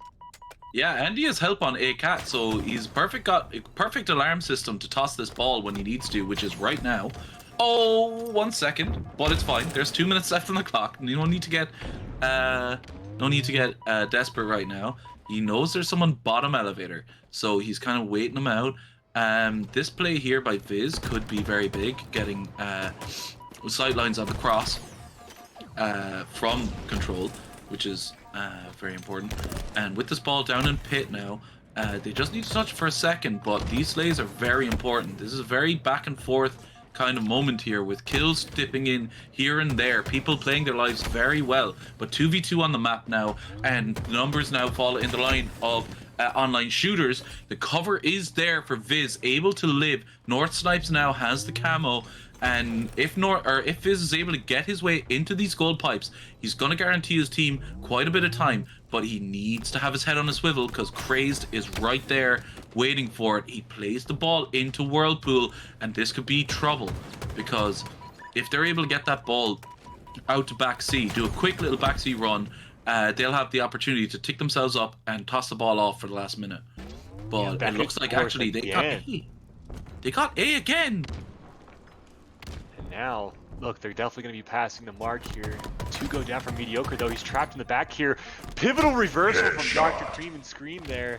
And they are able to pick up the ball there. It's going to be on. Damos just getting the ball away. Just being just a little stinker. I love it. Just he's like, you know what? You may come through that door, but you're not touching that ball. He just tosses it towards his spawning teammates. And like, very micro move, but very important, or like it's those little inches here and there that can prove the difference between winning and losing. Yeah, and here we have Viz again, just another crafty player in the way he plays. He's leading the way with 42 seconds. There's no one to punish his cross, and he's going back to see. Oh no, he's living. Goes down in control, but that's a very awkward place to grab the ball. So here comes James Dean, and he's got a big job. Goes down, and Fleshed here now does go down as well. So North Snipes there to pick up the pieces, needs to move toward. Oh, he's going to A. Oh, he's going to A, and that's dangerous. 2 players on Cat. The grenade goes off, tosses that ball down towards. For the love of God, someone bring that ball to C, please. Oh, James Dean, he says, I'm going to probably maybe go back here to A, but he didn't know someone was back in elevator. Swinging his elbow around in the bottom of control and lands it in the face of the defender. Now the ball's sitting in the bottom of Mangler here. Oh, but the time. 8 seconds. 5, and this is all they need here, is to just absolutely make sure that that ball stays on the ground, and they have won. So James Dean now pulling it out back, but 10 seconds is just not enough.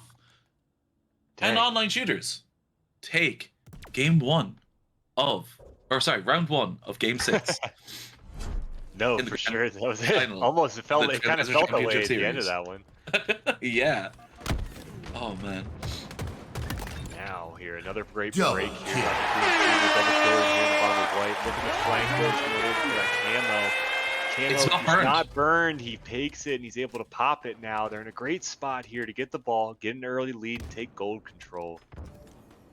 Yeah, now mediocre need this to kind of avoid the specter of a bracket reset.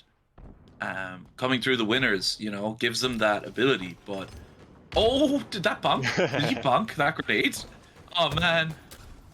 Yeah, I've been there, buddy. Don't worry about it. It's okay. You'll recover. Viz, they're very ambitious, trying to get that ball into goal pipes. Flash goes down, flashing flesh, and you know, here we go. 2v3 on the map now in the favor of mediocre. So, but they are they did get C and A spawns, so they're making their way now. They do have a decent setup. They just need to make that ball cross, and this cross from the Mighty Chew is very important. Has his like third eye open to recognize this push from Glass, and Viz now. The only thing kind of standing between the enemy and a team wipe. Well, it's a bit late for a team wipe, but it would have been 4 in succession. Yeah, mediocre. Oh no! Going at him. Oh Ooh. no! Deimos, you filthy man! He has a family. Yes, he has a wife and kids, man. I don't know if he has a wife and kids, but he probably has a mom. Oh. And yeah, 31-1 now the score, and things are hotting up now. I Yeah, think definitely that making a statement here. You know, they're able to get Camo Danny goes burned there. Great answer back there. oh, but Cook gets up- away. you know, gets That away. ball Now has they're been up- reset. They're up 31-1 here. Significant lead here as they look to get them round That's 2 and nice. bounce back. Scream and and push scream. to a round 3. Cream and Scream won his fight. Demos now has the advantage against James Dean, but and he goes down. He drove his car just a little too fast. That's in poor taste, right? That was really important. Right. Moving swiftly on.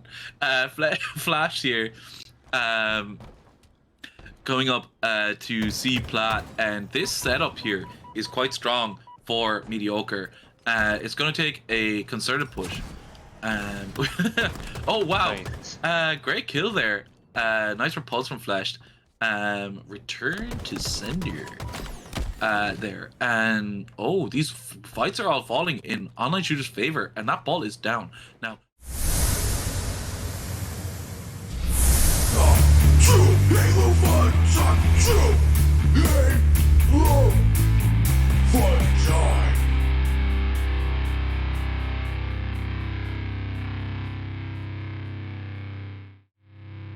And we're back with some more of the mixed tournament coming your way. We just had a really great series in the previous one and looking forward to some more. Odds TV, how you doing here on your first? Is this your first casting gig here, or? It is my first official casting gig, I would say, where I'm Nice. actually sitting on camera for another stream and another organization, but it's been a great time so far. Yeah, it's been fantastic. It's been fantastic having you on here with a lot of your insights and everything going on here. And plus, you play pretty regularly with a lot of the players we're seeing here today, so you kind of have a little bit more of an inside scoop on some of the things that are happening, maybe that we aren't catching on the stream.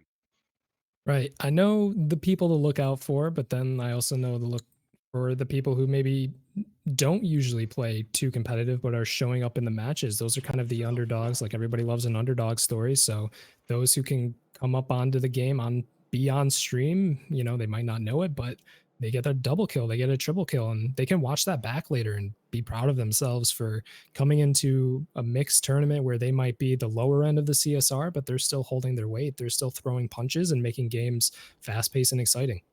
Yeah, a wide range of CSR in terms of skill levels, but everybody does share the passion for Halo as we're getting it kicked off here with a little bit of forbidden CTF.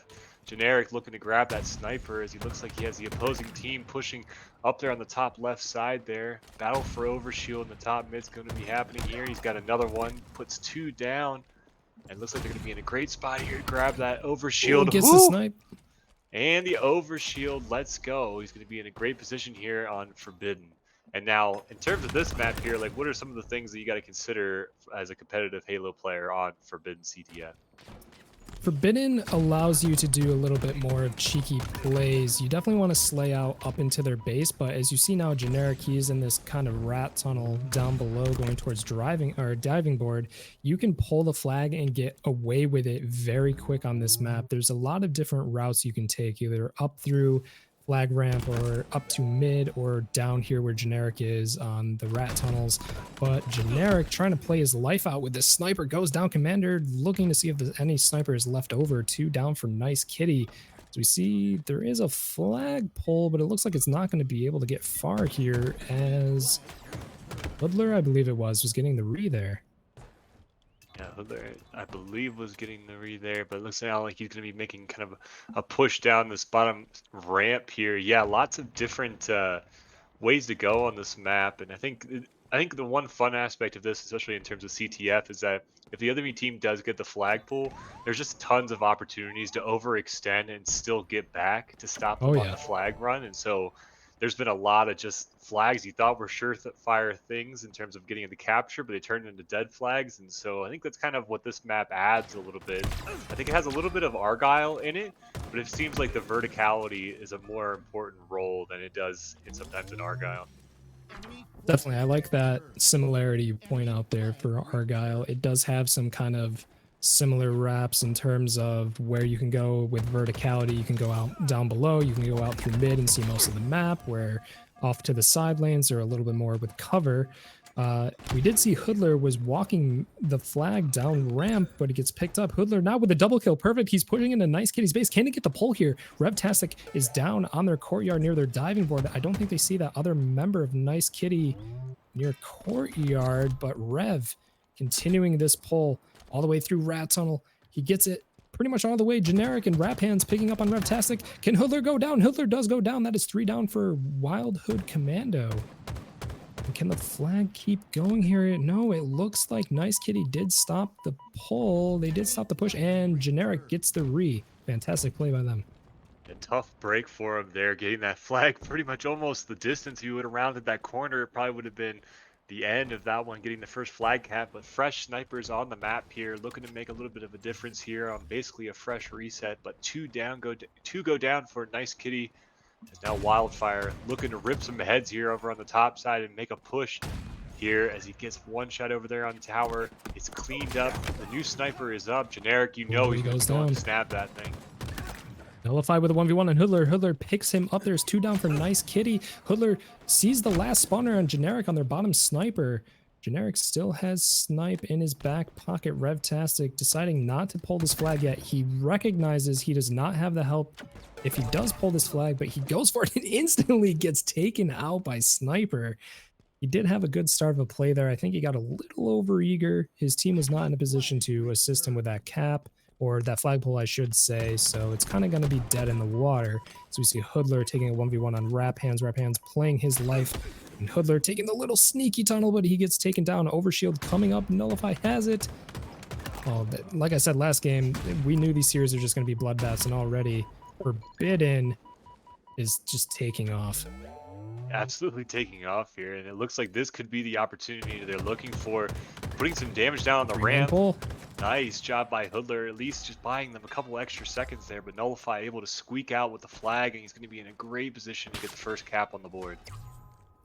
If I saw that correctly, it looked like Nice Kitty had control of both snipers, even though they weren't exactly hitting shots. Oh, Wildfire gets this shot on the carrier, but there's still 2 members of Nice Kitty. They're trying to put this home. They have to get shots on Wildfire. Wildfire has an entire avenue to look onto that flag cap.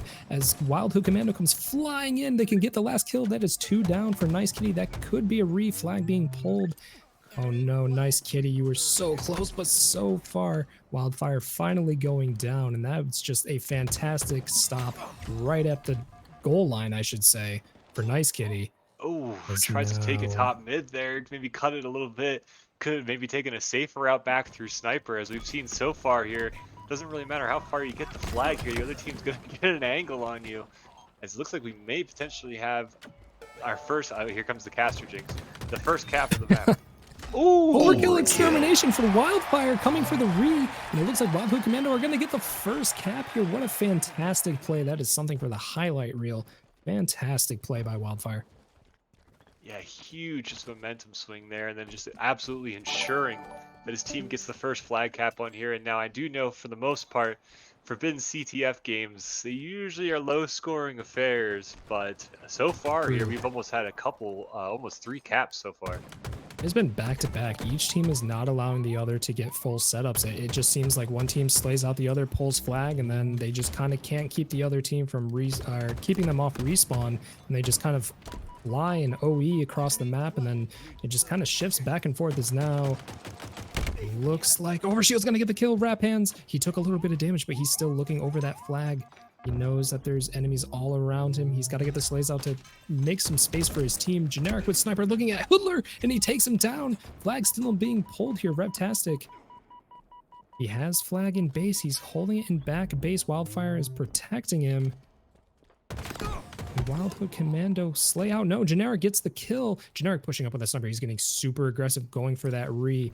Flag is down pretty much on both opposite ends of the map. Who is going to get this titular cap? Nice kitty tie it up. Doing a great job by Nullify there, even though he's kind of out of the play in terms of being able to get shots, watching that line of sight there. But Magic here, he's a forward position player. He's going to be having to go against a couple of them here, or a turtle in the back of the map here. They're ready to protect that flag in the back here and maintain their lead. A lot on the line here in the early going. Commander couldn't clean him up. He has Sniper, but he's one shot. They're getting the... Oh, they got the touch. Both flags are still at the opposite team's bases. No team can get enough people onto it. Looks like Nice Kitty. Oh, Revtastic gets the melee. 2 dead for Nice Kitty, but they're holding on to flags still. Still no re. This is just a back and forth brawl. You love to see it. Yeah, back and forth brawl, yeah. Especially on Forbidden, you know, one of the newer maps, you know, I think whenever you start to introduce something new in a ranked arena, everybody's a little suspicious here, but it's good to see that this map plays out really well, especially related to CTF, and these guys have been putting on a show for us. And actually every team so far that's entered the tournament today, continuing to play it all on the line here. Lots of passion, lots of competitive Halo, and we're getting lots of great plays. You said it perfectly. I think this tournament, each team is coming out swinging. They're being super aggressive, and especially we've seen in the last few minutes, it's just been back and forth. Each team trying to go for these rees, and it's not one team letting off the gas. It's the moment they're up, they're pushing forward. They're trying to get positions, trying to get space. Ooh, Wrap Hands with a nade onto Wildfire, and he picks up the flag. See, they can't get the re. It's back and forth. This is a nail biter, but you got to think, what are the players thinking right now? They got to be under so much stress that one minor slip up, the moment that flag gets returned, it's going to be a cap against them. Wrap Hands losing the battle. If you're the players right now, what are you thinking, Sola? You know, from the players right now, like I definitely can already just tell. We're not even on the in-game comms, but I can definitely tell that the in-game comms are just going crazy right now. So probably, if I'm them, I think it's about slowing it down, right? Like this game is going crazy. And I think it's just going to come down to just one of those micro details that gives you the edge here. You know, Nice Kitty is kind of maybe the pressure's a little bit more on them. You know, they're working down 0-1. But oh, what a snipe from Generic. Making his presence known with a fresh sniper, and he's going to be making the push here. And I think this is the time here. With Generic, with the sniper looking over it, this is how they're going to probably get this return. Oh, another nice snipe. Oh. They should know he's there. Wildfire, he's not showing himself. And just as you say it, this game needs to slow down, and I believe it does. Generic with 2 nice snipes. Can he get the third on the Wildfire? Misses the no-scope, and Wildfire definitely calls him out. Nullify. Oh. And Magic pushing in for the re. It looks like Generic, honestly, he played his life there for so long. It was fantastic. Nice shot coming out of Hoodler onto Wrap Hands.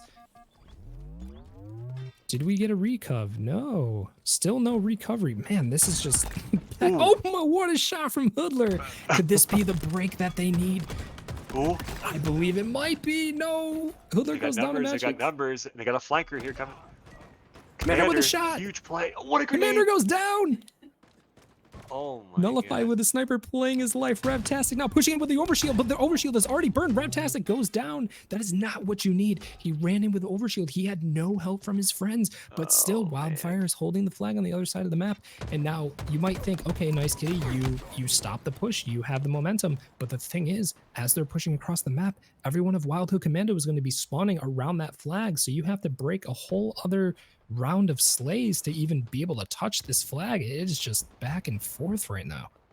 Back and forth, yeah. They do have Commander and his teammate back in here, and yeah, it's just so difficult. It takes such a long time to get those outside flanks that you kind of really have to be super patient and deliberate with your pushes here. And it just seems like everybody here is trying to jump on the shiny object when it's available. Because I think both of them basically have held the other team's Oh. flag, and they're That's a finally read. Can he get a get the return. can he get the cap? No, they both recovered. There is no cap. And it seems very fitting, just based off the way this one played, that one Oh eventually my. ended up dying out. But now we're starting it all back up again with Generic getting the killing spree and getting the flag pull. Let's go. I mean, that's got to be frustrating for the players, but at the same time, you know, they got to be breathing a sigh of relief. They don't have to go for these fights where they're going for recovs anymore. It's just now Generic doing a full flag run. Great juggling out of bottom mid. Nullify is following him in tow to make sure no one's going to be pushing. Oh no, Wildhood pulls it out. It's a trade between two of them. Hoodler is getting away with a flag. What is happening? Man, I can only imagine here. This one's going to be super huge just in terms of this being the first map in a best of 3 series with not so many games to play here. Whoever comes out on top here, it's going to be a huge celebration for the winners. And man, is it going to be sort of deflating for whoever does not come out on top. Even if you win this, you have to be so gassed. This is just such a brawl between both teams. Or you know, they have to be just. Oh, we get a cap for nice. Yeah, that was nice, Kitty. The round is tied at the last second, heading to OT. Wow. Basically, we spent 90% with each other's flags in the back half of their base. And, you know, it's only fitting here that we got an overtime, so just a little bit more extra CTF here on Forbidden. It's Generic here, rocking the sniper and just Shot on making a Rev. huge impact with it so far. He took a nade. Wildfire knows where he is, but Generic's going to play his life. Oh And the my. no-scope. What a fantastic shot on Hoodler. He's looking. He saw him jump across. Is he going to get it? Nope. He misses the shot. Wildfire now for a 1v1. Who's going to take a commander onto Rap Hands?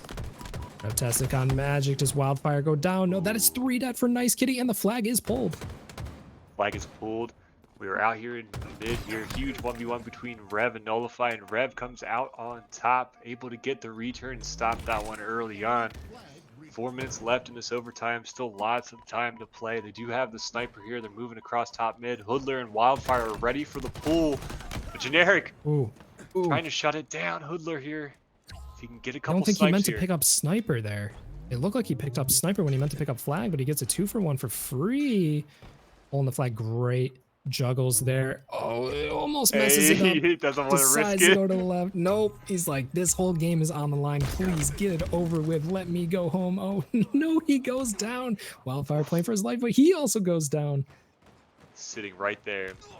Just 10 Rev feet goes below the down. flag, and they get a pull. And we're back to more of the same. No, that's a great play by Nullify. He could have gone for the re, but he in turn, he pulls the flag, goes up to mid, and he knows his teammates get on the recov. So he's making distance with the flag to make Wildhood kind of sweat a little bit because they have to push up to stop this pull that is continuing right now. He's pulling it all the way into their courtyard. Is Rap Hands gonna get the clap? Is he gonna end it? Sniper shot misses. He's getting shot in the back and he gets the Ooh. cap. In dramatic fashion, play. finishing it off. What a great CTF on Forbidden match. It was back and forth the entire way. Just a testament to how these two teams were balanced out here. We continue to get great matches in and out of every round of the tournament today. That, I mean, my heart's beating. I'm out of breath. That was quite a match, not just for the players, but for the casters as well. What a fantastic showing. I think that is probably the biggest nail biter of a CTF series we've had so far. It's probably the most intense Forbidden CTF match I think I've ever even seen or been a part of. Yeah. There, that one was Oh, yeah. absolutely insane. Like essentially, you could cut the tension with a knife throughout the entire game, and just great snipes out of both players. As soon as one side had the sniper, got a couple of snipes, and then it would flip the other direction. And so, yeah, definitely moving into map 2. These teams are warmed up, they are ready, and I'm curious to see who's going to try to come out on top here in the second map. I think both teams just need to put your controllers down, put your hands down, just take a deep breath. Coming into this next match, you need to have your head on straight. Even if you lost that one Wildhood, that was such a close match that you can't count yourselves out now. Coming into Aquarius Slayer, I do want to point out that both teams were pretty much evenly matched in terms of kills between the players. So not one team coming out on top of the other in the kills department, which might make Aquarius Slayer go the distance to 50 kills. We'll see. Yeah, I have a feeling with these two teams, the way that they're able to come at each other and play pretty fearlessly, that we're definitely going to go all the way to defend the kill mark and Slayer Aquarius. But it is very interesting how just the OS on this map has completely shifted the meta on this game. I think, Oh yeah. if it would have put Overshield in top mid, it probably wouldn't have changed as much. But now, planner side, which was kind of seen, I think, just in terms of my eyes, like the lesser side you want to be on, with the risk of spawning in Fridge, especially in Slayer. Now, with the Overshield on that side of the map, I think it makes this map, it plays a little bit differently now. For sure. There's a usually when you're playing Aquarius, you want more focus of your team on the util side because it has a lot more cover. You can get a lot more verticality. P2 and P1 were kind of the danger zones, but now that Overshield spawns on P1, that kind of shifts the focus of the early game of who gets Overshield. And then the game goes back into a normal cadence from there. So having Overshield on P1 definitely shakes up how teams are rotating. I still see and I still believe that holding the carbine side, holding the util car 3, car 2 is still important. But when that overshield comes up, you kind of have to break your own setup in a way, depending on how the match is going, to make sure you secure that overshield because overshield is just so important to just have that, that extra firepower behind you. Excuse me. You can stay in a fight longer, you can get more intel. So definitely going to see how these teams kind of adapt to that. Do they stay with the tried and true meta of staying in carbine and util, or do they elect to stay on pump side to contest that overshield every time it comes up? Yeah, it's just fantastic though, because yeah, you're right. Mostly the car util side was like the dominant side, so I felt like teams kind of trying to battle over that side of the map. But now with Overshield, the other one, it makes this a fully circular map and it just adds a lot more layers to it, especially just on the opening strat now. But looks as if both teams here vying for P1 control here, trying to get the Overshield as generic, recognizing some of the players over here on car side Ooh. as 3 go down for Wild Hood Commando off of the start. Wild Hood sent 2 people the P and 2 people the util, which I thought was an interesting mechanic there. It looked like Wild Hood had control of P1. I believe they might have had OS, but then there came a Evo headshot and a back smack. So I think Wild Hood lost OS, which isn't the worst thing in the world. If you burn it early and you get some picks, it's not the worst thing in the world, but already Nice Kitty is up 5-0. So Wild Hood starting off on the back foot here. Let's see if they can get control of this match early. Yeah, control this match early. Looks like they are definitely probably feeling good after finishing out that bloodbath that was on Forbidden CTF, and they're continuing here already with a 4-kill lead in the first early going. 48, it was 5-0, but now it is up 5-8. We've said it before on the stream, Slayer does not start until 30 kills, but already if you can trade out kill for kill for kill, you keep that lead going all the way, keep the momentum in your favor. Looks like we're having a reset or an issue here. Looks like we had a Hoodler. crash, I believe, on the other side. And yep, Wild Hood. boy, unfortunate there. Obviously you'd like to have a crash earlier on the match, but if you're Nice Kitty though, it was definitely a good buffer to start the game up with there early on. And so we'll look to see how that goes. It sounds like we probably potentially had somebody crash there, so we'll look to see if we'll get a full reset there. If maybe we will start the game 10-5 in favor of Nice Kitty. I guess that's just a way to go now. If you're playing Slayer, because the last crash was on Slayer live fire, was it not? So I guess if we're playing Slayer, just like everybody battle it out for the first 10 kills and we'll just kind of just do a reset and see how everyone feels going into this. I don't know. I guess there's a curse going on for Slayer right now, but I think this map, it's a little bit more. I mean, a crash can actually change the flow of the map. We saw the crash on live fire. That didn't really change the outcome of the early game, but now that overshield is going to be up instantly off the rip there, one team can get that momentum. Wild Hood did have OS, I believe, and got backsmacked, and now that the game reset, can they secure this OS? Can they get that lead? They were down 5-0 and they were bringing it back, but now with a full reset, it's anybody's game. Yeah, and a second chance at that start there. I think Wild Hood also had a couple players going util, so maybe they'll look to send an extra player over to the overshield because it looks like they were able to snag it early on. But maybe if they had an extra gun over there, they might have walked away with the overshield and potentially the numbers advantage early on in the team Slayer. So for them, they definitely are. If this is a full reset, it's going to be good for them. Wild Hood, starting over 0-0 after the little warm up into the early goings of that map. But yeah, definitely a lot to look forward to. Aquarius is tough. You know, there was a discussion in, I can't remember if it was the Trailblazers chat, is one of the channels here in the Discord where people were asking, what's your worst map? What's the map that you struggle with the most? And I believe most people were saying Aquarius. Aquarius is tough when it comes down to Slayer or to CTF, and it is the one map where it's 5 captures for CTF compared to 3 of all the others, and especially Slayer. I think Slayer Aquarius is probably my worst matchup. So it for these teams, I mean, is it also their worst? Is it could be one team's best, who knows?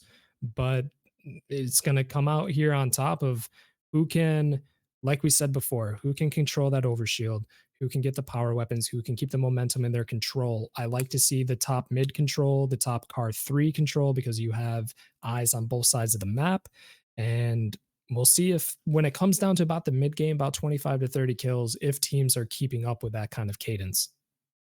Yeah, keeping up with that cadence, especially when you're talking about the Aquarius cadence, you really got to keep your head on a swivel there, heading Oh yeah. left and right, because the moment you have too many guns focused on one direction and a flanker comes through, it can completely disrupt whatever it is you're trying to do on that map, and things are happening right away, even off of your spawn. So I can see how Aquarius is definitely one of those more polarizing ones. But man, if it's something that you have in the bag as an advantage, though, it's definitely something you're looking forward to. And for us, I mean, I'm always a huge fan of Aquarius CTF. I think it's one of those great equalizing maps where everything just feels super well balanced and made for either team. And so if you're really trying to like find out who is the better squad, but also Slayer kind of plays a lot that way as well. So I just like the circular motion of the map and just continuing to see how teams react in terms of the way they make their pushes around the map and react and get the verticality of the top mid control, which is so important.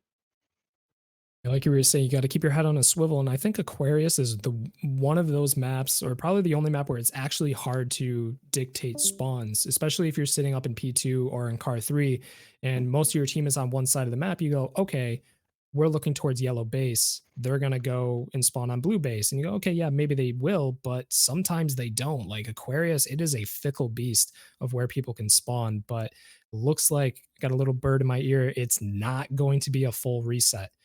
We are keeping the scores from the games. It looks like the players have agreed to that. So it's going to be a bit more shorter of a match, but there's going to be more pressure now. Yeah, I believe we were ending it off with Nice Kitty. I think at the end it said 10-5, but I think they agreed to 9-5. So I believe it's going to be one team trying to get 45 kills, another one trying to get 41 kills. So I'm sure we'll have a note here. I believe it's going to be underway as we go into the broadcast, but we'll be sure to keep you all on top who are staying tuned. And thank you for sticking with us through. Like I said, anybody watching this already plays Halo, so they know that crashes are pretty much just an inevitability of the game. So thank you It's a for part of the continuing to game. stick with us. Yeah. It's all part of the experience. We're all part of this crazy ride together, one way or another. Yeah, I'm pretty excited and just lots of really great things, though. I think, honestly, just in terms of where Halo Infinite is right now, it's probably at the best it's ever been right now. I think, just in terms of obviously, it has tons of its issues. Everybody loves harping on those, but it's got a lot of really great things happening for it, especially we're seeing here with the Bandit Evo being the main weapon in ranked, offering so much more playability in gun battles as everybody here battling for Overshield at the bottom. Magic starting off. Nice Kitty gets the overshield. So I think it's flipped a little bit, but already Nice Kitty is up 2-0. The overshield is burned for Magic. I think Wild Hood is kind of slowing it down. Nice Kitty does have map control on the P2 side. He gets a nade on him. Hoodler with a double kill. Do they know the last guy is sitting here up on the P2? He's just nading his feet, knowing he's going to go down. Hoodler with a triple kill. I don't think he's going to find the over. He's looking for it. But all of Nice Kitty spawning in the back of the map. And just like that, Wild Hood Commando flips the script. Yeah, definitely taking a lesson there off of the first little run there and then doing great adjustments there to make sure things happen for them. But now Nice Kitty on the second wave of lives here, able to take just a nice 1-kill lead here as Generic looking to get in the top P2, looking to find out what side of the map Wild Hood's working for. But while he was doing that, they push all the way through Mushrooms and Util, but he cuts across here, able to pick up a kill. 2 go down, 3 go down for Wild Hood there for a split second, and now they're finding themselves a little bit in the blender. Wild Hood has to be careful here. I think that entire time where 3 members of their team were going down, nobody was looking the same angles. They were kind of just taking their own 1v1s and losing them as Wildfire picks up the perfect and is trying to battle out of car 2.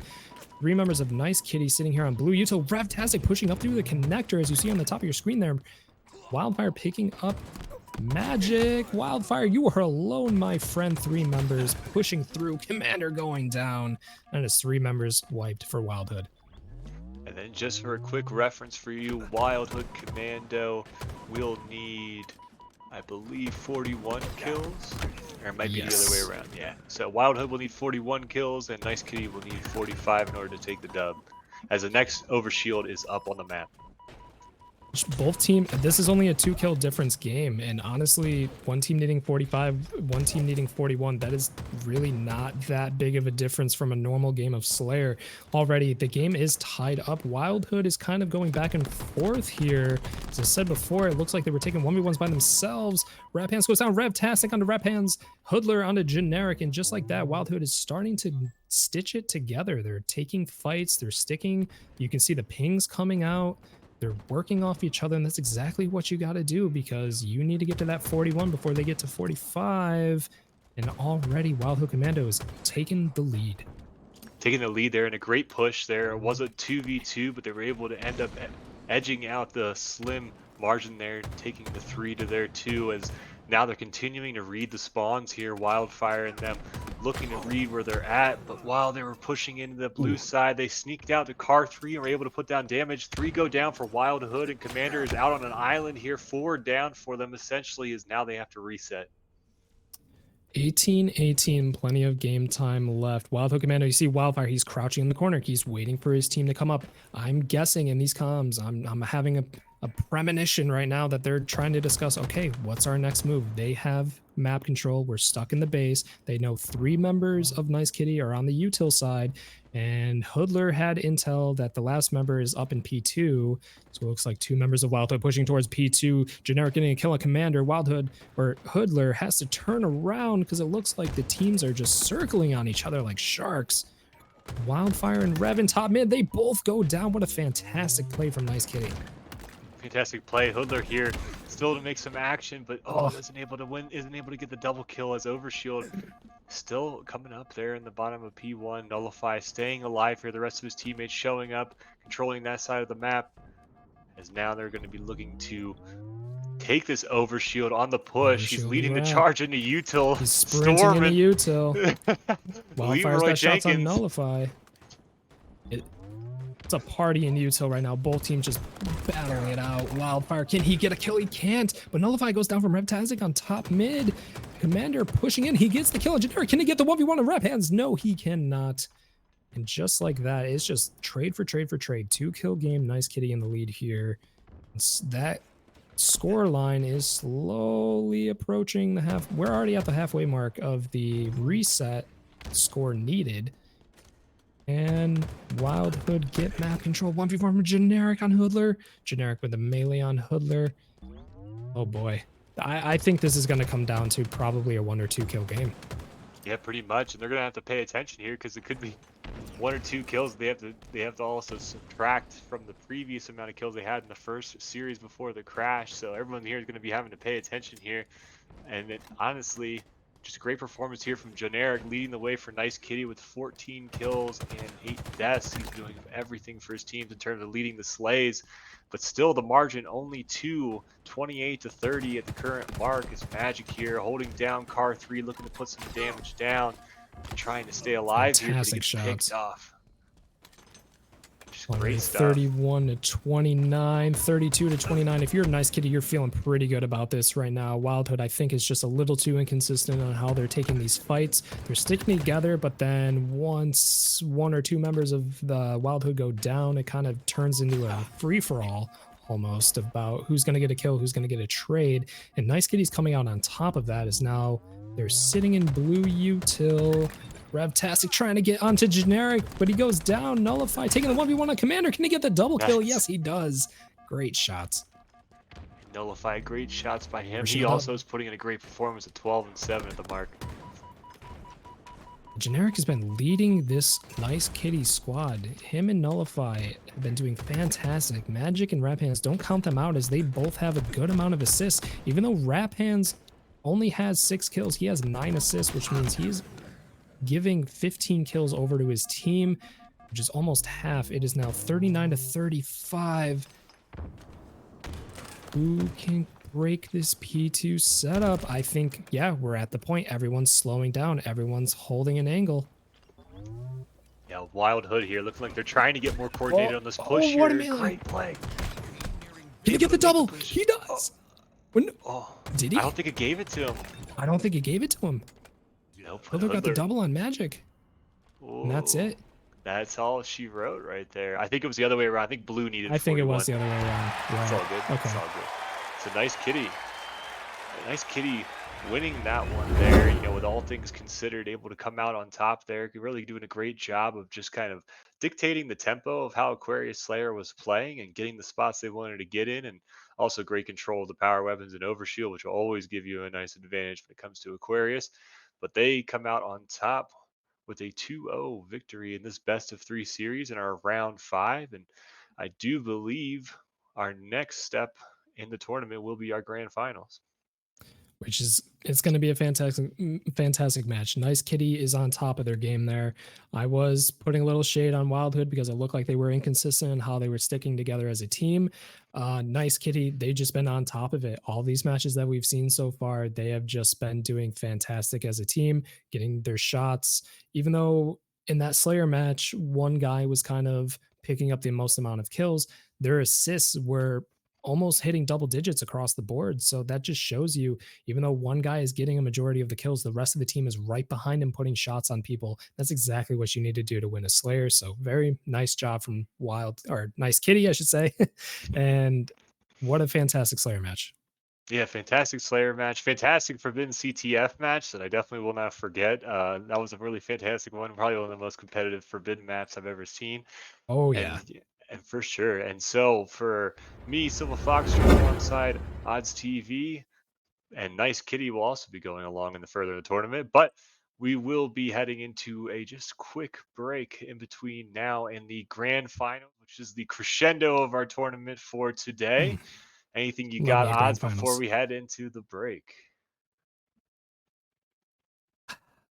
I'm kind of speechless. This grand finals can go any way, and I think this, if you're gonna watch any series all the way through, this is the series to watch. Grand finals, everyone puts it on the line. They know every single kill, every single death, every single cap, depending on what you're playing.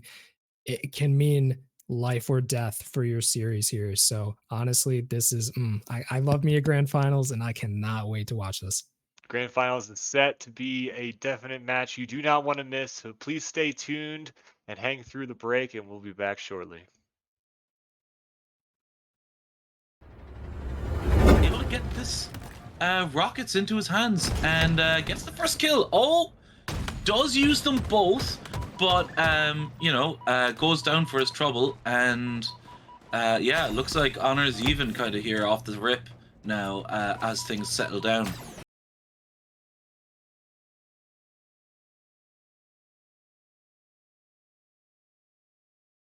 Think you're talking about the inaugural tournament in Halo Fun Time, and it's going to be bragging rights. It's going to be something that kind of really makes a statement going forward, and just a lot of enjoyment here, just in terms of the a lot of the content we're trying to put out here and produce, and all of this was put together with a lot of different hands, and there's a lot of names we're going to give credit to when it's all said and done.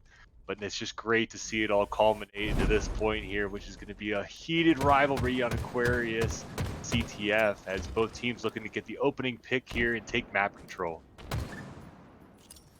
Hello? Am I back? Alright. Hey, guys. Sincerest apologies. My internet dipped there for a second. But, yeah, here we go. Mediocre and online shooters are not 3-2 at the moment. It is 0-0. However, coming off the rip here, an early touch on the flag for mediocre. I believe their teams have flipped. So online shooters would be red team, and mediocre would be blue team. Yeah, and for those of us here that were in the last match here, excited to see these two teams go at it again. I mean, they've played, what, 5 matches? 5 plus, they played each other 11 times so far. And they're looking to maybe potentially play each other another 7 times if it goes the distance. Both teams trying to get some map control here. Yeah. Well, yeah, and 3 dead now for mediocre. My apologies. And yeah, we're kind of just getting a little back and forth. So online shooters, as we can see here, their biggest enemy is themselves at the moment. You know, they are playing themselves. Oh no, never mind. It is mediocre, as we thought was their enemy, their biggest enemy in this series. We like to have fun here, having a fun time. And yeah, great fight there from in Blue Gen, and it looks like they're basically just trading their way out across this entire map right now. Yeah, you're definitely going to be looking for North Snipes and Deimos to make a play, but also don't count out Viz and Flash from online shooters. We've seen all of these different players go off, and the same goes across the board for mediocre. So two dangerous teams that you don't want to face. And what a grenade there inside of connector, as now 2 go down for mediocre. Mighty Chew looking to make a push here, puts ton of damage in, but is not able to get the kills. Perhaps his teammate can clean him up here. Deimos looking around here, but he gets sniffed out by Crazed Rock with a nice double kill. Unfortunately, he chewed when he should have bit, and he did go down. But we are seeing now Flesh, like an impressive performance from him in the last game, given the circumstances, or the last series, coming out here, and we're seeing now Deimos pushing to Car, but unfortunately he's gonna bite off more than he can mightily chew, as he runs straight into the eponymous Chewsman. And yeah, Car now, or Court is very contested here, Yellow Court, so online shooters need to be very careful, be very disciplined, and not overextend here while they have the pressure on them. It looks like they're doing just that, and Dr. Cream and Scream does get flushed out as well. 3 dead for mediocre temporarily, and a lot of position now being taken up, a lot of real estate taken by online shooters. Yeah, Mighty Chew here trying to make a final stand, able to get the first kill on the guy in util. He has teammates behind him. They're looking to bait out this push as both sides exchange blows. 2 down for mediocre, 3 down for mediocre. Double kill perfect by Deimos as they get the flagpole now. Going to be looking for spawners coming up in the fridge, and they do. Looks like they're already going to be overextending in the bottom of P1 there. Deimos looking to put some damage in as they go across, cleaning up a kill, getting another double kill to finish off his killing spree. Puts one shot, and he's putting his team in a great position to get the flag cap, and he's going for a relay here. Yeah, he did it! Let's go. And he's going top as well. That is some heads up play, because if he went bottom Car there, he was in a lot of trouble. I mean, yes, he's in a lot of trouble now, but he's way more out in the open. And North Snipes here with the cheaty bandit, able to put down some shots onto the flag, but it will go back. And he has a big job now, repelling his borders, and does go down. So this could be a bit of a swing here for mediocre, and an opportunity to get themselves a cap. But they do go down. James Dean is it's just himself and Mighty Chew. And Mighty Chew has to deal with 2 spawners here. Goes down, takes North Snipes with him with a fantastic grenade. But the push through Car, able to bring down the runner, and Crazed Rock now the only one able to keep this dream alive of a cap here. at with 6 minutes remaining. Gets a kill off the last shot, but unfortunately, as it is his last shot, he's unable to contest that return, and flag does go back for online shooters. Yeah, it's going to be a little bit of a heartbreak there. You have the flag all the way on your side there, but still mediocre, or I should say online shooters with the lead here. The flipping, yeah, definitely got me a little mixed up here, but yeah. As you see here, Deimos making a push into util, finishing another kill for his killing spree here. And like you said earlier, Deimos is going to be one of those players that's going to be an X factor, currently sitting at 17 and 8. Him and his teammate doing damage in here in the top of a util, but Crazed Rock continuing to hold it down as 2 go down for both sides. Still 1-0 game in CTF. I wonder what he's cooking. I can smell it, but I'm unable to, you know, really ascertain as to what it is right now. He seems to be cooking a 14 and 11 stat line, which is quite impressive. But right now, it does look like online shooters in the ascendancy, although they are...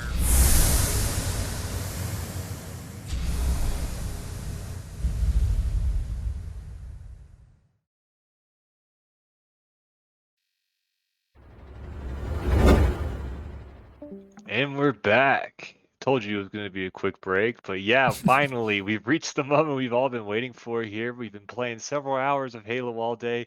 These teams have been going at it in straight bloodbaths back and forth, and finally, we are at the grand finals, going into the final match here, and for all of the bragging rights, this 4v4 mixed tournament hosted by Halo Fun Time, and in this one, we're expanding it out a little bit more, giving you a little bit more Halo to watch and enjoy as we'll be having a best of 5 series. You can see the lineup of maps and modes ahead of me. Odds TV, how you feeling going into this grand finals? Oh, like I said before the break, I am excited, especially with this match and mode lineup. These are just going to be absolute brawls between Strongholds, Oddball, and Oddball straight into CTF. So I think with both these teams coming off, Nice Kitty has a 2-0 victory in the last 2 series. I think that Able to get... they're riding the high. They're definitely feeling great. They're on top of this entire tournament right now. So I think Drunken has to come out swinging, definitely get as much games off of Nice Kitty as they can. But I think with the way these teams are playing, this could definitely go to a game 5. Yeah, we've seen that. Well, the further we've gone under the tournament here, for a lot of these teams here, I think some of these series could have gone to map 5, and I'm really excited to see us get the opportunity here with the best of 5 series. And you know Shamrock's be going for that shock rifle. 2 other teammates are along the way looking to grab that as they get off to an early start here. I believe Camo still available up in top mid. As Rap Hands here focusing on B, but he's going to make a pit stop along the way and get the camo. Yeah, and already you saw they knew that Drunken Spartans were going to try to play for that C cap, try to play for that shock rifle. Joshy, I do believe, picked it up but got naded out. Now Joshy and his team, they're trying to take B. Heike goes down. Joshy helping up Nullify. He stays alive. Shamrock, they're taking B, but Camo is fighting in bottom end. He gets, oh my lord, and already B is flipping over to Nice Kitty's side. Are we going to see Drunken Spartans spawning on Cafe or back C? Drunken has shock here. We're kind of on the back foot. Ooh. Oh, what a no maybe to at least make something happen out of nothing there. Is yeah, they basically got pushed out of the back there. 4 down for Drunken Spartans at the moment, and Nullify his teammates. That is a trip cap. Yeah, that is a triple cap right here, and fresh spawners, they're looking for them. They don't even go for A. They said, screw it, we're going down the posters ramp. We're pushing out for C here. Could be a little bit costly though, as Nice Kitty does have a really great map control here, and that's what's kind of paying off for him. Kitty only goes down by 1. Shamrock with shots onto Nullify. He's trying to get up into the sea, but there's 2 members looking at him, and he gets pulled down. You know, Nice Kitty, they're saying all gas, no brakes. We're giving Drunken Spartans absolutely no quarter in this grand finals. They are starting off strong with a triple cap going close to 100 points now. He's pointing out High Key Chaos, who might win the 1v1 on Generic. He gets help from Shamrock. I think 3 members of Drunken Spartan are down in bottom mid. They're flying through. Nullify, you're caught out, my guy, on back truck. Down he goes. And Drunken Spartans flip this, and I think they are. It's a triple cap for Drunken Spartans. Yeah, this map and mode can be so snowbally here, so that 100-point lead was nice, but it could slowly go away here as Now it looks like the shoe is on the other foot here as they hold C and B here on strongholds, and they're looking to kill anybody pushing out. Magic, one shot, gonna get picked up by He's Shamrock. picked up. Another one pushing into Flowers, wrap hands, challenging again. Looks as if, though, they're going to be able to read him and stop this push. Yeah, it looks like Nice Kitty here. It kind of feels like they had all the map control, and then once they got that team wipe here, they're still trying to get their footing back now as Ooh, 2 go down. it's basically been Drunken Spartans' control now. And just like that, Drunken Spartans gets the reset on the B, and the score is already getting close to tied up here. Getting close to 60 versus 88. Drunken Spartans still have map control. He's force spawns his teammate into loop, and it looks like all of Nice Kitty are pushing out on the truck. Rap hands and shouts on the Drunken Veil. Can they push up through truck side? 2, 3 go down. Drunken is the last alive, and he's just getting hunted down here. He's not going to force spawn his team anywhere. Can he get the kill on any of them? No, he doesn't, and I believe Shock Rifle is up. Key, can you get a kill? Play your life, my guy. He has help on Soda. 3 members of Drunken Spartans. Ooh. B for Blender. That's what I always say. B for Blender. You just see everybody pushing that bottom mid, and they're just getting absolutely wiped. Absolutely wiped down there. And yeah, this one, we've had basically this map already go one direction, flip in the other direction, and now we're just going back and forth here as now I think both teams are getting warmed up to each other, and they're really going at it. That is grand finals for you. Both teams don't want to give anything to the other. Ooh. Can he get the no-scope? Yes, he does. Shamrock, fantastic with that Shock Rifle. Jumping up in S4. Generic was the last alive, spawning Nullifying Magic in that backyard. Camo is up. Shamrock, they elected to give ammo over to Shamrock. He probably called him off saying, I have Shock. Let me get into those positions to just get those easy headshots. That is fantastic play. Fantastic planning out of Drunken Spartans here, who are still racking up the points. This game is still in anybody's favor. Yeah, but unfortunately, though, when he had the camo up there, oh, lines it up. Can he get the other? Unfortunately, he fell down the bottom mid, though, and wasn't able to get a lot of damage, but he does get the trade over there, as now Nice Kitty takes A and C control, starting to get some more points and starting to generate a lead here, but Nullify is going to be left to himself over here to try to stop both of these members pushing. Able to get some damage in, which is huge. Nullify going down, and nice plays there. 3 down for the side of Nice Kitty.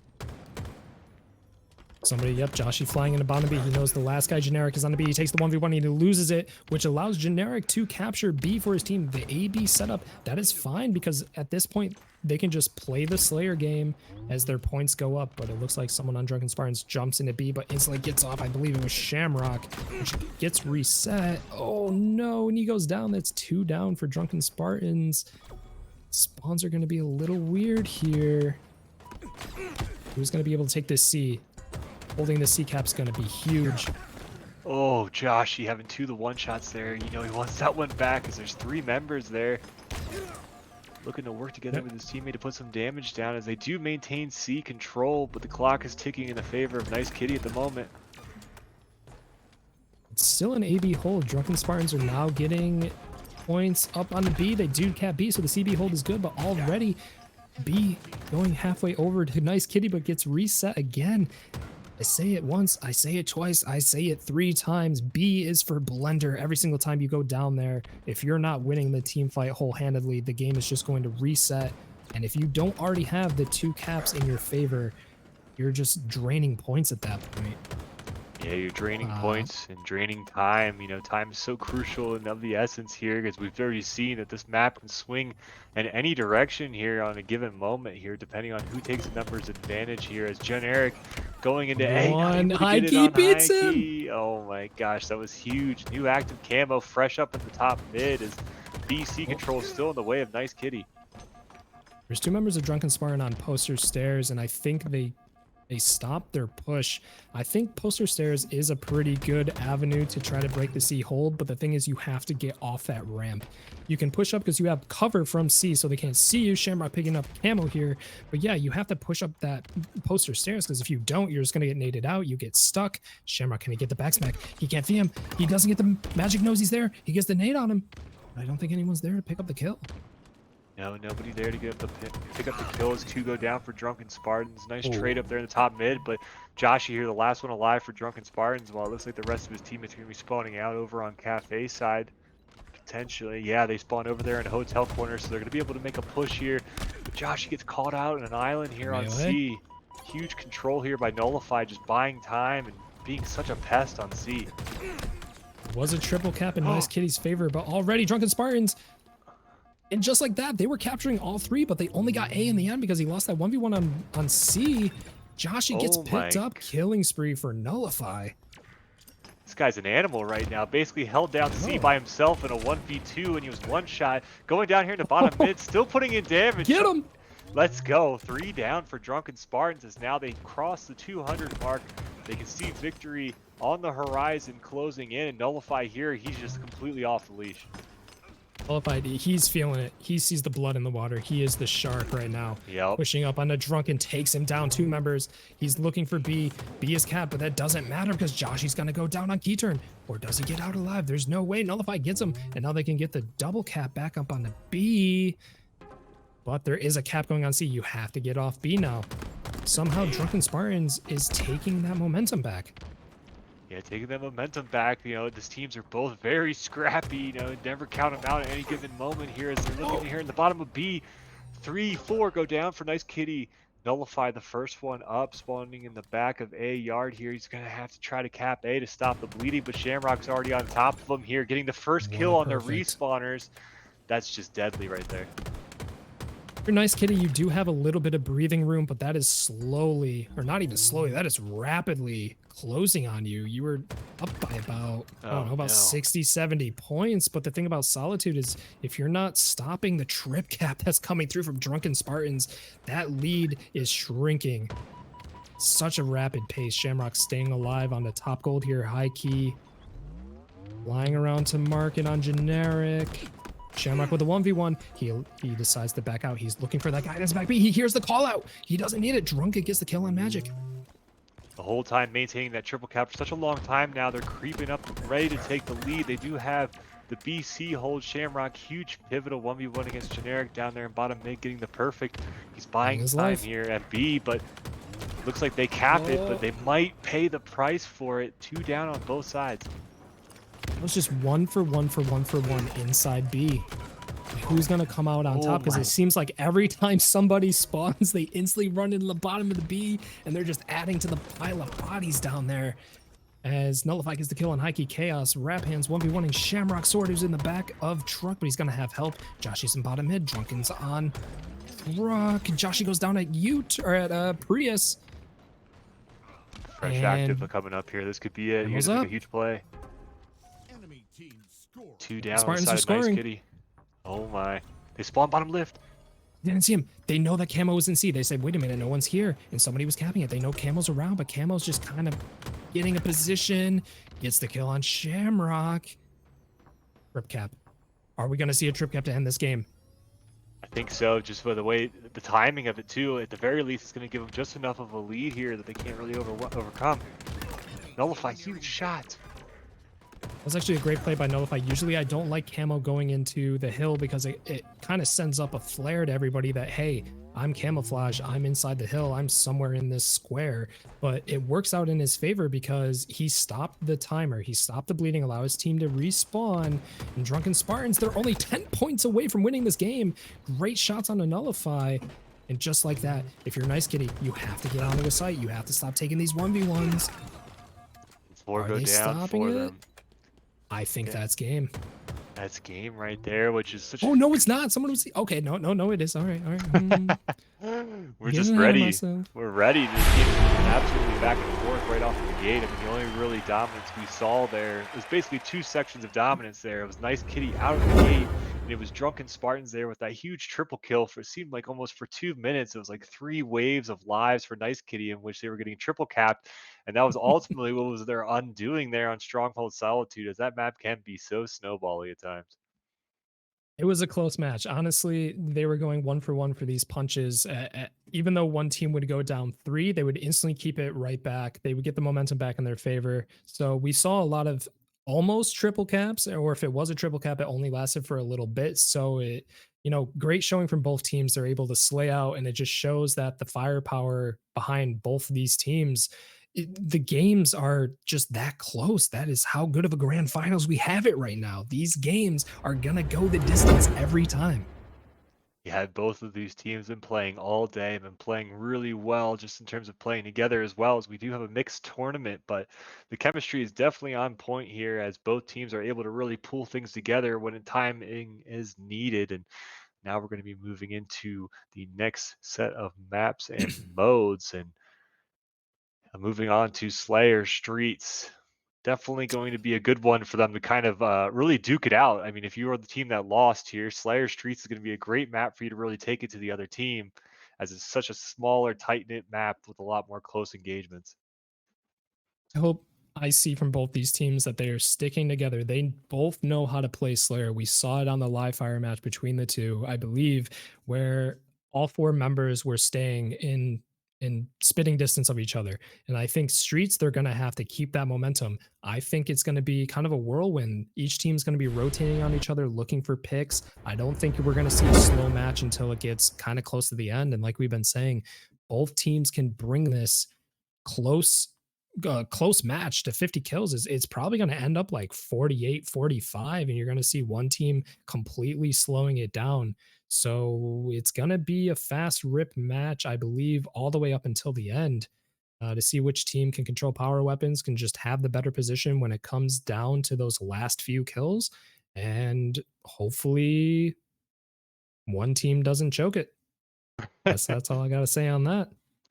Yeah, no, I mean, we've seen just a lot of really great individual plays. Even when one of these teams has their back against the wall and they're down to their last player, we've seen that last player at least trade out or just make some really huge plays in terms of buying time. So just a lot of carryover in terms of everybody understanding the impact of their lives. And, that's kind of the beauty of Halo, really, is that, making the most of what you got and paying attention to those micro details is what really makes you better in terms of playing this game. It's to a certain extent, everybody gets to a good gun skill like point, and then the rest of it becomes down to these little nitty gritty details to make yourself a little bit better. Exactly. And I think you're going to see that a lot in this grand finals. Both teams can shoot each other. They have great accuracy, great potential to win their 1v1s, every single person on the team. But like you said, it's going to come down to these micro details. What are you going to do when your team is up even two deaths? It can be 2 versus 4 or 2 versus 3. What are you going to do when you have that manpower, that the numbers? Are you going to take the map? Are you going to keep pushing into their spawns and keep them on the back foot? It really comes down to those just so tiny micro details. Halo is just such a good game to watch. And here we are coming in to the second match. Drunken Spartans up 1-0 on Nice Kitty. Who's going to take this Slayer? Who do you think?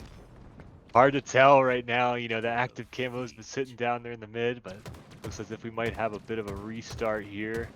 It's the Slayer curse. I'm telling you. It is the Slayer curse. Every time we pull up the Slayer, there's always something It going on here. restarts. But at least with this one, though, we kind of got it situated even before the kills and the initial Right, exchange happened. right. So that's always, if you had a good timed crash, we had one there. Yeah. Probably. I mean, it's whittling down. We're not getting to 9 and 10 kills and then like 5 and 7. Now we're at 0 and 0. So maybe we won't have a crash next Slayer. Who knows? But either way, like we were saying, these teams, they're gonna have to put on the gas coming off this reset. Nothing has changed. Play the game how you got to play it, and come out on top. And come out on top. And certainly Streets plays a lot differently with the active camo and bottom mid instead of the Rockets. I was talking to that with Delta a little bit earlier. With the Rockets, at least you can kind of grab those and maybe trade out and burn them away, and maybe get a kill on the other side, especially when you're talking about Slayer. But now with the active camo, you got to be the one to run through bottom mid, grab that, and stay alive on such a tight knit map. It's kind of an interesting challenge that's added in terms of this most recent ranked update. What's interesting, I think that active camouflage being on Streets now does not change too much of the meta, usually because Streets is such a small map that if you're playing it well off your team, there's always somebody next to you. So camo really has to choose their battles. They have to get the info. It's just like any other camo play. They have to get the info. I usually like going for back smacks and melees before I get into a 1v1. But now on Streets, it's such a small map that camo can get from one side to the other that, you know, if they get a bad play, if they shoot the wrong guy, if they don't get the backsmack, they can get shut out real quick. So we're going to see how these teams can utilize this camo as we come off the reset. Coming off the reset here, no team able to get a first kill there on that initial exchange. Is now Drunken Veal looking to get the first kill on C steps. 2 go down for Nice Kitty off of the rip. Joshy and company over here on B side, ready to push against him, laying some damage down. And another one there on driveway. Already coming out of the gates firing here for Drunken Spartans. 4-0, Joshy has the red gun. We've seen Joshy with these power weapons game after game after game. He's just been putting up absolute numbers with these weapons. So obviously it makes sense. Is he going to go for the camo? He knows that no one on his team's kind of looking for it. He gets the kill on the generic, but he's taking shots. He's got to stay alive. They know he's around that. He's looking for the camo. Gets the melee, gets the kill, and gets the kill. Oh no, he goes down. Oof. It's a 7-2 game. Almost able to get away there. Just great shots though out of the red gun, making every shot count there when it mattered the most. But camo, I think, was still potentially available there. Not sure if anybody was able to grab it. If I goes down, yeah, I don't think anyone picked up. I mean, it would have been. He's pinging mid. Is camo still down? I'm not sure here. Yeah, I think a lot of people are trying to figure that out, whether or not it potentially could have despawned at this point. But it looks like I maybe might have seen a little glimpse of the blue orb down there at the bottom of the steps from bottom mid, as both teams duking it out in the back of C here. Huge win by Joshy there and picking up the shotgun. I think for sure. I think that camo might have despawned by now. As it looks like as if people are still kind of searching around for it in the bottom mid. At Drunken, they slowed it down. They had 4 members in the back of C, and they got the kills, but Nice Kitty kind of brought it back a little bit now. It's a 14-8 game. They're kind of spread over this ATM and C side. Nullify on Evan, gets picked up by Joshy. Drunken gets a kill on generic. 2 down for Nice Kitty. Joshy coming down to Palms. Does he know the guy's in top? Ivy, yes he does. He has the shotgun, but there's 2 there. He has to back out. Back out and tries to flank here. Oh, able to at least keeping it get up. a He gets kill out of one. there. That was nice, making something out of nothing there. Fresh red gun, let's go. Nullify, Fresh red ready gun. to roll. Camo should have been up. Joshy, look at his kills. Already 11-2 in this game. 6 assists coming from his teammates, though, as Nullify goes down to Joshy. Joshy not electing to sprint for that red gun, maybe waiting for his shields. Looks like he's fighting for somebody on red room. Nullify is going to be there to help Magic, but Chaos gets out with his life. And so far, Drunken Spartans are running off with this Slayer match. Yeah, basically almost a 2-to-1, kill death ratio 24, and now 23-13, but maintaining that 10 kill lead buffer, fantastic as they start to move into the second half of this Team Slayer match. It looks as if it's slowed down just a bit here. Both teams trying to figure out where they are. We've got Drunken Spartans over by Planner's side and into Tires. Looks like a flanker could be coming up flank from from driveway. Shamrock. Let's go. Yeah, if you're Nice Kitty, you got to slow this down. You got to stick together and kind of not like collapse as quick. Because it looks like a lot of members of Drunken Spartans are getting down. No shield. Nullify with a 1v1 on the Joshy, and he gets it, but Shamrock picks up Nullify. So we're back to just 1-for-1 trades. And if you're Drunken Spartans, you take those trades every single day. With a lead like this, it does not matter if you trade 1-for-1 or even 2-for-1 for that matter for too long. As it is now 29-16. Drunken Spartans just have fantastic momentum in this match. And if you're Nice Kitty, so what do you do here to try to, you obviously have a huge deficit here. How do you change the play style to start kind of, staying aggressive, but then not being too aggressive? I think if you're a Nice Kitty, you got to do what you've been doing. Stick together, but like I was starting to say, not push things as hard. Because right now, Drunken Spartans has that momentum where they're just going to get 1 or 2 picks, and then they're just going to fly on you. Nullify getting a good kill on the Shamrock, but he loses his life to Drunken, and that's what I'm kind of talking about. Nice Kitty can get these kills, but the problem is they're not protecting each other with the people with one shot. And right now, they're kind of picking up on what I'm talking about. They're staying together in the back A, but Drunken Spartans are kind of collapsing on them. They need to get these crosses. Yeah, if you're a Nice Kitty, you need to minimize the trades as best as possible, slow the match down. And when you minimize those trades, suddenly you see the score just decreases in terms of how far away you are from each other, and I don't think Nice Kitty is kind of getting that gist quick enough here. I think they are hearing you just a bit. They were able to get the next 3 kills without taking a single death there as they're locking it down there on the back of the A side. If you see Nice Kitty here slowly starting to creep back Ooh, into good it, nade. it is a 14 kill lead though, and they don't have a lot of room to work with. Really do not. Joshy is just still running them over. Drunken getting good damage on a generic, but Rap Hands and Magic go down. Joshy playing his life on the top A, but he gets taken down by Generic, who has the shotgun. Someone's got red gun. It is a 13 kill game, but I think Nice Kitty are starting to understand what they need to do. Take a side of the map. Let Drunken come to you. Get the team shots. Generic have a questionable push here. He's getting Rap Hands caught out. Rap Hands loses his life. Nullify gets picked up by Drunken. As I'm saying, I think it's the caster's curse. As I'm saying that they're doing better, they're doing what they got to do, it kind of falls apart there. Yeah, falls a little bit of a part here, and I think might be entering the spot here where they might be just kind of considering this a wash, but that is a tough pill to swallow though in a best of 5 series because you're talking about going down 2-0, which essentially puts yourself in reverse sweep territory in order to really take charge in this best of 5 series in our grand finals. And both these teams have been fighting all day, working their way through the tournament, and neither is ready to give up an inch. Not at all, but like you said, in reverse sweep territory, that's where the magic happens. Looking here, the next match, just to give you a glimpse, is going to be Oddball Live Fire. I think if you're Nice Kitty, you slow this game down, but not to win. You slow this game down to talk to each other. This is what pro teams do. When they're in a spot where they know they're more than likely not going to win, they slow it down and they just start talking about the next game. Use that time wisely. Even though you're playing in the middle of a match, you can be saying here, okay, we're going into oddball. What do we have to do? What are we doing wrong? And I think what they're doing wrong currently, like I said, they're just not trading out properly enough. So coming into this oddball game, they are down 2-0. They have to put the pressure on.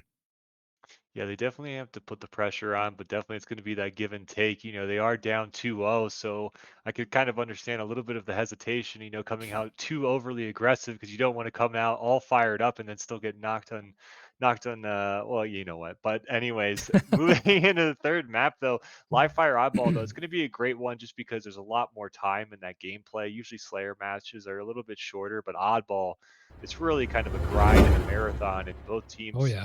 they're going to have a really great opportunity here to just kind of get lots of shots in, get some momentum. If you're on the side of Nice Kitty and you come out and you win round one, like that's something to build forward to. It's like you were talking about. You got to kind of work with what you got. So what you took the L in the first 2 maps doesn't mean that it's going to necessarily dictate this one. Momentum is such a huge key factor in how teams play in this game, and they got to be looking to try to get something going here. But if you're on the side of Drunken Spartans, though, I think there's going to be putting the gas pedal to the metal and making sure that they don't give them an inch to work with or give them any hopes or any inklings of a reverse sweep at all. You said it perfectly. They just have to keep up the momentum. They have 2 games behind their back. They know that Nice Kitty are demoralized right now. But if you're Nice Kitty, oddball, like you said, it takes a pretty large amount of time to play the match through fully, which through that time, you can start getting momentum back. You can start getting that feeling that, hey, things are starting to click again. And especially with oddball, if they're holding it in the correct position, which I'm hoping I see teams hold it more towards the tower side. I've been seeing a lot of teams lately hold ball towards A, and I believe that holding ball on the A side is kind of you end up forcing fights on screens, and then forcing fights on screens, it's just like playing Stronghold Solitudes on B. It ends up just becoming a blender. So if you're a Nice Kitty, hopefully you get the ball, you get kills, you outslay the other team, and then you move ball to tower, because when you have ball on tower, you have plenty of time to work with. And now we're going to be seeing if a team is being pushed, they can throw the ball off the map, let it reset, so they can kind of get momentum back in their favor. So Nice Kitty, they're going to have to play, honestly, perfect Halo here on this oddball live fire match. Yeah, just a little bit of perfect halo. Or if you are in the position where sometimes, you do have a preference of what side you want to go on, but sometimes the game doesn't necessarily give you what you want. And for us, we always like trying, if we're stuck in the back of A, you got to make that push out to B because, like you said, you need that ability to reset the ball. Otherwise, the blender is going to be set up there in the bottom of screens and scoreboard there as the ball. I mean, there's not really no way to really reset it out there Nope. towards Turbine. And you're basically, if you all go down, you're basically giving the next 20 seconds to the other team as they sit there and wait for you to push.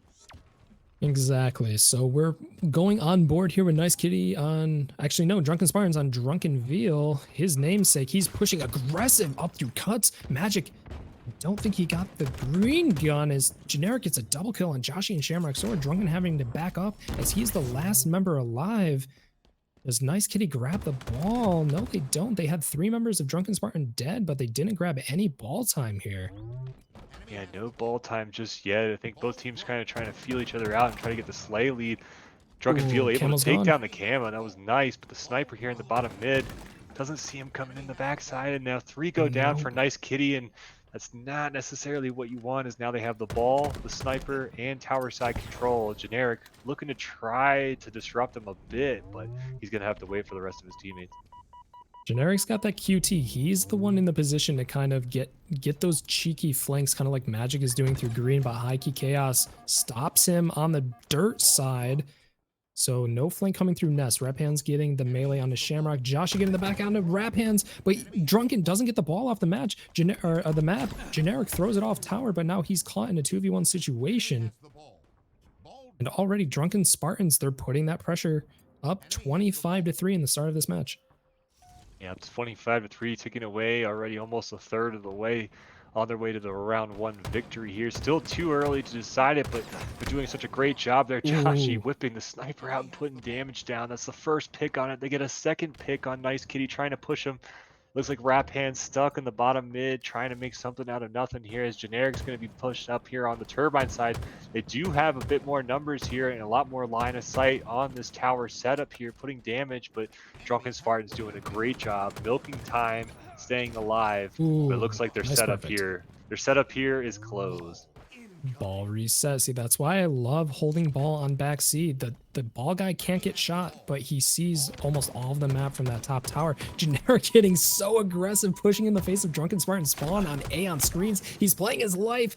He's playing perfect time. That gave Nice Kitty a nice 12-point lead as Shamrock spawns here. And are they holding it on tower? Joshy gets the kill on Nullify. Generic spawns on B, sees Drunken in bottom mid. It looks like ball got reset. Camo is up.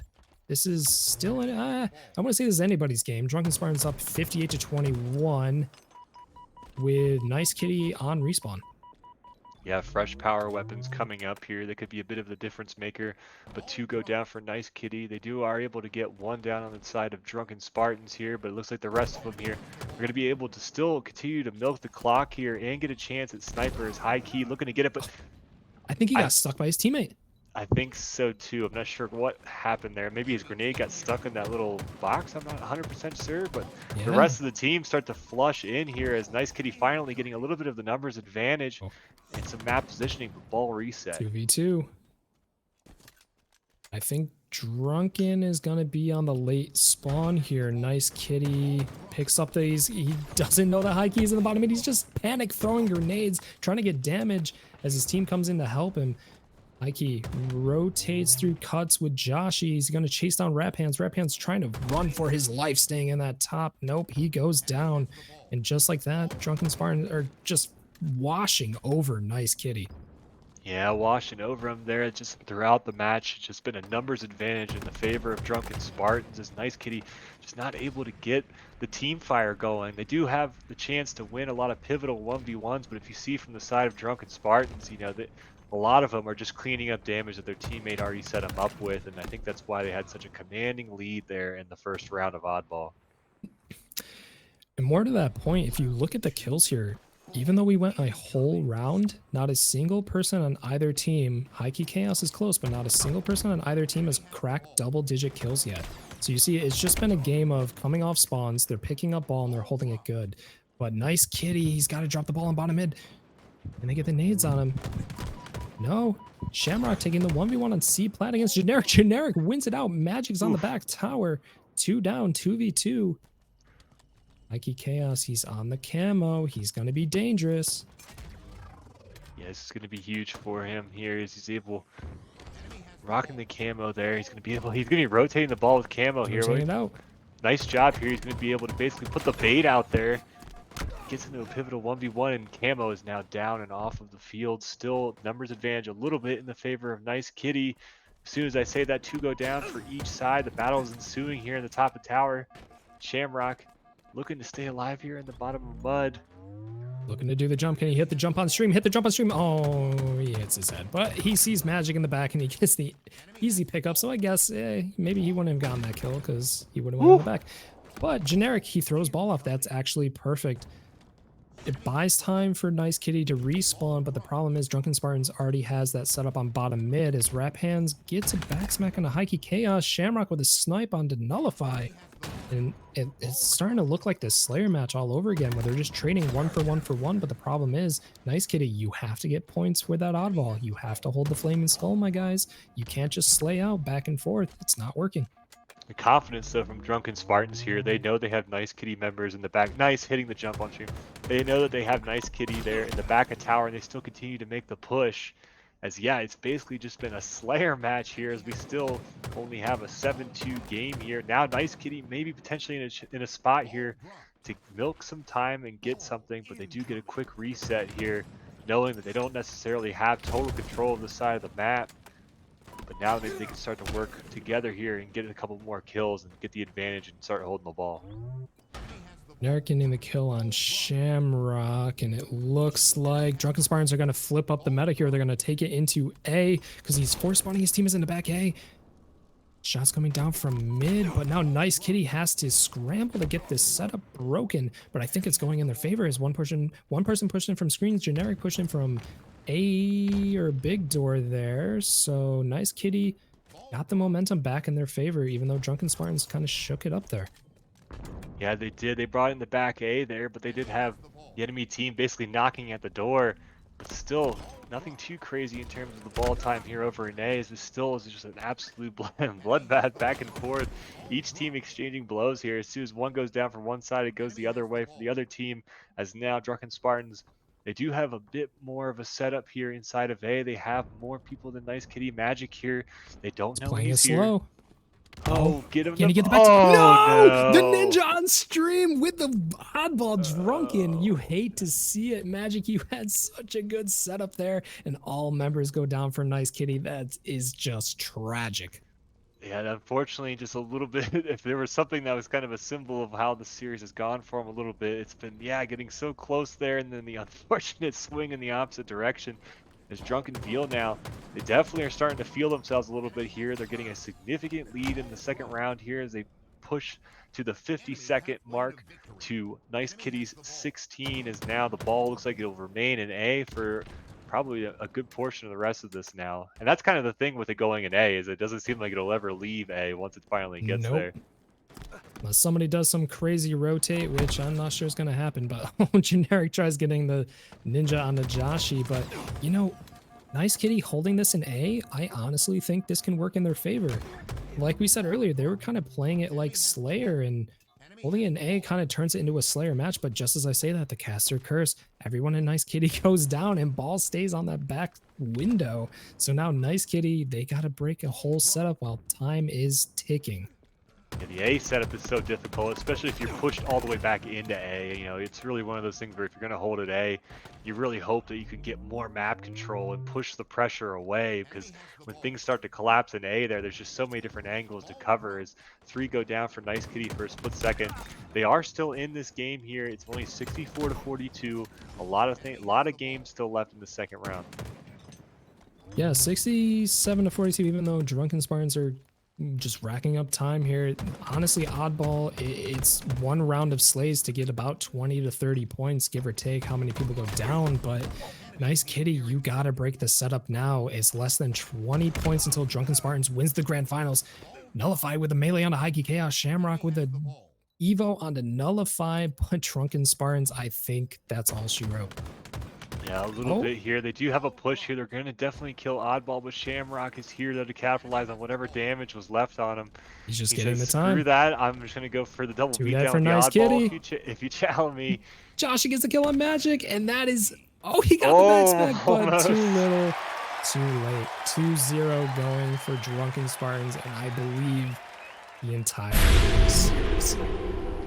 Yeah, huge congratulations to Drunken Spartans there. That was a very decisive 3-0 there in the Grand Finals series, and both teams making it all the way to the Grand Finals, so congrats to both of them. Congrats to everybody that participated tonight. Hopefully you got your little chance to be on the stream and show them what you got. I think everybody out here definitely was giving it their all, so shout out to all the players and all the people behind the scenes that made all of this possible. Yeah, fantastic matches. Even though, you know, if you came off this tournament not making it to the grand finals, give yourself a pat on the back, because watching this the whole way through, there's been just absolute fantastic games. Everybody played their hearts out. Everyone did fantastic. And I think there's going to be a lot going into the next couple of VOD reviews or whatever we have on Halo Fun Time. That's definitely going to be a lot of matches on here are going to be up for review about what went right, what went wrong. But honestly, like you said, thank you so much, Halo Fun Time, for putting this on. The production's been great. The players have been great. Everything is rolled smoothly besides our Slayer crashes, but you know, things happen. But other than that, yeah, this was a fantastic tournament. It was great. Yeah, it's been fantastic. I've been your host, Silva Fox. Huge shout out to Sozer for producing. Huge shout out to Delta for also joining me in the casting booth and always bringing his lively personality. Shout out to Space Crabs, all of the people behind the scenes of Halo Fun Time. Of course, I'm sure all these VODs will be in the regular Trailblazer Tuesday, in which they conduct the VOD reviews and everybody looks to learn a little something and get a little better. That's been it for me, Silva Fox. Odds, I'll let you take us out here with any final plugs you got. No, thank you so much, Halo Fun Time, for allowing me to come on and cast. I hope I did a great job. I know you, Silva, and Delta are usually the main casters. You guys kill it every single time. So I hope I was able to kind of keep that level of professionalism and that bar up. But yeah, fantastic time casting, great games. Everyone did fantastic. And if you're watching the stream, join Halo Fun Time. You can get in on these tournaments. If you are a casual player, if you're an up and coming professional or competitive player, we have literally something for everybody. Forgers, casuals, anything. Get on Halo Fun Time, get a part of it, get in the conversation, and hopefully we see you there.